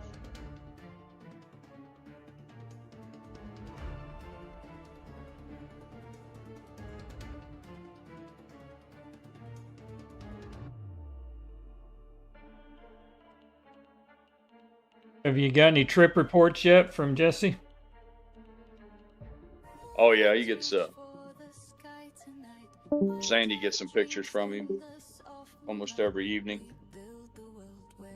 Big food orgy. They go from one restaurant to the next. He's having a good time. He really enjoys it. He really likes Japan a lot. I asked him if he would consider buying a piece of property there, and he told me no, which surprised me. because from what I understand, you can buy property in Japan and there's no tax on it. Once you buy it, you own it forever, and that speaks to me. But he said that even if his flying career would require him to go to, like, for instance, if he got a regular run to Japan back and forth, that hotels are so cheap because the difference in the dollar goes so much farther there. He's like, you can stay in the absolute finest hotels really, really cheap. He's like, Really? there's just no way to justify buying a piece of property over there. Are you allowed to buy it if you're not a citizen? Yeah, I think so. A lot of countries, they won't let you unless you're...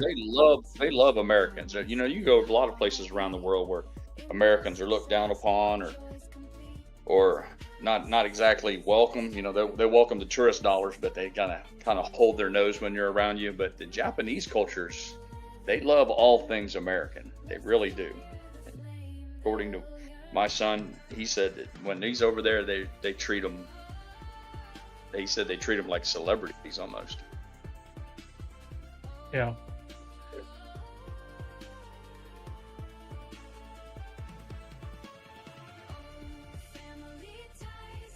Americans can own land in Japan without any restrictions. There are no requirements for citizenship or residency to purchase property. Foreigners have the same ownership rights as Japanese citizens, but must comply with standard legal processes.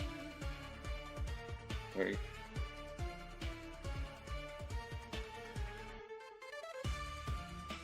I didn't realize it was such a favorable exchange rate, like you were saying.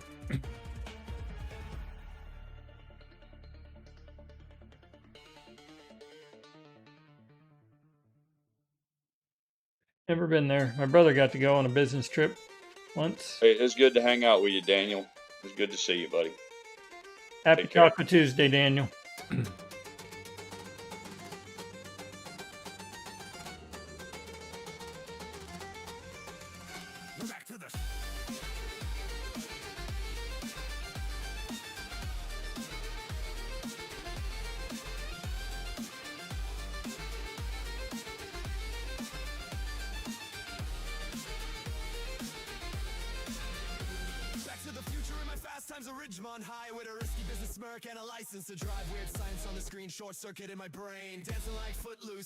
I'm sure he probably has, but has he experienced any earthquakes while he was there?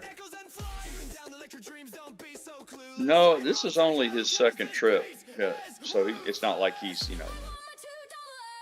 Was he there for several weeks one time, you said? Yeah, and this time he's staying 3 weeks this time. I think the last time he stayed 2, so grand total of 5 weeks in country, but he makes every minute count. You know, they run the roads pretty heavily. But no, he hasn't said anything about no earthquakes or anything like that.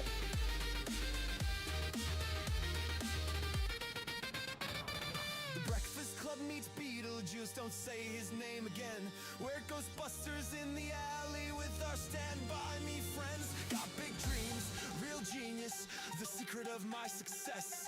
A labyrinth of neon shoulder pads and way too much hairspray. Yes! He wants Sandy to go over, and his brother is trying to rope them into taking a trip. They discussed, I guess, flying into Canada first. Because it's such a long flight, I think it's like 14 hours or something. But in order to break up the trip, they want to go to Canada and maybe do some sightseeing in Canada. Yeah, it's kind of like a halfway point, and then make the final leg over. He's got some high school buddies that went on this trip. I think there's 7 of them. Jesse went early. He was there a week earlier than them, but the other 6 showed up yesterday or something. Is Sandy considering doing it? Oh yeah, she'll go. She's just waiting till where she can fly for free because she's cheap. Gotcha.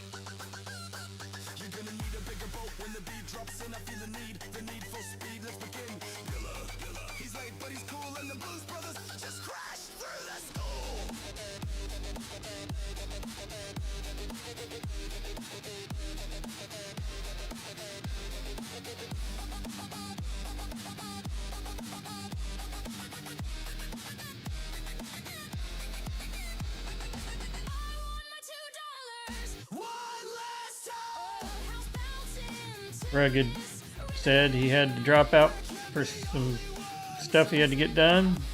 I told him no problem.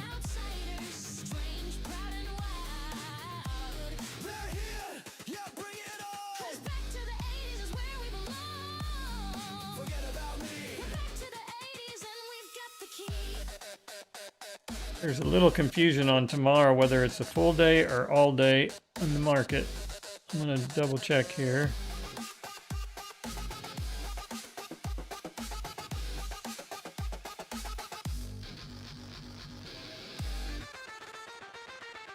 See what I come up with here. Stock market will be, dang it, will be closed, of course, on Thanksgiving Day, and we will reopen Black Friday, November 20th, with shortened hours closing at 1 p.m. The bond market will also be closed on Thanksgiving. So it looks like it's actually open a full day tomorrow. Sure, a lot of traders go home early, but I think it's officially open the whole day.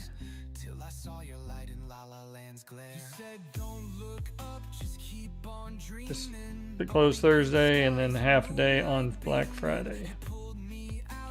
And Christmas Eve, market closes at 1 Eastern, Christmas Day all day. So that'd be a Wednesday and a Thursday.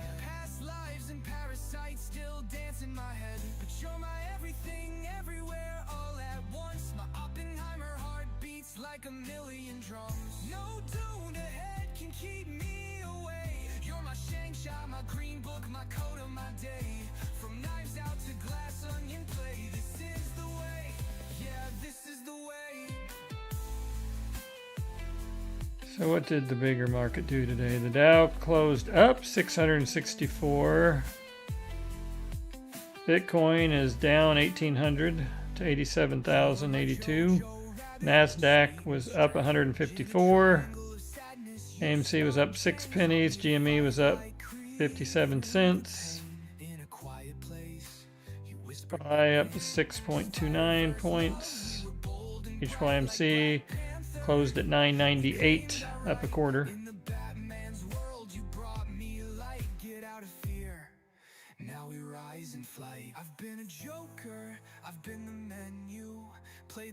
My open door closed up a nickel.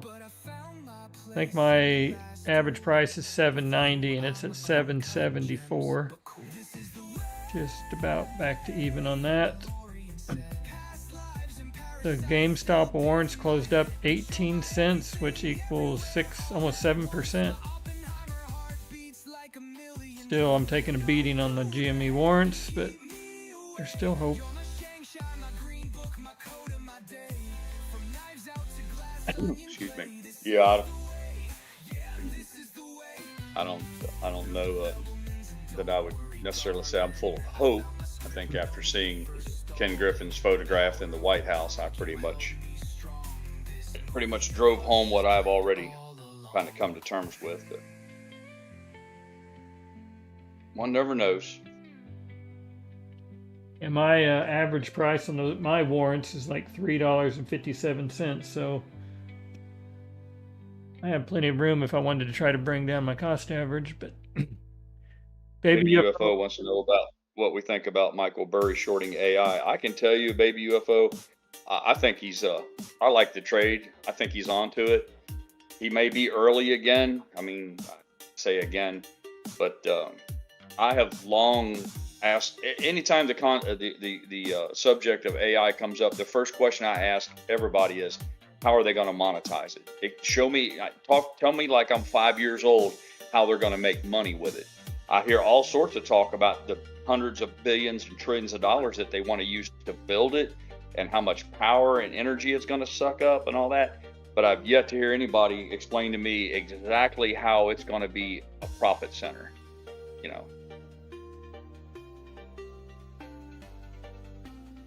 And I get it. You could use artificial intelligence for efficiencies and maybe in a factory or in manufacturing or what have you. I get it that you can have enhanced efficiencies. But if it's open source and if it's out on the internet for anybody to use, like a lot of it is, I how do you get your money back out of it? How are they going to turn a nickel off of it? It doesn't make any sense to me.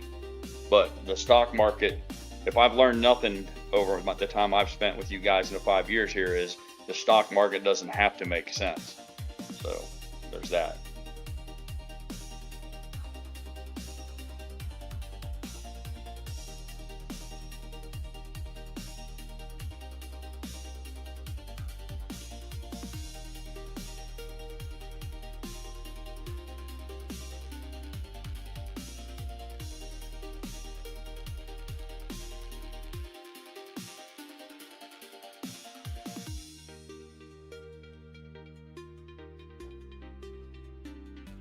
Do you run across any of these folks on X Pirate about there's this movie that I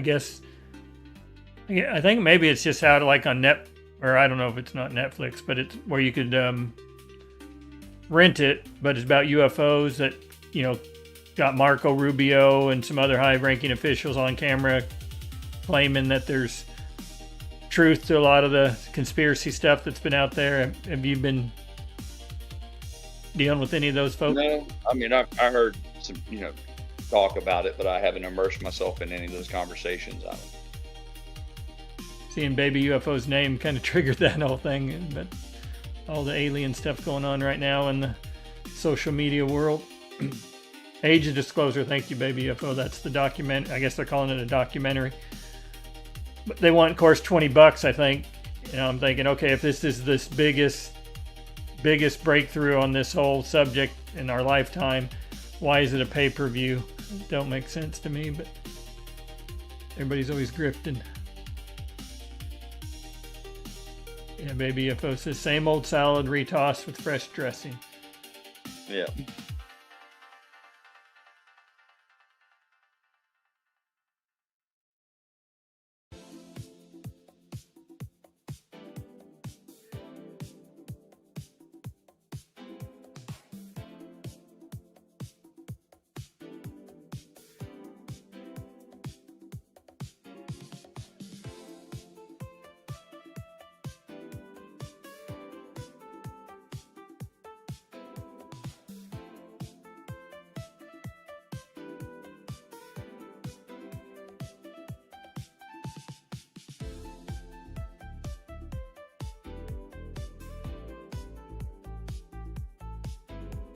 BFO says it's frustrating because he's had encounters 2 times.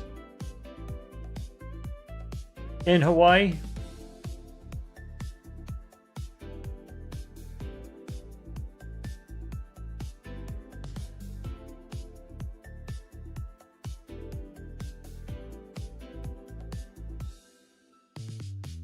Both times. Yeah, UFO, or I don't know, what is it? There's a different term now. Is it UAP, or is that what they call drones? But whatever the latest nomenclature. I mean, I'm not going to argue that. That's been going. There's lots of times where there's something in the sky that somebody doesn't know what it is. But that doesn't necessarily mean it's somebody from another planet. So I'm still going to stay on the skeptical side.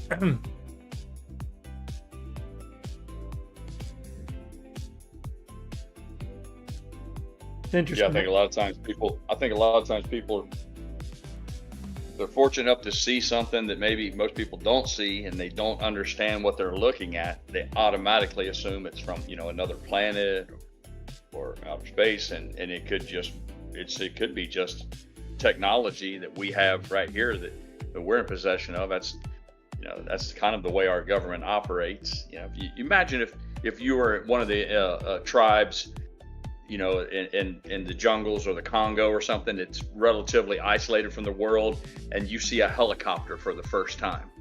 I mean,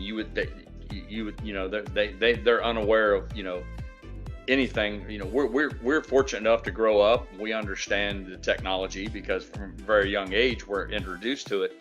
But if you've been isolated and you haven't been able to witness anything like that, you can imagine how terrifying and your mind would just take off in all sorts of directions.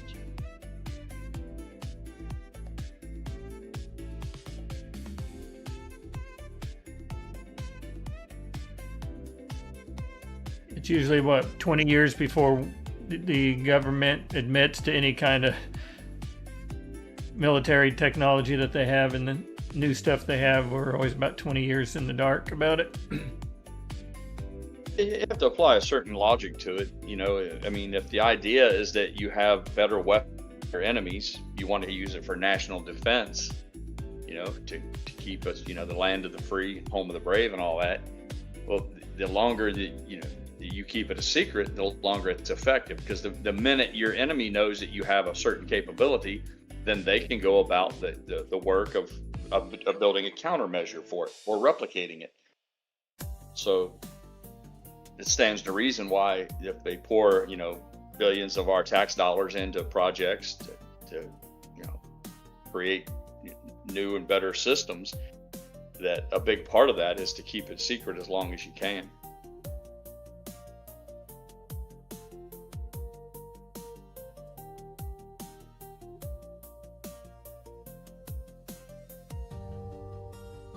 Like, what do you remember offhand what year the SR-71, is it SR-71 or 2?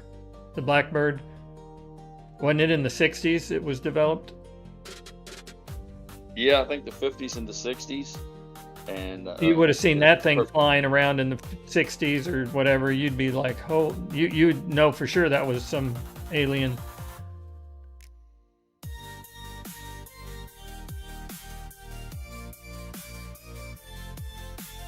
That's kind of still my all-time favorite military aircraft.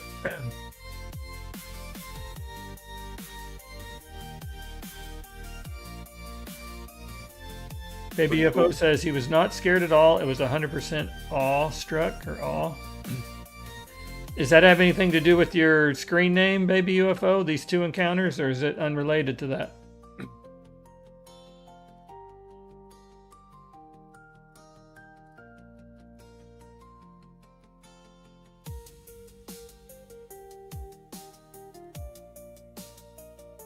Heard of the translucent orbs with like a pyramid-shaped craft inside.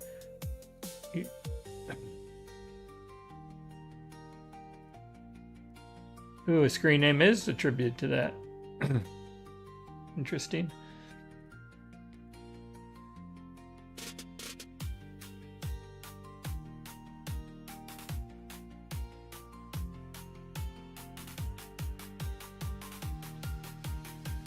Well, I'll just say, based on everything I've been reading, I don't just instantly think somebody's crazy when they tell me they believe in UFOs now. They've at least been enough chatter from enough officials that I'm starting to at least be open-minded about it.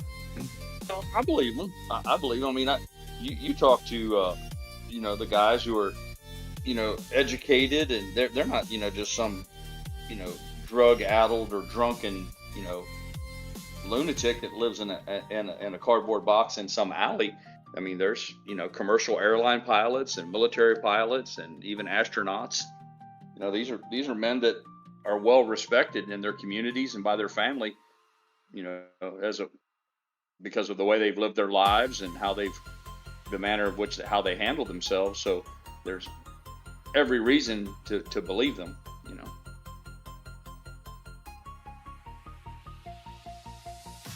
I've always just kind of approached it as, what difference does it make? It ain't gonna change my life. It doesn't feed my kids. It's not gonna keep, you know.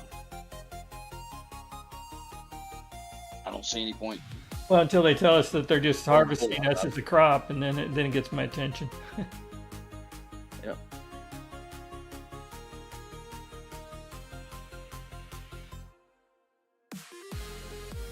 The BFO says they're raining down teardrop-shaped red gallon-sized beams like holograms, like a shower of red drops going in circles.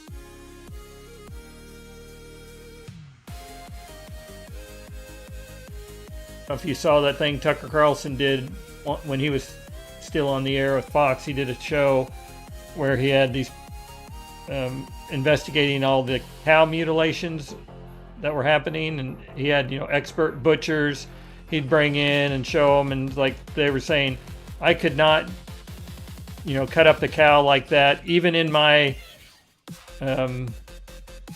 lab, not whatever they call it, where they work in their shop, and do it as precise and as neatly without spilling blood as it's been done out in the field with some of these cow mutilations. And they're definitely stumped on how that stuff, what was going on there.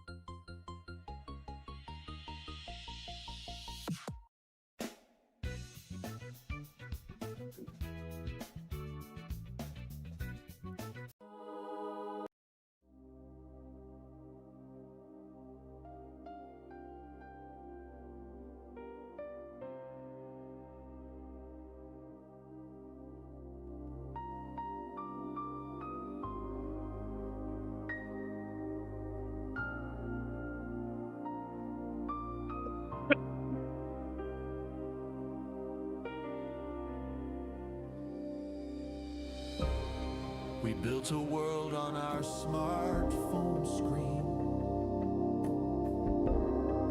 where views and likes could be seen. Dopamine hits every click or two, but is it really healthy for me, for you? Scrolling And Papa Mac, I hope I didn't run everybody off. You had a full house, man. I showed up and everybody hauled ass. I think it's the time of day striking. Yeah, I think a lot of folks have to drive home. A lot of them are at work. It's close to 4 they have to do that commute. Are we more alone? Are we being deceived?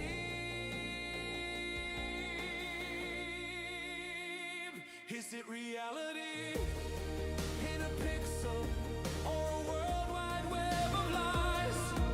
Is it progress or a prison in disguise? Excess half the crowd are bots. What's real, what's a sham? We're shouting in the dark, they don't even know who I am. Is it better to be silent or to take a stand? Both the problem and the solution are in our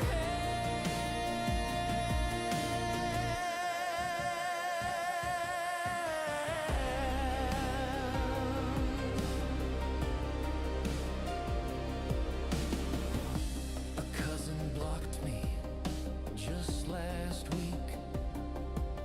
Did I say too much or just dare to speak? Talking justice, politics, or society? Because silence feels like complicity when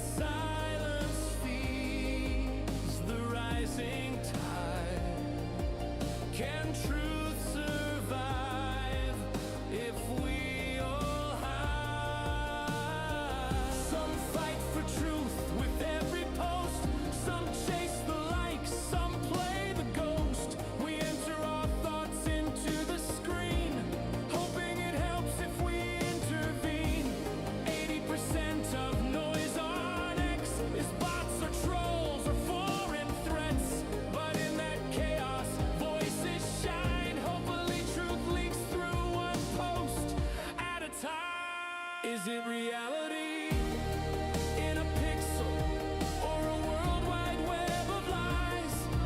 Is it progress or a prison in disguise? X says half the crowd are bots. What's real, what's a sham? We're shouting in the dark, they don't even know who I am. Got a text from guy that I sold my old house to like almost 5 years ago saying, we just had a package arrive for you guys. First time I've heard from him since we moved. And That's funny. I've had no less than probably 25 packages or important documents from the previous owner to the house I'm in now that I've had to call and tell him, and either he'd come pick it up or we'd drop it off on our way through town. But this is the first time I've heard from the guy we sold the house to. Didn't even know he had my number.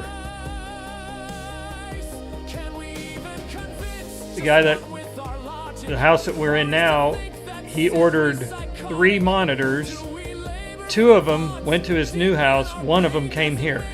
Same order. How does that happen?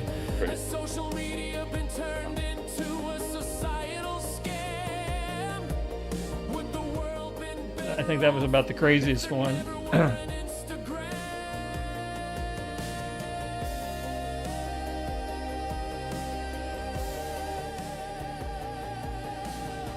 Yeah, that's one way to look at a baby UFO, but yeah, he's a good guy. He that sold us his house, and we had kind of stayed in touch, and so, but at least there for a while, at least once a month the first year, there was something coming here for him, and then it got to be every other month, and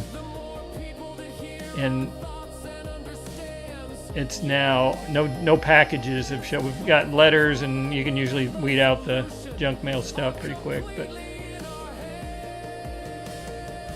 I got one time, and I was about to say, yeah, it's probably just junk mail, and I took a picture of it, and I texted to him, said, you want me to toss this, or do you want it? He goes, no, that's an important one. That's my, I don't know how often he gets it, once a year, once every so many years, his mineral check for the mineral rights that he owns in this land that some big conglomeration is paying him because they want the future rights to get minerals off this land or something. He said, that's one of the big ones. He said, I need that one. Like, dang.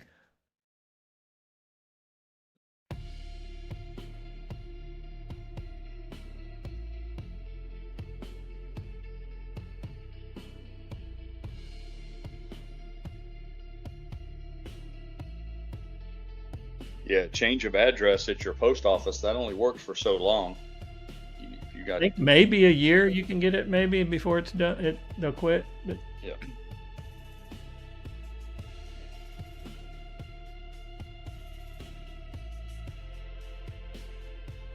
I guess it'd be 4 years this March that we had moved. So I wonder who in the world sent us a package to that address.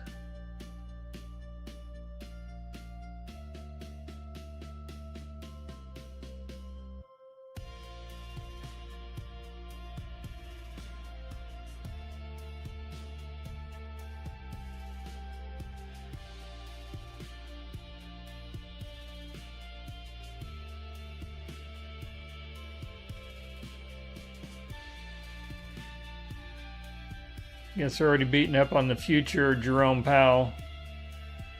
The BFO says the real loser here is not Jay Powell, but his successor.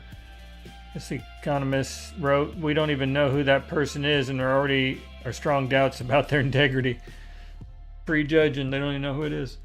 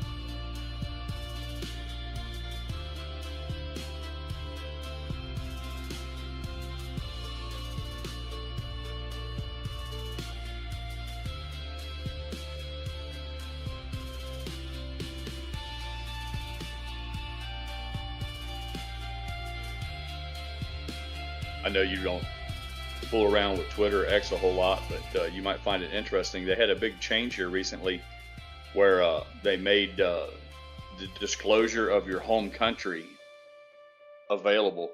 So they had it's been really quite revealing. A lot of people on here are posting. They would have these fake identities set up that made it look like that they were Americans, and they would weigh in on, I voted for so and so, or I voted for this guy, and make sure you got and vote. And it turns out that a lot of them were for all over the world. It shows you how manipulative the social media has become in politics. Pretty eye opening. You have to like click on their name to be able to ascertain where they're from. Yeah, it doesn't pop up, but if you just touch on their icon and it brings up their little bio or whatever, if you touch on the date that they joined X, it tells you the host country that they're from. And it's really been been pretty entertaining for the last 3 or 4 days of a lot of these people who've been outed, who pretended to, they built this whole online persona that they're Joe Sixpack from, Cincinnati, Ohio, or what have you, and they want to weigh in on, our politics or our Second Amendment, whatever. You pick the argument, and then come to find out that they're not even from our country. That they're and as you can imagine, boatloads of them from call centers in India and foreign countries and stuff. So it's been kind of fun. Have you seen any pattern on people that are responding to your posts that are antagonistic? Where are they from, the U.S., or are you getting a lot of foreign feedback? Not a lot, but I don't have a real big following. I only have like 600 people that follow me, and that's nothing. I mean, there's people out there that's got tens of thousands and millions of people that read all their their stuff. But so I don't really have a sample size big enough to even I'm just a nobody, so I wouldn't. But I did notice that a few of them dropped off. I lost a few, and I think that's because they've closed a lot of accounts. A lot of people closed their accounts down before they got found out.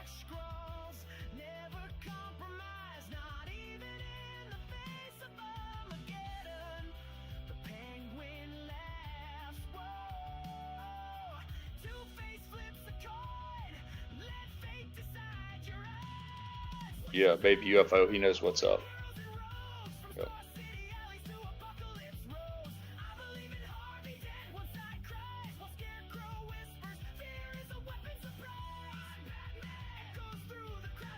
Yeah, and there's some exceptions to the rules. There's expatriates, there's military guys stationed overseas that are using Twitter and all that stuff.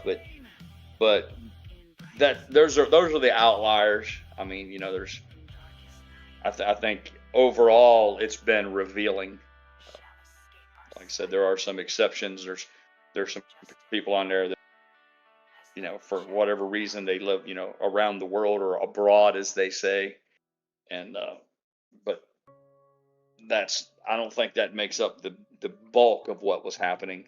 The bigger part of it were bad actors, people who were pretending. And I don't have a problem with somebody. If somebody says they're from Australia and they want to weigh in on, I don't know, voter ID or whatever. I don't know what makes them think that their opinion's valid and what happens in American politics, but that's okay. I mean, for me, it's all about the nefariousness or the pretending to be something you're not.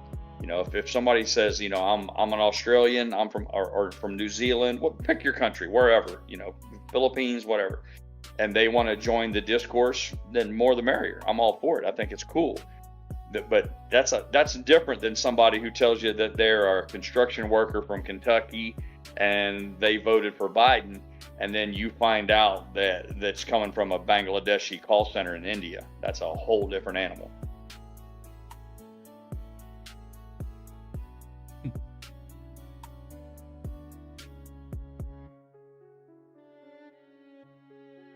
A lot of folks on there, and I'm one of them. They want Elon Musk to have his engineers or coders or whoever's in charge of Twitter. They want him to program in a function where you can block entire countries. I think it's a good idea. If I should have the right, it's like reading a newspaper. If I don't care to hear what somebody has to say, for instance, from I don't know, pick a country, India, Pakistan. I should be able to opt out of that. I should be able to click a button and absolutely nobody that's sitting in Pakistan can infiltrate my feed, can push stuff in front of me for me to read. I think it should be my decision, leave it up to the individual. So I don't know. Well, that may be a bridge too far. We'll see if they get that done. But there are some that are kind of politicking for that right now. So, like on your account, does it list you as just Florida or United States, or does it give you a city in your United States? They just give you the country of origin. Because there are people out there like, oh, you're doxing people. I'm like, get out of here with the whole doxing thing. Just you're telling somebody that they're from Canada or the United Kingdom or whatever, New Zealand. That's not doxing anybody. Yeah, but no, it just gives you their country.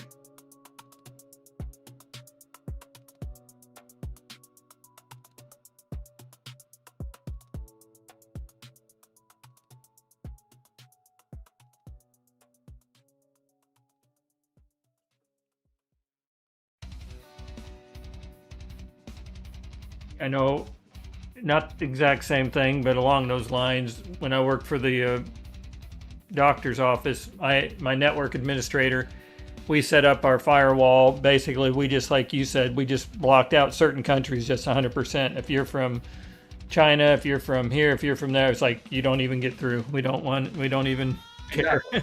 Exactly. And that's the way it should be, and it should be voluntary. You should be opt out. Let each individual, I don't see a problem with that, but we ran into a few issues where I'm trying to remember what the situation was, where I think we even might have had Canada blocked, but one of our systems that we used referenced a server that was in Canada, like their training module or so. Anyway, so it caused us a few headaches because we were blocking it by country, and there was like very specific reasons that we needed access on our side of it. So, but for the most part, it saved us more headaches than it did causing us headaches, because it kept a lot of countries just flat out from being able to hack us.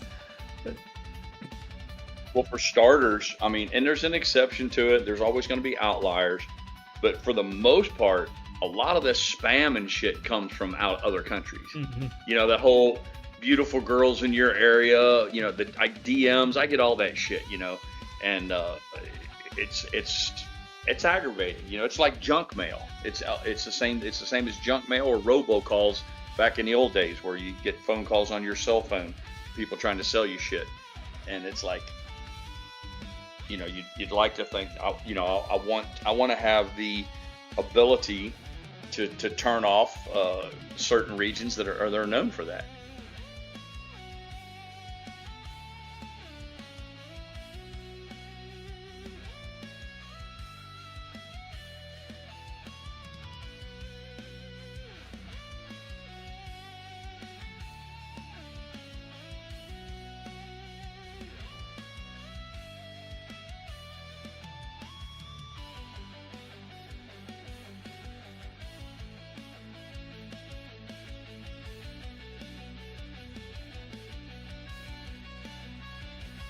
For better or for worse, the internet has turned into an incredibly powerful thing. I didn't see it coming. Excuse me. I beg your pardon. I didn't see it coming. But it has become, like I said, for better or worse, like a town square or your local newspaper. It's a place where, people can put their thoughts out there, and most of it is, a lot of times it's centered around current events or politics or public policies, whether anything, whether it's minimum wage or inflation or the borders. And if it's true that you can sway the public, you can literally win elections, you can move, you can get laws enacted because you can garner support or kill support, then it's logical that you want to make sure that you're dealing with people who are affected by that. I don't want somebody from China stirring up shit in America, you know, and that's what there. A lot of this is I think there's an effort underway to create division in America. There's already a great divide between the right and the left, the Republicans and the Democrats and all that, and it's not good for our country. And those who wish us, you know, harm, you know, our enemies or geopolitical foes, they want to stir that shit. They want to keep stirring that pot up. So, you know, it can only make it better for America if we can try to prevent that to the extent that we can. Yeah, with the advent of AI and the deep fakes and all that stuff, I'm very concerned where the next iteration is going to go. With you won't be able to believe anything you read or see or hear on the internet. It's just going to become meaningless. You know, it went from we had no access to the knowledge to like having every Encyclopedia Britannica at your fingertips to you're not going to be able to trust anything you read or see. So I don't know what that's going to, unless they can give us tools that we'll be able to sniff out what's real and what's not. And I don't know if that's going to be possible. Hopefully it is. But here lately, just a small example of that, I've seen like the exact same article heading that shows up on my Facebook feed or whatever. It's like Candace Owens, an explosive thing, but when person X opened his mouth, it shut her down 100%. Well, 3 posts later, it's the exact same thing, but instead of person X, it's person Y. They're just putting in, you know, controversial people's names that they think you're going to click on to get you to click on it. The article's probably none of it's true, and they just know the figures that you're interested in hearing from, and it's become an cesspool. Well, the only thing I can think of that you could work as a countermeasure against this is that politics will become local again.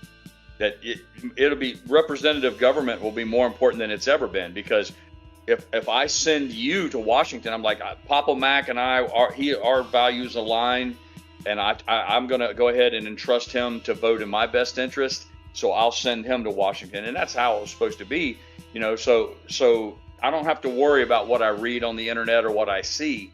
So, and maybe this will drive things back to, you know, a more personal level where you have to have somebody from your district that you know that you have a kind of, I don't want to say a personal relationship with, but you know them more intimately than you would just a random person on the internet, and that they have to go about, you know, voting for you or enacting the policies that you want, instead of just, you know, politicians that are in Washington and going online to see which way the wind is blowing.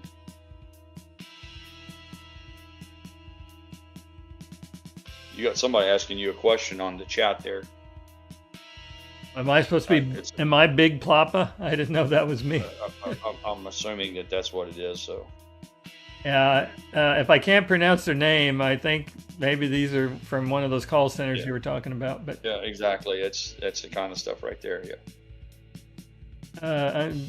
45. No, I do not see GME going to 45 tomorrow. No, if that's the question. Oh, they come in pairs. I think Pirates always said that.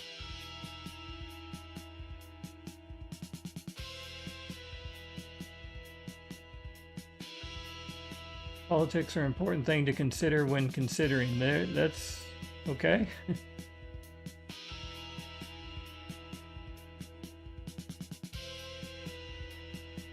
Ooh, it's a real person. It's not a call center. Have you been here before? YouTube's kind of messed things up, and they're showing people's sign-on name versus their display name. Were you here before as a different name? Since I can't even pronounce this name, I'll just leave it at that. He's a top fan. What was your previous name? Maybe help us figure out who we're talking to. Before the YouTube changed it, who were you known as?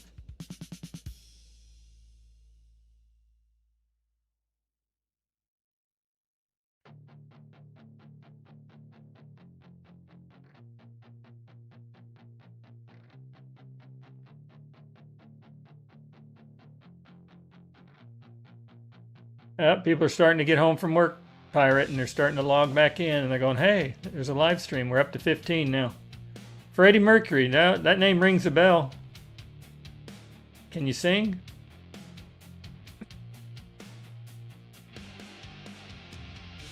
So, what do you think is going to cause GME to go to 45 tomorrow? What was your thought process there? Yeah, at least he can dance like Freddie Mercury. Maybe not sing, but no, he's honest.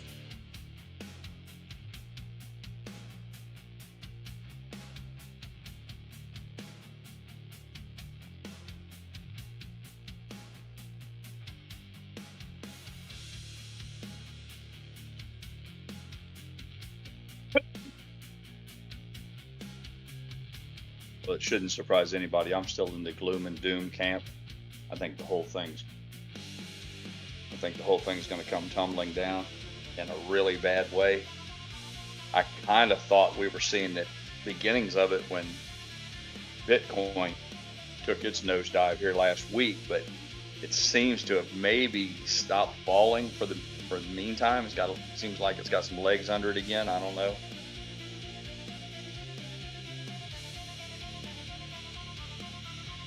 Yeah, I'm beginning to think GME maybe has found, as we say, that proverbial firm bottom, but I'm not that confident on AMC about that. So I know that's not a popular opinion, but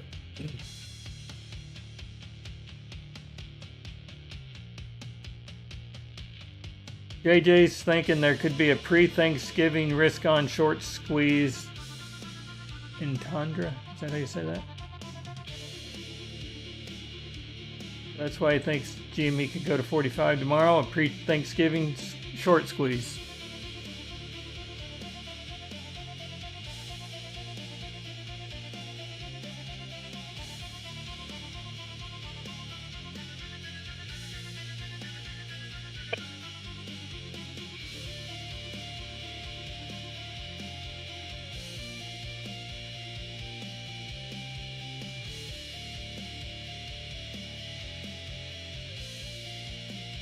Best advice I can give anybody is don't listen to live streamers for advice.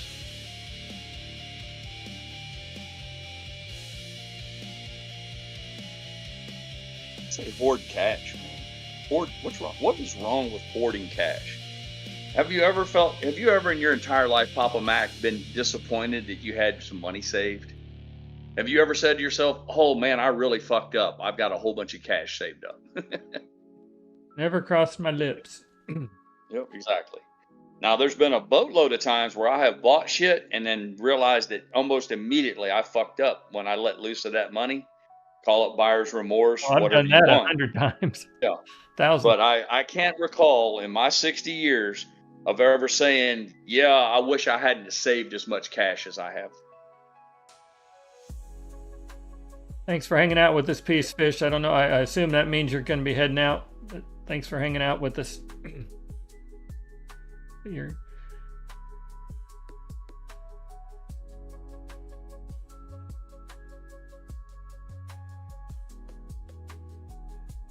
I was wondering, could this person be JJ the jet plane? Because his name starts out with JJ, but I'm pretty sure that's not him. No.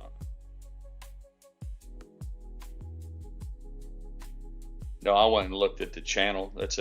Their channel's old. It's been around for a while, but that's not JJ.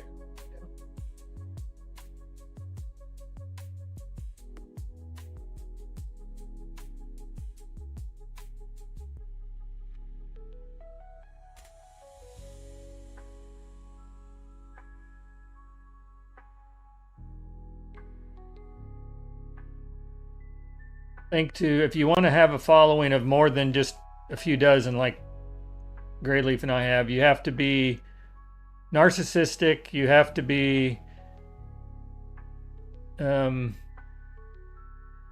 think you know it all, you have to think nobody else knows anything, and you got to be pretty outspoken and flamboyant and Well, you just described me to a T, man. I did all those things, man, and I couldn't get 50 people to tune in. Well, you never had your own channel. You were always bogged down by the rest of us. Well, I don't know about all that. But you got to be. No, if you want to play the numbers game, if you want to get big numbers, you have to appeal to the masses. You got to walk them. It's like being a politician. You got to walk the middle of the line. You got to make sure you don't offend anybody. You can't, because you want every group to tune in. So you got to be all things to all people, which means to some extent you got to kind of fake it. You got to kind of lie. And most importantly, this is what I've learned on X is you have to tell people what they want to hear. It doesn't. Perfect example, when people come on there, they start talking about, I forgot more about real estate than the average guy will ever know. And I sit on here and I watch people spot some of this stupid shit about buying houses or whatever. And I'm not talking about being abrasive or rude to them. I'm just talking about just hitting them with some facts. Just say, hey, just let you know, with all due respect, you're wrong here, and let me tell you why. Oh man, you don't win any fans. Everybody wants to be told that they are special and that their opinion is really important and that you appreciate all of their knowledge that they're sharing. And if you can just stick to that, you'll build a huge following. But if you have a personality like mine that calls bullshit, you're not going to go very far.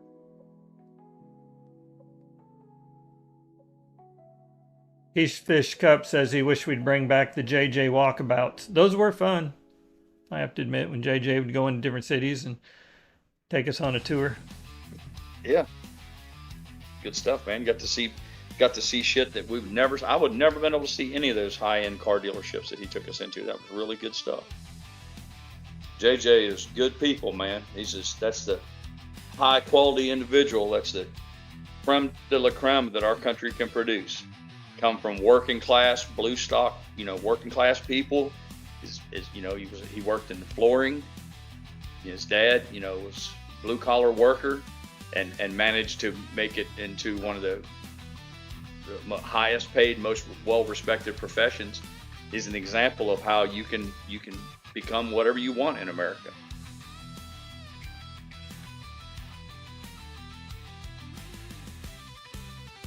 Baby UFO, I don't know who Asmongold is. That is he doing text to type, and that really should say something else, or if that's really what he meant to say? But that's a guy's name. There's a guy, Asmongold. It's pretty.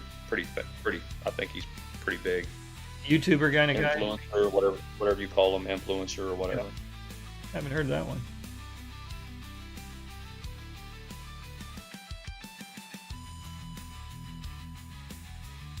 Yeah, Baby UFO, I understand your last statement there. I feel like I've kind of speaking my mind is not necessarily what people want to hear sometimes. So I feel like I've been the naysayer, so I've kind of just got quiet and just try to keep my thoughts to myself as much as possible.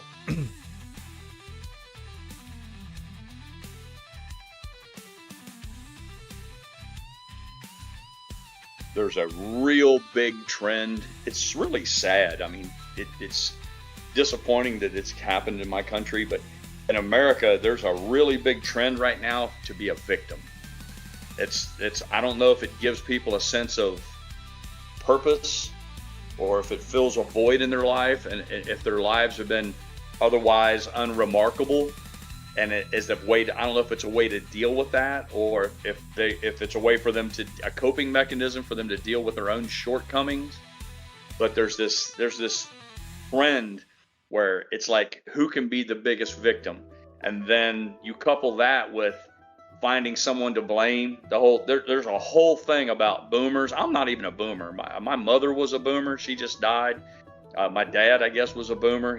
My dad died 30 years ago, but there's this whole big thing about hate the boomers. The boomers are responsible for all the woes of the country. They got all their dreams were fulfilled, and they pulled the ladder up behind them, and it catches attraction. It gets traction because there's a lot of people out there whose lives aren't exactly what they wanted. So they're looking for somebody to blame for it, instead of taking some ownership of it themselves. And it's like any other topic. They have some of their grievances are grounded in some reality, like things are more expensive now and wages maybe haven't kept up. But the idea that they're the first generation to ever be put upon. My father grew up in the Great Depression. I've told these stories many times. These people that think that they're have it rough today, they don't have a fucking clue of what growing up rough was. But that doesn't matter. It doesn't stop them any.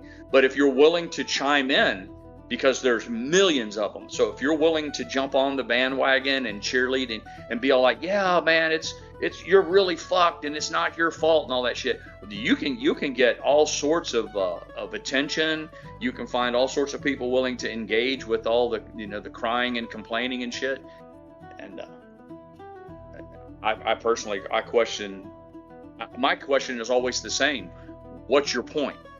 Even if you're right, and I tell them you're not, you're wrong on all of this, but I'm going to go ahead and just set that aside and say, if you're right, so what? What do you want? You think that, what do you think somebody's going to come in and fix everything for you? Right now, while they're out complaining and whining and pissing and moaning, there's somebody out there going about the business of making a success of themselves. But as far as like you said, our conversation was how to get numbers or a big following. You're not going to get it by being a truth teller. I can tell you that. I'd like to think that you and I share this, Papa Mac. I would just rather stay true to myself, be who I am. I don't have to worry about which lies I told. Just be as authentic as I can. And if I only have 500 or 600 people who read what I put out, my stuff that I put out, then at least I know that they're there because they genuinely align with my belief systems. Baby UFO's saying that Asmongold, or however you say his name, he's saying just be yourself, be genuine, and let the chips fall where they fall. Everything falls in place. Yep.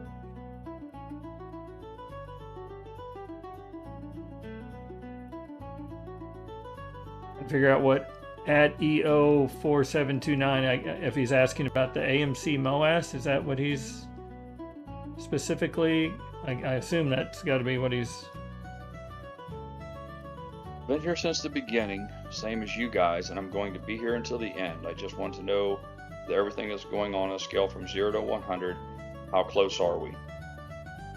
I can't speak for Papa Mac 4729, but we're not close at all. We're not close to anything, and in fact, I've gone on record. I have a sneaky suspicion that it may be many, many years if I ever see my money back.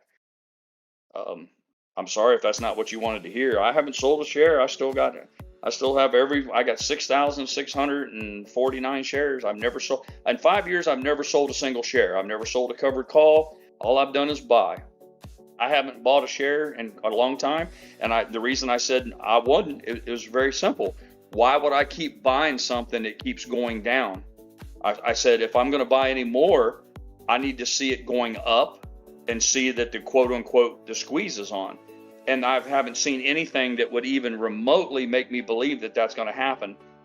Over 5 years, we have talked about all of this, every possible avenue, every possible topic about the AMC squeeze, we have covered at least 24 times. And the simple fact of the matter is, all they're talking about doing now is selling more shares. And if history's shown us anything, a possibility of a reverse squeeze. So none of that's going to make a squeeze happen. Donald Trump is not asking any of the regulatory bodies. I haven't read any. My dreams of Donald Trump coming into office and trying to ferret out the criminal activity in the SEC. My hopes were dashed. There's a picture of him and Ken Griffin standing in the White House. If that doesn't tell you anything, I can't help you. So the most I can hope for is that sometime as years go by, the company, they may the company may continue to improve and chisel away at their debt over years and years. And then because they're not going to go bankrupt, that eventually the shorts may start to cover a little bit at a time and the stock price will recover. And maybe my children or my grandchildren will see a benefit from the $100,000 that I put into this. But I personally consider it dead money.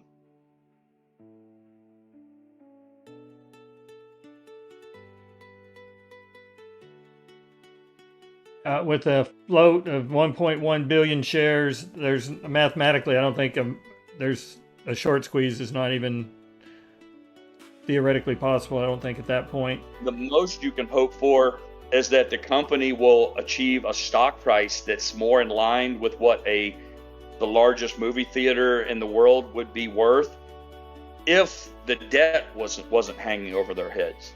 So, man, we lost, man. This is I see people all the time on X, and there's names I recognize. And sometimes I'll get caught up in a conversation. I don't go seek out the arguments or the fights, but if anybody asks me, I'll be like, yeah, I'm not a believer anymore, man. 5 years into it, $100,000, I'm down 90%. I'm not going to tell anybody to step in the same pile of dog shit that I stepped in. And then I got people who, they bought $100 worth 6 months ago, and they're spouting all the same cheerleading shit that, and I can't, sometimes I grin because it's the same shit we used to tell people 5 years ago. Buy and hold, buy more, they got to cover someday. That was it. So as far as I know, the most I can hope for now is that someday, maybe, I'll see my money back. I see Trigger said finally admitted. I've been on this. I've said this, Trigger, for probably the better part of 6 months now. I mean, I didn't take out billboards or nothing, but I haven't hidden my opinion on any of this. There's nothing to finally admit. I mean, I held my investment as long as I could. I invested for a short squeeze that I believed was all the fundamentals were there. What I failed to consider was the criminality. I made a mistake that is, I should know better, that when you're going up against people that are worth billions, if not hundreds of billions, tens of billions of dollars, they have a lot of power. And I failed to consider that. I got sucked into the whole idea that the mathematics were there, that the short interest was there, and that the company was going to do better, and they were going to renegotiate debt and all that. And I readily admit that it was a single biggest mistake of my life. But I move on. I played by the rules. I didn't invest any more money than I could afford to lose. It doesn't mean I got to be happy. I mean, I'm out $100,000. If you think I'm going to be happy about that, then you're a fool. But so the most I can hope for now, the shares will lay in an account. Someday in the future, they may be worth something to somebody.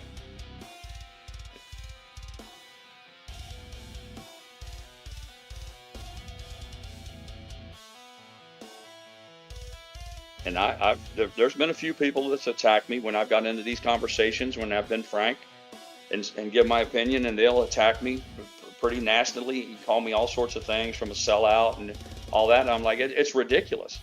I'm like, at some point, a man needs to be honest and admit. And I want to be man enough to admit if I was wrong, and if I made a mistake, I made a mistake.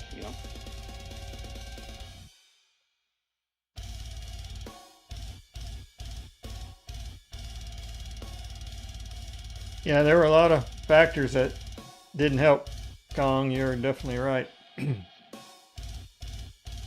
Perfect storm. Take some ownership. I have to take some ownership in this too. Greed. We talked about this before, and I'll say it again. It's worth repeating. Greed is an awful thing, because I was up $100,000. I had an opportunity to walk away from this thing. I could have got my $100,000 back, and I could have paid the taxes and still had $100,000 net gain. So you can do the math on how far up I was. And I've told the story a dozen times. I let my wife and my son talk me out of it. I can't blame them because I am the king of Camelot. I can't blame them, but I was, I secretly, maybe secretly, I wanted to stay in it too for the big giant squeeze in the sky, but I wanted to have somebody to blame them, and maybe that's a shortcoming that I had, because now I can sit back and say, well, I would have cashed out, but my son and wife talked me out of it. No, that's not the truth. The truth was I drank the Kool-Aid just like everybody else, and $100,000 free and clear after fucking taxes wasn't good enough. And I got my fucking head chopped off. So, learn from my mistake and move on.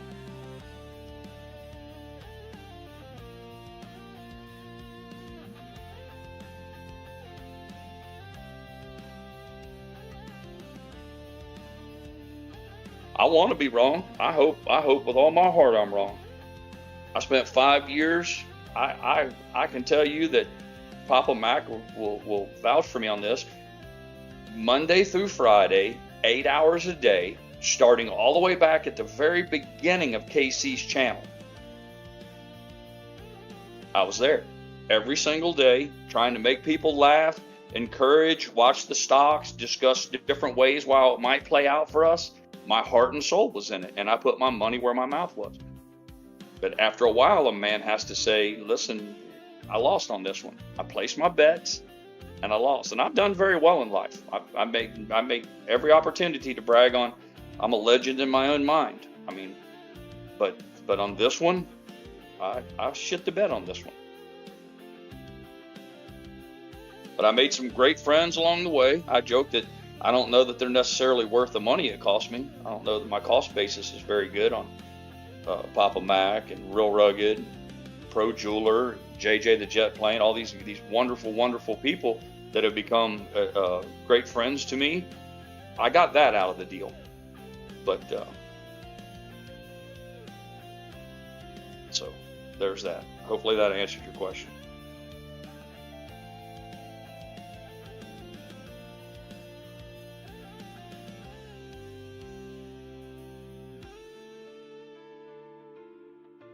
There'll be two things I'll be interested to see in the coming months.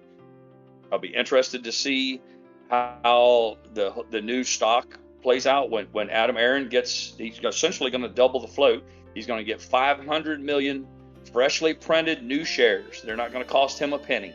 They're going to they're going to go buy a box of paper. They're going to stick it in a printing press, and they're going to print new shares.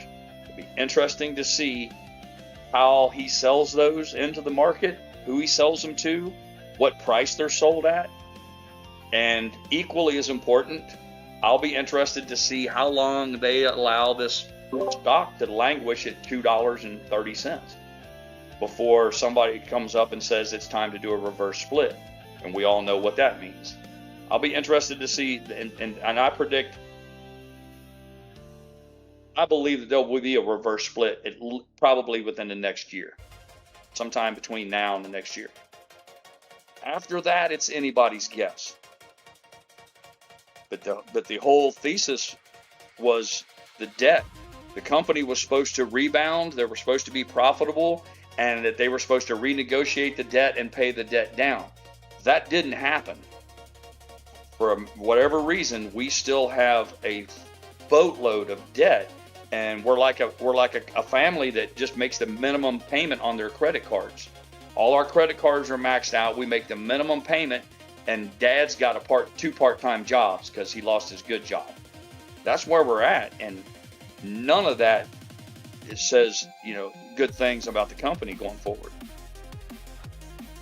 So we'll see. Now GameStop is a whole nother thing. I've said before, I backed the wrong horse.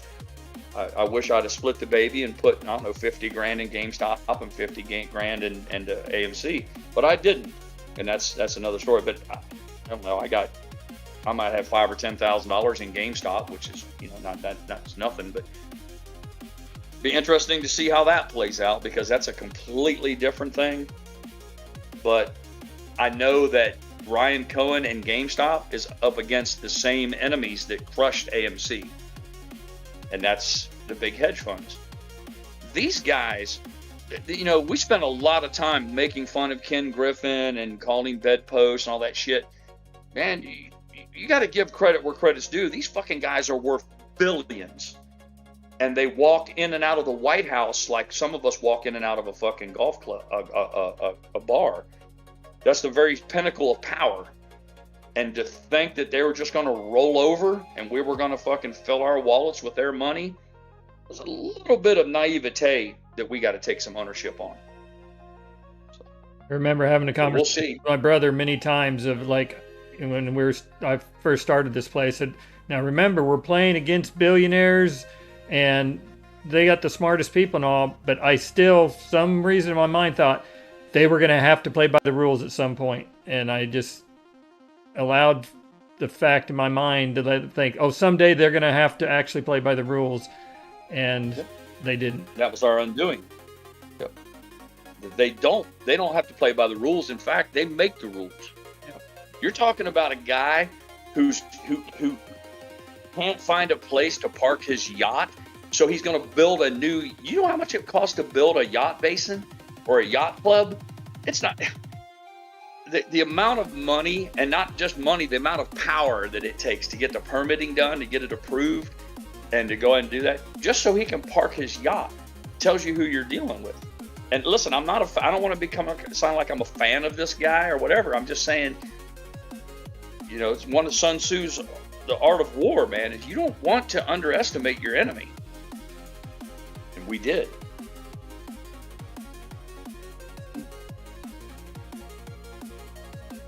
Yeah, payment for order flow. I guess that's a feature, not a bug. But yet, it's 100% legal.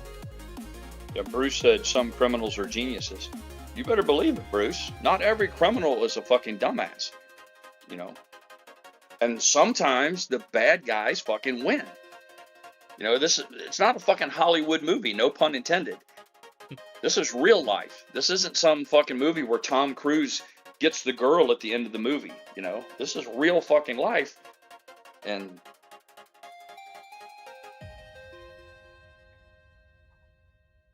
I'm a little guilt-ridden that I feel bad that there's people who probably lost money that they couldn't afford in this, and that's what troubles me.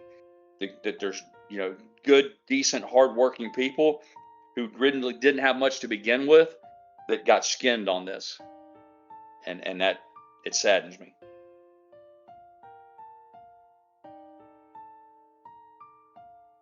That's life, man. Life is full of lessons. This is one of them.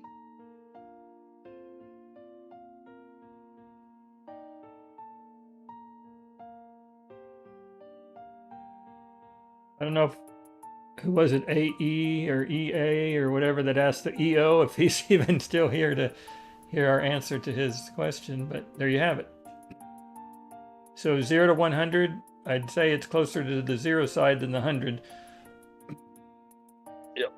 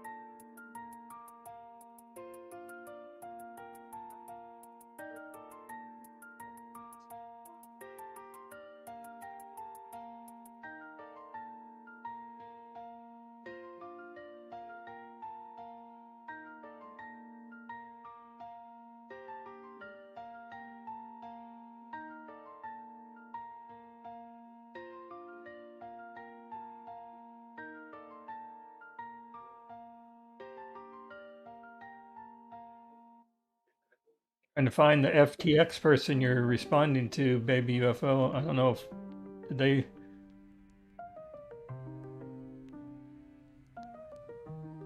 retract their statement, but talking about ape, I guess.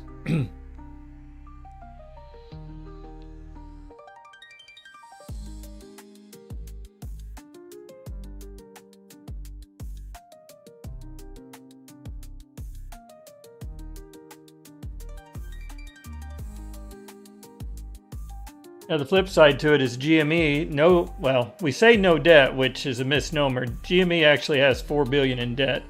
And I have to credit Tony DeNaro for correcting my thoughts on that one. I admit I did not look at the balance sheet like I should have, and I just listened to YouTubers and going on how GME's no debt, GME is no debt. They have $4 billion that they borrowed from a bank. They got 0% interest on it, but they have to pay it back. But right. They, so when you subtract that out, so they have more like $4.5 billion in assets. So they're still net positive, but their share price is still at what, 20, whatever it is today, $21. And so they don't have all the problems that AMC has, but yet their share price is in the same boat, driven down to practically cash value.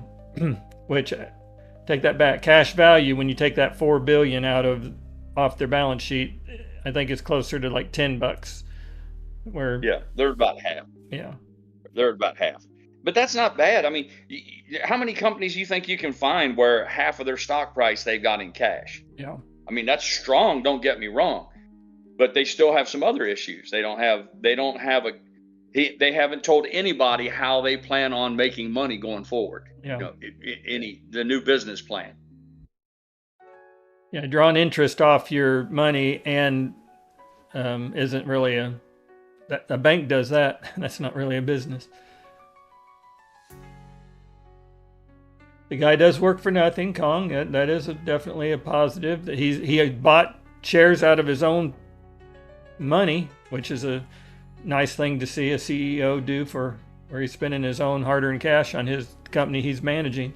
So there's definitely some positives there that are not part of the AMC plan, currently anyway.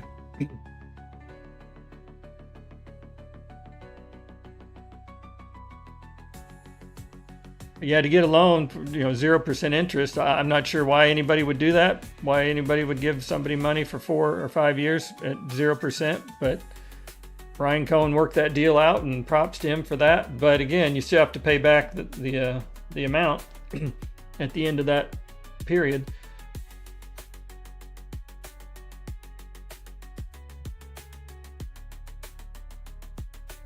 So I have, I still have hopes with GME.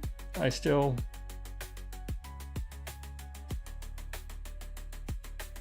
holding out on that one, that there's something there, but but again, we're, like Pirate said, we're playing against those same super smart evil geniuses that we bet against on AMC.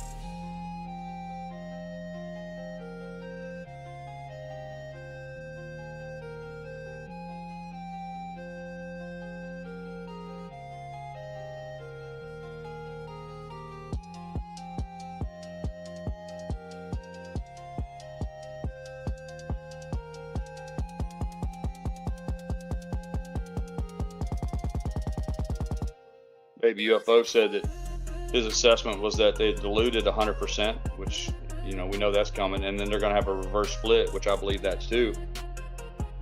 And then he says when the debt's nearly gone, he'll flip long. The problem with that, Baby UFO, is this, even this right here, the 500 million shares, that's not going to be enough to wipe the debt out. They've got to do that like at least 2 more times, and before the debt will be paid down. If you look at how much you think they'll make, all you got to do is just grab a calculator and say 500 million shares.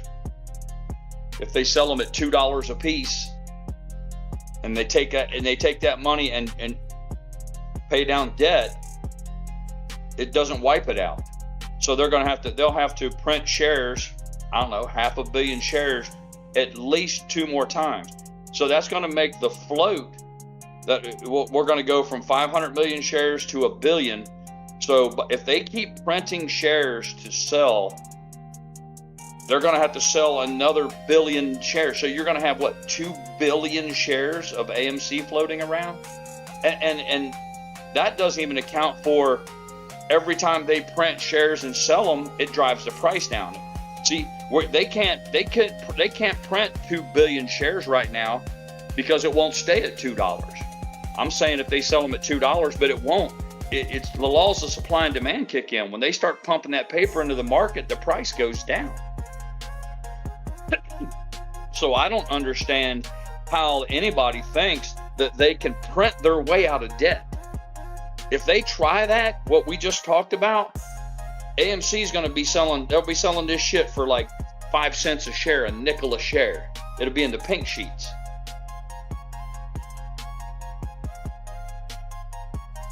Oh, yeah, I mean, I'm agreeing with what you're saying, but in theory, we'll be at 1.1 billion share float come December 10th.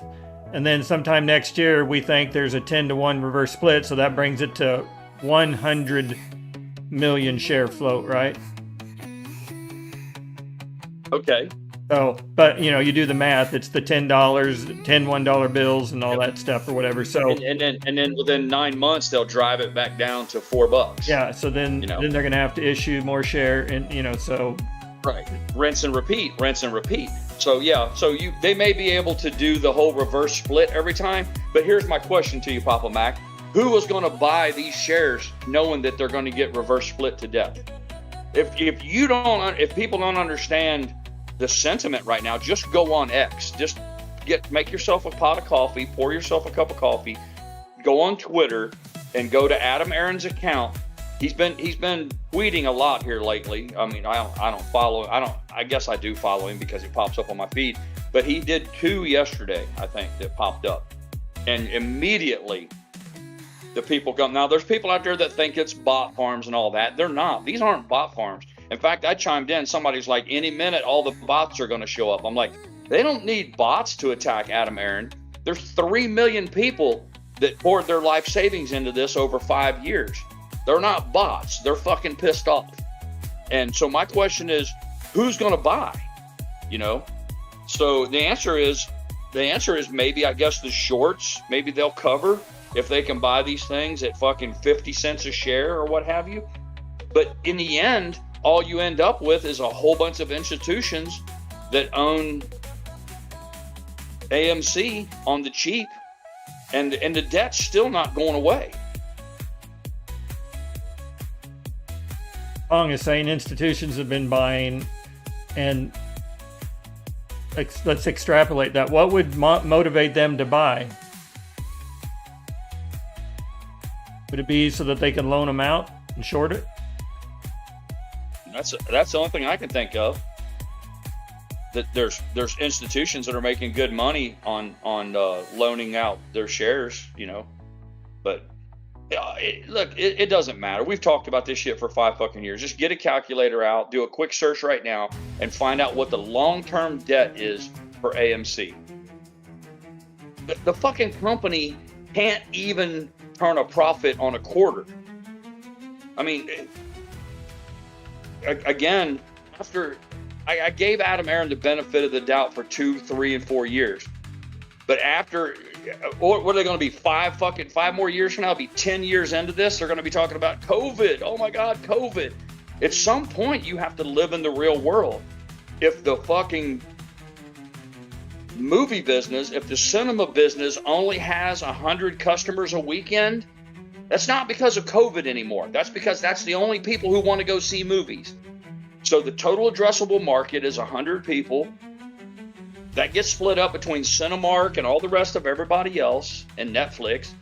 And that's the money. That's the pie that gets split up.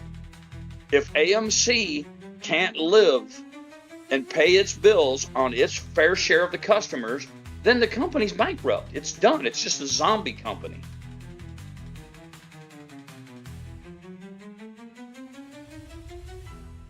Long, are you not able to join us in the caboose? Because I'd love to hear your thoughts. You might be at a place you can't do that, but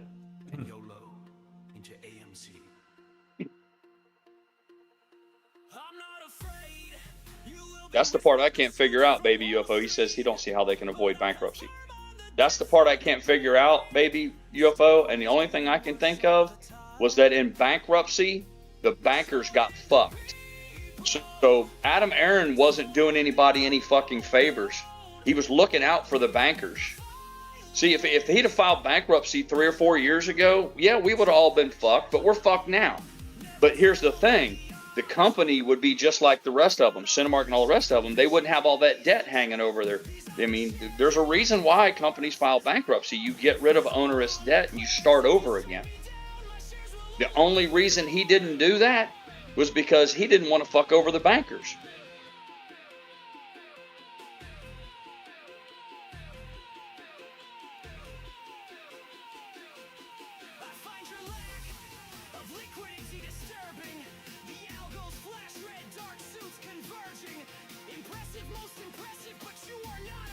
Kong says, is that Kong? Is he Bruce? Yep.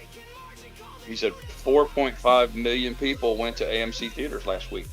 I get it, man. I get it, Kong. And it wasn't enough to pay the bills. That's the problem I got, Kong. After 5 years of being in this, millions of people are going to the theaters, and it's not enough to pay the debt and turn a profit. So, in any other world, that means bankruptcy.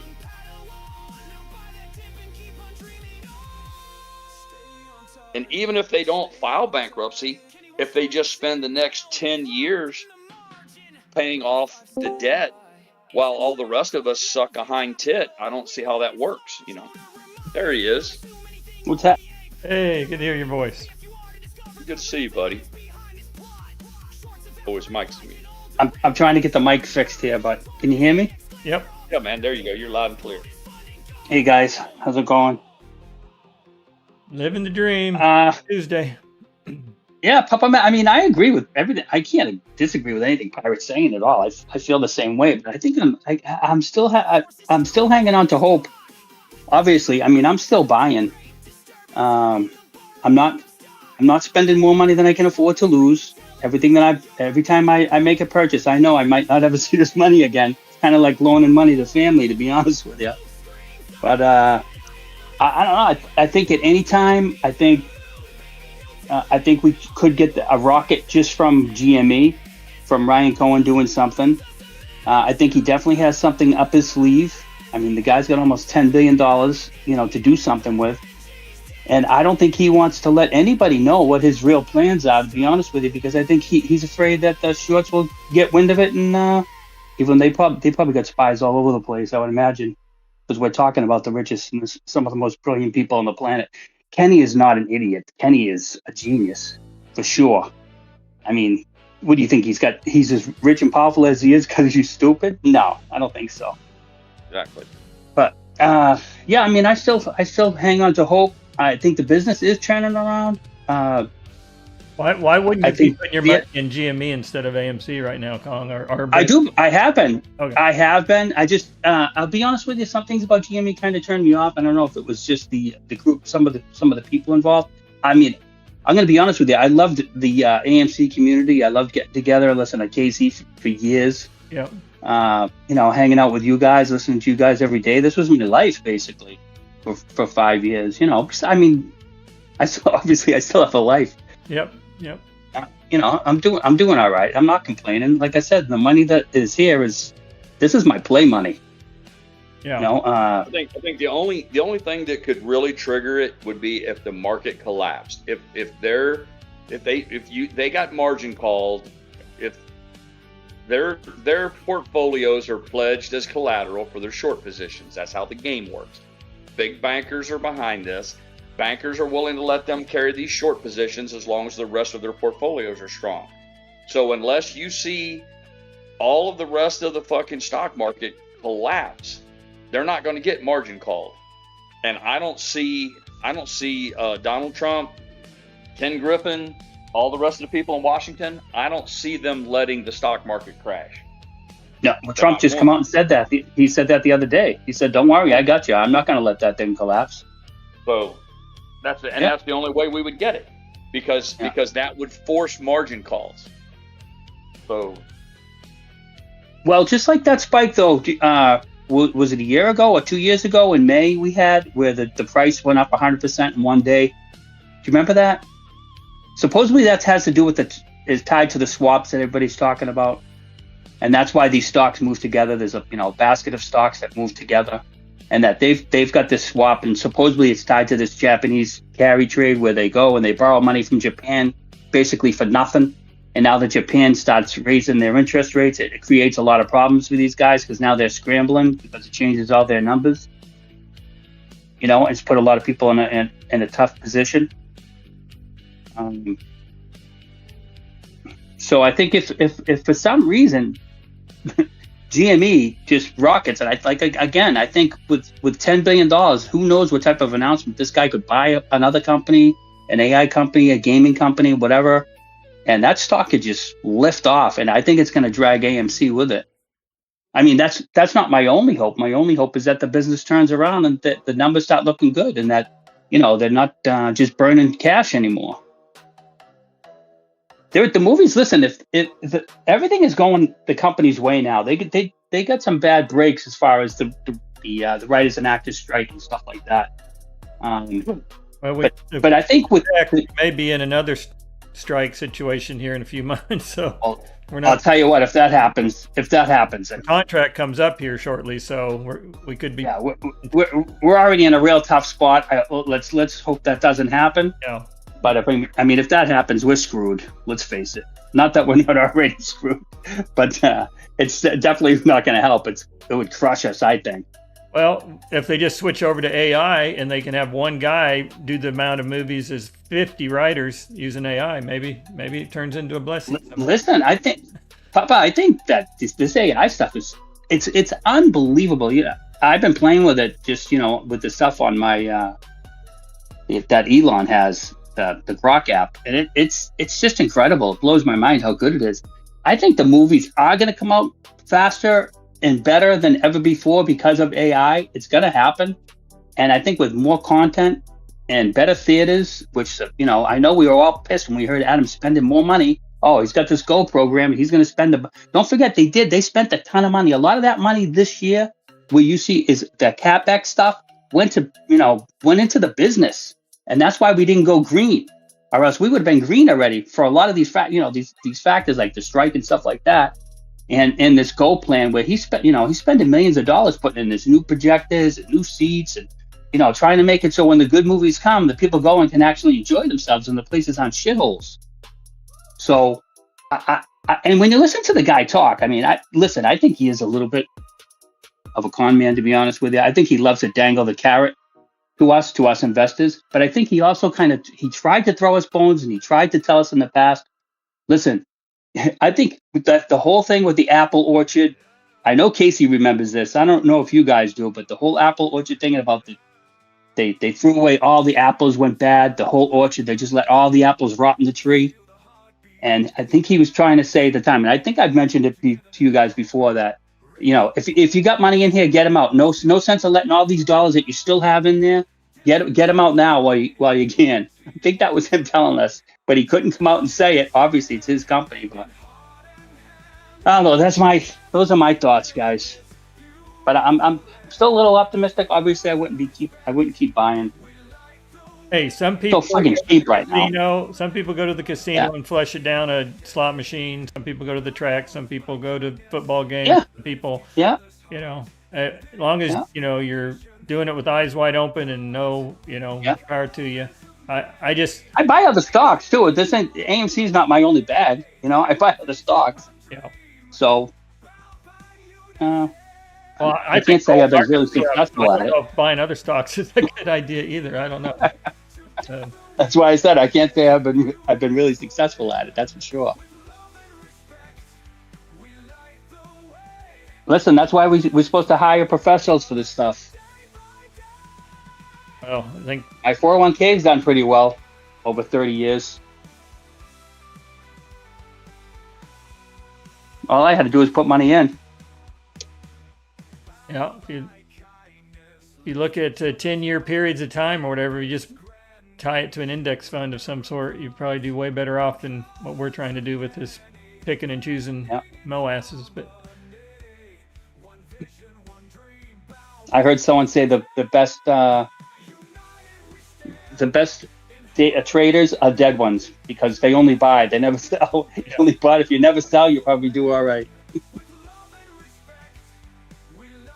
put it in companies that like we've always said, that when you open your kitchen cabinets or you're look in your house and you have their products, they're probably pretty safe places to be investing in. Damn, I wish I 5 years ago. Let's look at GE stock. I bought a little. I think I've shared that with you guys too. Bought some for my daughter, and my daughter's done. She's up like I don't know, 1,700% on one of them, just from buying a few GME. I mean GE, not GME. Those are the ones she got crushed on. Yeah. But yeah, that was another thing I mentioned too in the chat was that that Adam did mention that he has a surprise that he can't talk about. Oh, for January or February. Yeah, that one I might have to ban you for saying that one. He's done that to us before. That's what I said. Deja vu. That's what I said in the chat. It's deja vu all over again. Yeah, that's. Listen, way back when Casey used to do this stuff all the time. I remember Adam used to do all these little things and Casey be trying to figure it out. Mm-hmm. Like the bat signal stuff. And to me, that's just stuff that they try to keep you interested. Hey, let me throw them a little bone here. Let me keep them on the line. That's how I look at it. Yeah. They'll hype all that shit up, and when it comes, they'll be like, "Yeah, if you're a plus member, you get free popcorn on Wednesdays." That'll be. He'll get a soda. He'll get a soda with it. And all the seals will clap.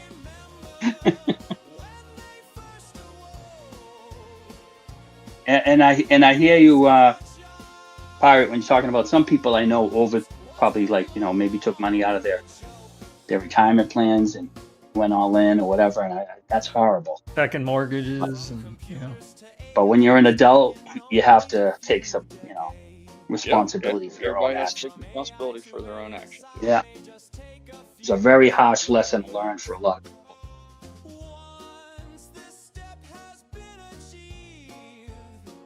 Well, I apologize that Pro Jeweler had you retired, and you're not even retired yet. So. Yeah. I wish.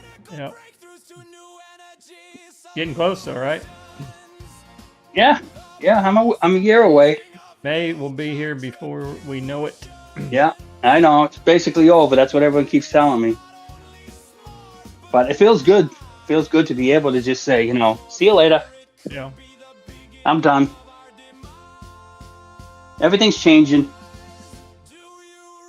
I used to know at one point I knew everybody in my place. Now I walk through there and I feel like a stranger. Yeah. I remember seeing the old guys when I first walked in. Now I'm the old guy.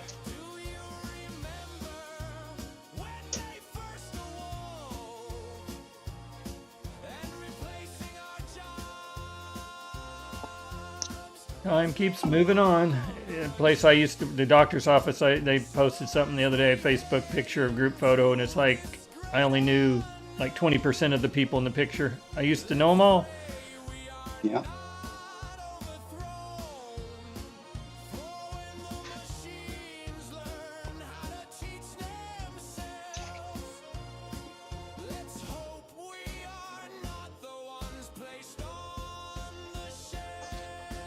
So, Papa Mac, did you see the chart on Fintel about institutional ownership of AMC?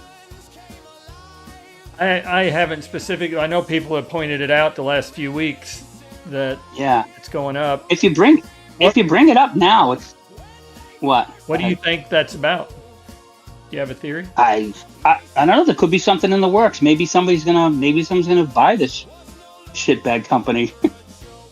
Who knows? But you got somebody who just became 9% ownership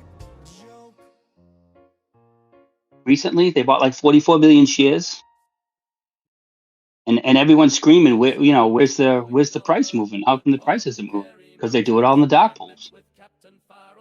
They do it off exchange. That's the part that confuses me. Even if somebody's a dyed-in-the-wool believer, even if somebody's like, man, I really got to have some more of this. If you know, it's not a mystery. We know that in December, they're going to have new shares printed, 500 million shares. Yeah. Within 6 months, even if I guess that maybe they got to hold them for a few months or whatever, but you know that they're going to sell, they're going to double the float. If anybody honestly believes that the stock price is going to go up because of that, they need to have their head examined. If corporate is going to dump, if you're going to dump 500 million shares into the stock market, the price goes down. So I don't know why anybody wouldn't just wait for them to buy. If I absolutely had to pump money into this, why would I buy today knowing that it's guaranteed to go down in the next 6 months? Only unless you had. Why not ride it in cash, waiting for the price to dump and then buy it? Unless there's something in the works already, Pirate. Maybe they already know. Listen, having those shares and actually dumping them on the market is two different things. Having those arrows, that's the way I've heard it explained. Having those arrows in his quill and actually firing them away. Yeah. If based on the way he's treated them in the past, he couldn't sell them fast enough. Mm-hmm. I mean, Adam Aaron didn't exactly, show us that he was very disciplined in the past. So again, he could surprise us this time. But last time he was just like a kid with money burning a hole in his pocket. He couldn't sell them fast enough. So I have every reason to believe that he'll do the exact same thing again. Again, I could be wrong. The other thing, Pirate, what about the fact that, he is the number one, he's the highest single shareholder with the company, because that's how he gets paid. So if the shares go down to nothing, isn't he throwing his own money down the toilet? Isn't he flushing it? That's his compensation, a lot of that. Yeah, but you got to listen. You got to understand, this is all extra for him, dude. Right. It isn't see, he unloaded all of his shit. Adam Aaron's got all his money in fucking T-bills, treasuries. He's got them in municipal bonds. He's got his fucking money in NVIDIA and GE, Caterpillar. He's in fucking dividend royalty. His money ain't in this fucking company. So what he does get is extra for him, and then he sells that shit. So again, he's not. I just don't believe it. Yeah, he's got a lot of shares. Because that's how they pay him, $20 million a year. They don't give him checks. They give him $20 million worth of stock. Yeah. But it doesn't matter. He gets $20 million worth of stock, and they don't care if they're $1 a piece. He gets 20 million shares. Now, once he gets them, if it goes farther, then yeah, his money. But he doesn't. He sells them real fast. Now he's saying now that he's keeping what he's sitting on. But all he's sitting on now is a little bit of extra. He ain't got any of his personal wealth in this company. Now, Ryan Cohen, that's a different fucking story there. That dude showed some leadership. I give credit where credit's due. Yeah, he's a billionaire too, though. If Adam Aaron wanted to do something to show support, let him go tomorrow and buy $10 million worth of AMC at the open market tomorrow. Then you get my attention. He ain't doing that though. That would definitely move the price too. A lot of people have been screaming that, but obviously he knows the price is going down. He knows it's going to go down farther. Yeah. Man, these are old-fashioned investor rules. When Jack Welch was buying General Electric, you bought General Electric because he was using his paycheck to buy shares. If Jack Welch decided to sell all of his GE, well, goddamn, Get out. Jack Welch, did you hear Jack Welch sold all of his shit? Same thing. If Berkshire Hathaway, if Warren Buffett started dumping all of his fucking railroads, you bet your ass you better dump the railroads. You know, you follow where the big money goes. And Adam Aaron is what he told us. Everybody should have paid attention when he talked all that jerk off shit of he was getting his estate in order because he's getting older. That was a bald-faced motherfucking lie. He knew that this shit was going to where it's at today, and he got the fuck out. And everybody else should have went with him. But we didn't. He's got he now holds 722,000. Broke. Pirate. He now holds 722,000 AMC shares. A lot. It's worth about about $3.5 million. That's nothing. It's nothing to him. Yeah, I know $3 million is nothing for him if he's making 20. What's it? Look what his net worth is. Look what his houses are worth and what he's got rat holed away and what he's done for his kids.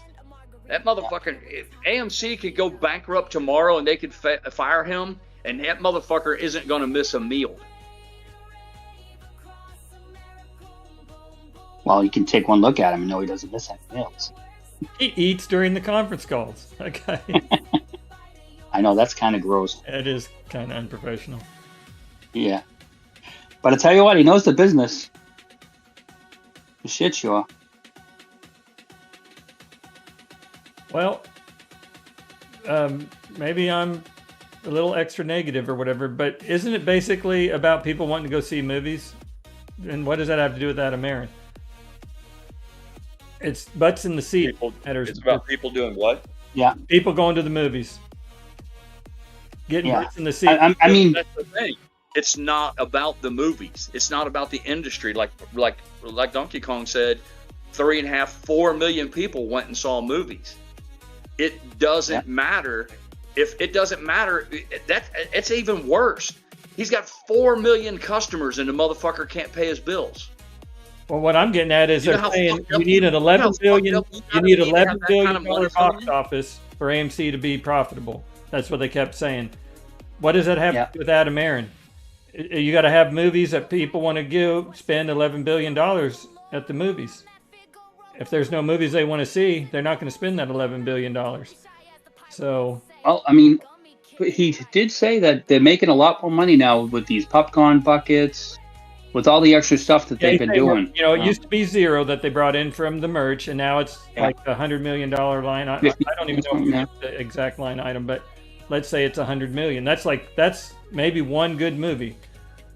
Yeah. He said it's growing though. The business of all the extra stuff, the popcorn buckets and the cups and all that stuff. Yeah, it's been going up. Selling up popcorn, right? That was gonna, that was our ticket to Moab. But I don't think we know how much we even make from that, do we? No, I haven't heard any numbers on that. Those kind of numbers. So if it was, we would be hearing about it. So yeah. But yeah, so they are expanding it to other stores, though. They have expanded it. Professional athlete. It reminds me of a professional athlete, somebody like Michael Jordan or somebody who goes bankrupt because they're making fuck tons of money, but they still spend more than they have coming in. It's the same shit. It's like it doesn't matter if you bring in $10 billion a quarter. If you spend $11 billion, you're done. You can't spend more than you make for an extended period of time. You can't do it at your household. You can't do it in a business. The math doesn't work. The math, the math proves that it doesn't work. I don't give a fuck if you're cutting grass.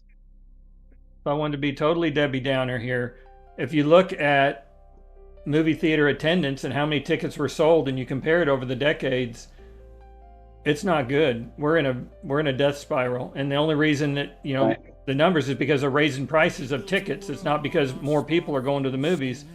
And exactly. And we're in a death spiral, and it's not looking good for the future. And streaming and all that stuff is only carving into that. So it's not looking good for the industry. Yeah, but isn't streaming? Hasn't Netflix approached AMC about showing some of their stuff in the theaters? Yeah, they're in talks, you know, saying, hey, maybe we can try to work something out and all. But if you look at how many tickets were sold to see a movie, you know, 20 years ago, 30 years ago, when they had the big blockbusters, how many actual tickets were sold to how many are sold today? It's not even close. And we have more people. And then you combine that. You combine that also, Papa Mac, with the trend towards home theater, big screen TV. You know how you can buy a fucking gigantic big screen TV at Sam's Club now for like $600. They used to be $3,000 fucking dollars. But set all that aside, all that aside about the industry going towards streaming and all that, the economy's bad. If you don't understand that we're in a recession right now, people are having a hard time. For the first time in 20 years, I've got renters that are behind on their rent. Now, I get it, that's just me, my little world, but I'm telling you, the economy is way fucking worse than what people are claiming. If you believe Washington and CNN and all that shit when they tell you that the economy's fine, it's a fucking lie. The economy's not fine. People are struggling. Young couples, young married people are having a hard fucking time. Unemployment is up. Everything is way worse than what they're telling you. And then you think people's going to go to a goddamn movie theater and drop $150? Now, I get it that people like attendees, all the rest of us, you know, we all want to show like, look how this is, I'm part of the team. Look at me. I brought my family and I bought some popcorn and t-shirts. That's fine, but that's just because you got a bunch of money invested. You're not the average person. My boys are in their 20s. Neither one of them's been in a fucking movie theater in the past year because it's too fucking expensive. You know. Hold on, Pirate. This is something I can speak to, just so you know. I follow this stuff religiously. I actually look at the theaters and the times and how many asses are in the seats. And let me tell you something, people are still going to the movies.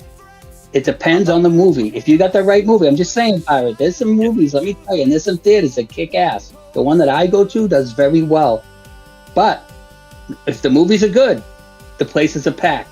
But with a lot of this woke crap garbage, and I mean it, people just don't want to take their kids to go watch Toy Story, where one of the figures in Toy Story has two moms. And they throw that shit at you. And but when the movies are good, Pirate, I'm telling you, it's a good business. You just need a good product. I'm not saying that the theaters are empty. That's not what I'm saying. Yeah. I'm saying times are tough right now in America, and the average family doesn't have a lot of extra money to spend. Doesn't mean that your local theater doesn't do well if Star Wars comes out with a trilogy tomorrow. That's not what I'm saying.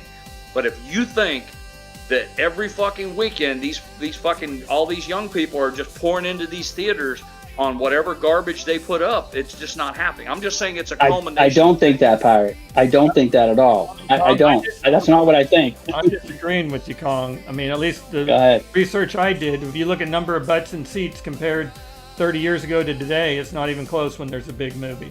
It's but Papa, you're making my point. You're missing the one point that I'm saying. Okay, when the movies are good, if it's not the woke crap, I think the reason for less butts in seats, you know, if you want to compare us to how it used to be in the past, where maybe a lot more people went to movies, the movies that they're making are anti-American, woke crap that people just don't want to take their kids to. That's my gut on it. That's not going to change anytime soon. I think there's I think there is a movement to change that right now, and I think the current president is one of the people pushing it. I'm saying Mel Gibson is one of those. My point is, how many tickets were sold for people to go see Star Wars in the movie that came out in '77? How many actual tickets were sold?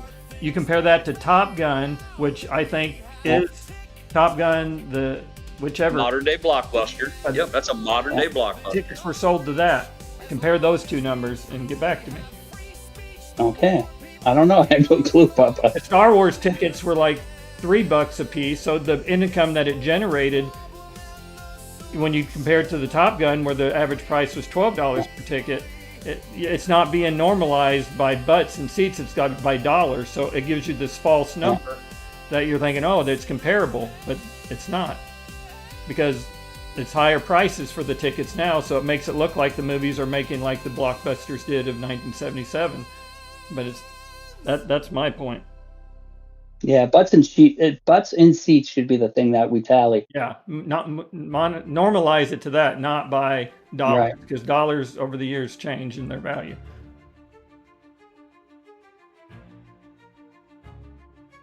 At least, unless Claude lied to me, I asked him that very specific question. I said, "Is it, basically butts and seats comparison over the years is, and Claude is where I'm getting my information." So he has been wrong on things. So I'm not going to say he's No, but fallible. it makes sense for the reasons that both of you have already explained. Home theaters, number one, right? People can just get a movie and watch it on their device. They don't have to go to a movie theater and worry. To me, it's if you wanted to make an analogy, it's like going to a baseball game. It's like staying home and watching the game, or actually going to the park. It's the same exact thing. For me, like, I'm going to be picking my daughter up in about an hour and a half at Logan Airport. I'm a little excited right now, to be honest with you.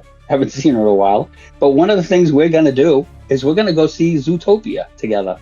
The three of us, me, the wife, and my daughter, and we're going to have a great time. And it's going to be an event. It's not like staying home and watching the movie. It's a little different. We got plenty of time. We're going to be with family and stuff. But this is something that we like to do. And the movies are going to be packed. And I know that movie's going to be packed. And my wife's going to love it because it's going to be all little kids there and listening to their reactions to the movie. And it's something that it's different from just being home. Because, maybe, I don't know, the experience with going out and as a family and getting the drinks and the popcorn and all that stuff. There's always going to be movie cinemas. My thing is, if you can't expect the movie business to have a Star Wars blockbuster every weekend. It doesn't happen. So the business has to function off of your run-of-the-mill average Zootopia type movie. That comes out of that's the total addressable market. Now, if every once in a while they get a Top Gun, that's just supposed to be the icing on the cake. But the business model has to function for 52 weeks out of the year off of the Zootopias or whatever. The fucking next Spider-Man. Avatar. Yeah. Right. So you can't say, well, we just don't have enough giant blockbusters. Well, you can say that about any business. I could say, well, I'm in the roofing business, but I only make money when a tornado hits. Well, I'm sorry, you can't run a business that way. You have to make enough money doing roofs on your normal business, and then if a tornado comes to your county, that's extra money. But you can't say, well, I can't run my roofing business because we haven't had a tornado in a while. And that's what I keep hearing. And it's like, listen, the market is what it is. There's a big pizza out there. The people like you and your wife and your daughter going to see Zootopia, you are the market. Now, whoever gets that, whether it's Cinemark or AMC or whatever, there's one pizza that's being baked. Everybody's fighting for those customers, for you and your wife and your daughter, and that's where the money has. Everything after that, you have to live within that paradigm, within that structure. And if AMC has so much debt that it can't survive based off of the current trend, then they're fucking done. And maybe that Ken Griffin knew that all along, and he was like, eventually these motherfuckers are done, and I'm gonna fucking walk away from this thing, and everybody will be like, well, that's the only way I can see that people will ever admit that we were wrong, is if AMC files bankruptcy, Ken Griffin walks away with all the money, and then the arguments will be fucking over with. Otherwise, we'll be here 10 fucking years from now. We'll be 15 years into this. It'll be, well, any day now, it's going to squeeze. At some point, it becomes fucking ridiculous. I think we're going to have more product, too, to be honest with you, more movie product. Because a company like that Formula One movie did pretty well with Brad Pitt. And I believe that was Apple who made that movie. So they're making movies. You got all these different companies now making movies. Yeah, I think maybe more product, good product, quality product. Comes down to box office. I think AMC has cut cost in areas that I think it used to be. It had to be $11 billion box office for them to be. Now I think maybe it's a 10 or 10.5 billion. They can still make the money. So they have done things or whatever. But it comes down to content that you got to get those butts in the seats, and that location too. The biggest part of that is outside of a CEO's hands of the AMC, of what content gets made. I mean, you got movies coming out of Hollywood that are anti-family, anti-children, promoting, homosexuality, promoting promiscuousness. And I'm not a religious person, man. I'm a fucking liberal as it comes. But you got to understand your market, man. And you look at this shit that they're doing with the Wizard of Oz, it's fucking repugnant, man. Who the fuck wants to go see that shit? Why? But and then you mix it into, I'm going to come right out and say it, this whole racism thing. We're trying to shove black actors into every single fucking role. Some of the shit is so ridiculous it flies in the face of history. I mean, what's next? They're going to try to make Napoleon a black dude? I mean, it's just fucking ignorant, man. And I'm not racist, but at some point it becomes the whole thing just becomes a joke. And that's all. And again, it's not any single thing. You got a bad, shitty economy. You've got money that's stretched tight for families. You've got Hollywood that's pumping out fucking garbage for movies, or Spider-Man 17. There's nothing new coming out. Even if you get past all of the DEI and the racism, all that shit, it's just none of it says that we're getting ready to do great fucking things in the coming years, and all of it. And I'm saying, but in spite of all of that, there's billions of dollars that's being spent at theaters. There's no doubt about it. A lot of money's changing hands. But the way that AMC's business is set up, because of mistakes that they've made, meaning taking on debt, they can't survive in the environment. And then the answer to all that is borrow more, or spend more. It's fucking crazy. We're going to find out. We're going to find out. I've been here 5 fucking years. I'm not going nowhere unless I die this year. I'm going to be sitting right here with you guys talking about this shit a year from now, unless you all won't have me around anymore. And we're going to find out. We're going to see what happens with the next dilution. We're going to see, I promise you, there's a fucking reverse split coming. And all this whole new crop of people that's just been in AMC for the last 2 or 3 years, they're going to get slaughtered just like I was. Just like Trevor, my friend Trevor, and JJ the Jet Plane, other people who've got monster piles of money in this, we got our fucking heads cut off. All the new kids, all the cool new kids now that like to lecture us, that we don't know what we're talking about, that we're just shills, and that we're bots and all that shit, they're going to learn. They're going to learn the same fucking way we did. The people who just got in this in the last 2 years, they're going to get their fucking heads cut off in the next 18 months, and then there'll be a whole new crop. And I think that's their business model now, is to keep sucking in a whole new crop of Robinhood investors and just keep milking them to pay the debt off. Now, could eventually all that debt go away and maybe this stock will go back to $30 a share? Fine, maybe. But if it's 12 fucking years from today, I might not even be alive. So, I know it didn't help Nana none. So they can excuse me if I'm not a fucking cheerleader anymore. I'll believe it when I see it. If I wake up in February of this year and AMC is at $9 and climbing, maybe I'll do a cash transfer. But until then, I'm not going on live streams telling all my friends to buy more of this fucking shit. Yeah, I would never do that anyway. Well, you really think there's new people coming in, For Pirate? 5 years we did. For 4.5 years, there's new people coming I went in? on every day and basically was a cheerleader. And I'm ashamed. Yeah, I think we're just preaching to the choir, though, to be honest with you. I think it's kind of like a big circle jerk. Same people. I don't think there's a lot of newbies popping in here. Well, there's always a turnover, man. There's always new people. Old people drop out and leave. Some people just, they don't sell their shares. For one thing, nobody's going to sell and book a 90% loss. You got to be fucking retarded to do that. Don't say that, Pirate.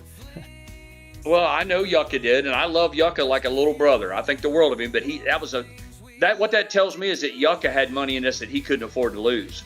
What that tells me is is that Yucca really fucked up bad. But he's not the only one.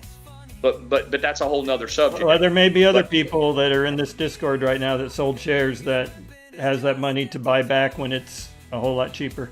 Yeah. Because I know you did too. I did. I know you did. Listen, I remember KC used to say, "Don't do that. Don't do that. You're gonna get caught. The heads sell, and you're gonna get caught. It's gonna end up rocketing, and you're not gonna be able to get back in." If it falls to $1 a share, I can put new money in and buy them at $1 a share. I don't need to book a 90% loss to get a few more shares.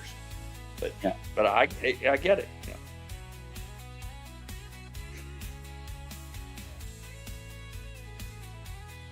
Not sure if Richard's making our point or not, but he said he's doing his part. He took 3 friends, they went to movies, and he spent $130 in concessions.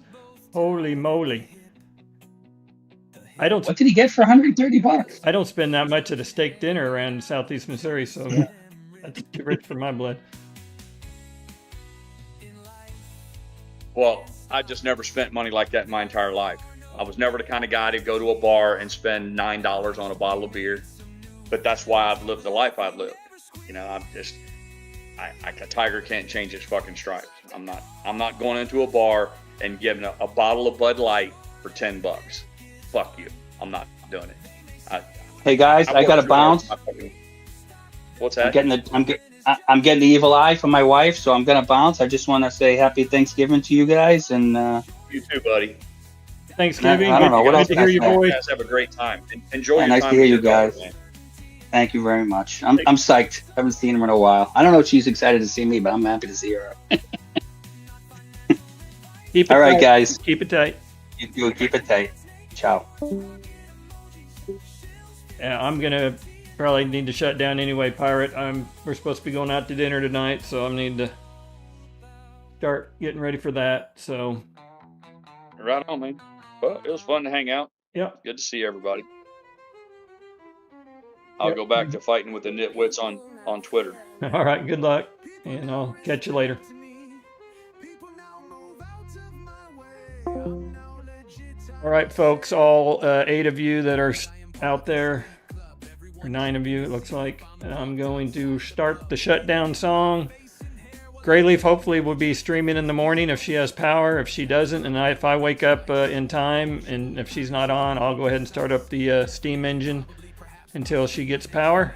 Until then, but y'all have a great night. Good catching up with a lot of you. Happy Thanksgiving. Hopefully you enjoyed today's little stream. Unexpected, unscheduled. And let me see, I got to remember how to do that. First thing I got to do is shut down the current song. Do that. Pause it. Close it. And y'all have a great night.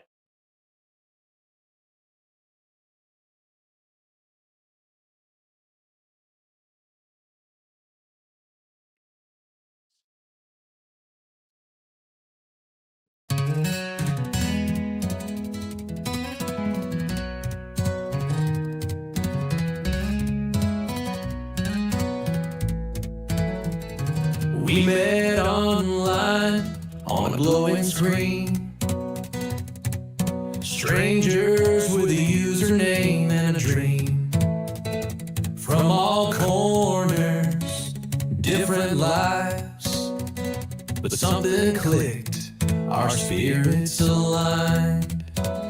One talked AMC, one talked about grace.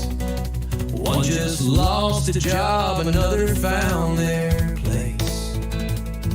We laughed while sharing our joy and pain, like family members only with a different last name. We try to keep it civil, we try to keep it kind. In a world so divided, we try to find a little space for truth and laughter. We can even talk about the hereafter. From stocks to God, from red to blue, from what we believe to what is new. Through the noise, one rule we keep it civil, don't act like a creep. We've had had debates lasting into the nights. Shared vocations, wrongs and rights. He spoke of markets, she spoke in a soft tone. We built this channel and then called it home. Someone's off to Colorado next June. Another types in a chat to the moon. We prayed, we joked, we made amends. We started as strangers, now we are friends. We try to keep it civil, we try to keep it kind. In a world so divided, we try to find a little space for truth and laughter, a place we can even talk about the hereafter. From stocks to God, from red to blue, from what we believe to what is new. Through the noise, one rule we keep it civil, don't act like a creep. It's not about always being right, it's how you treat someone in the fight.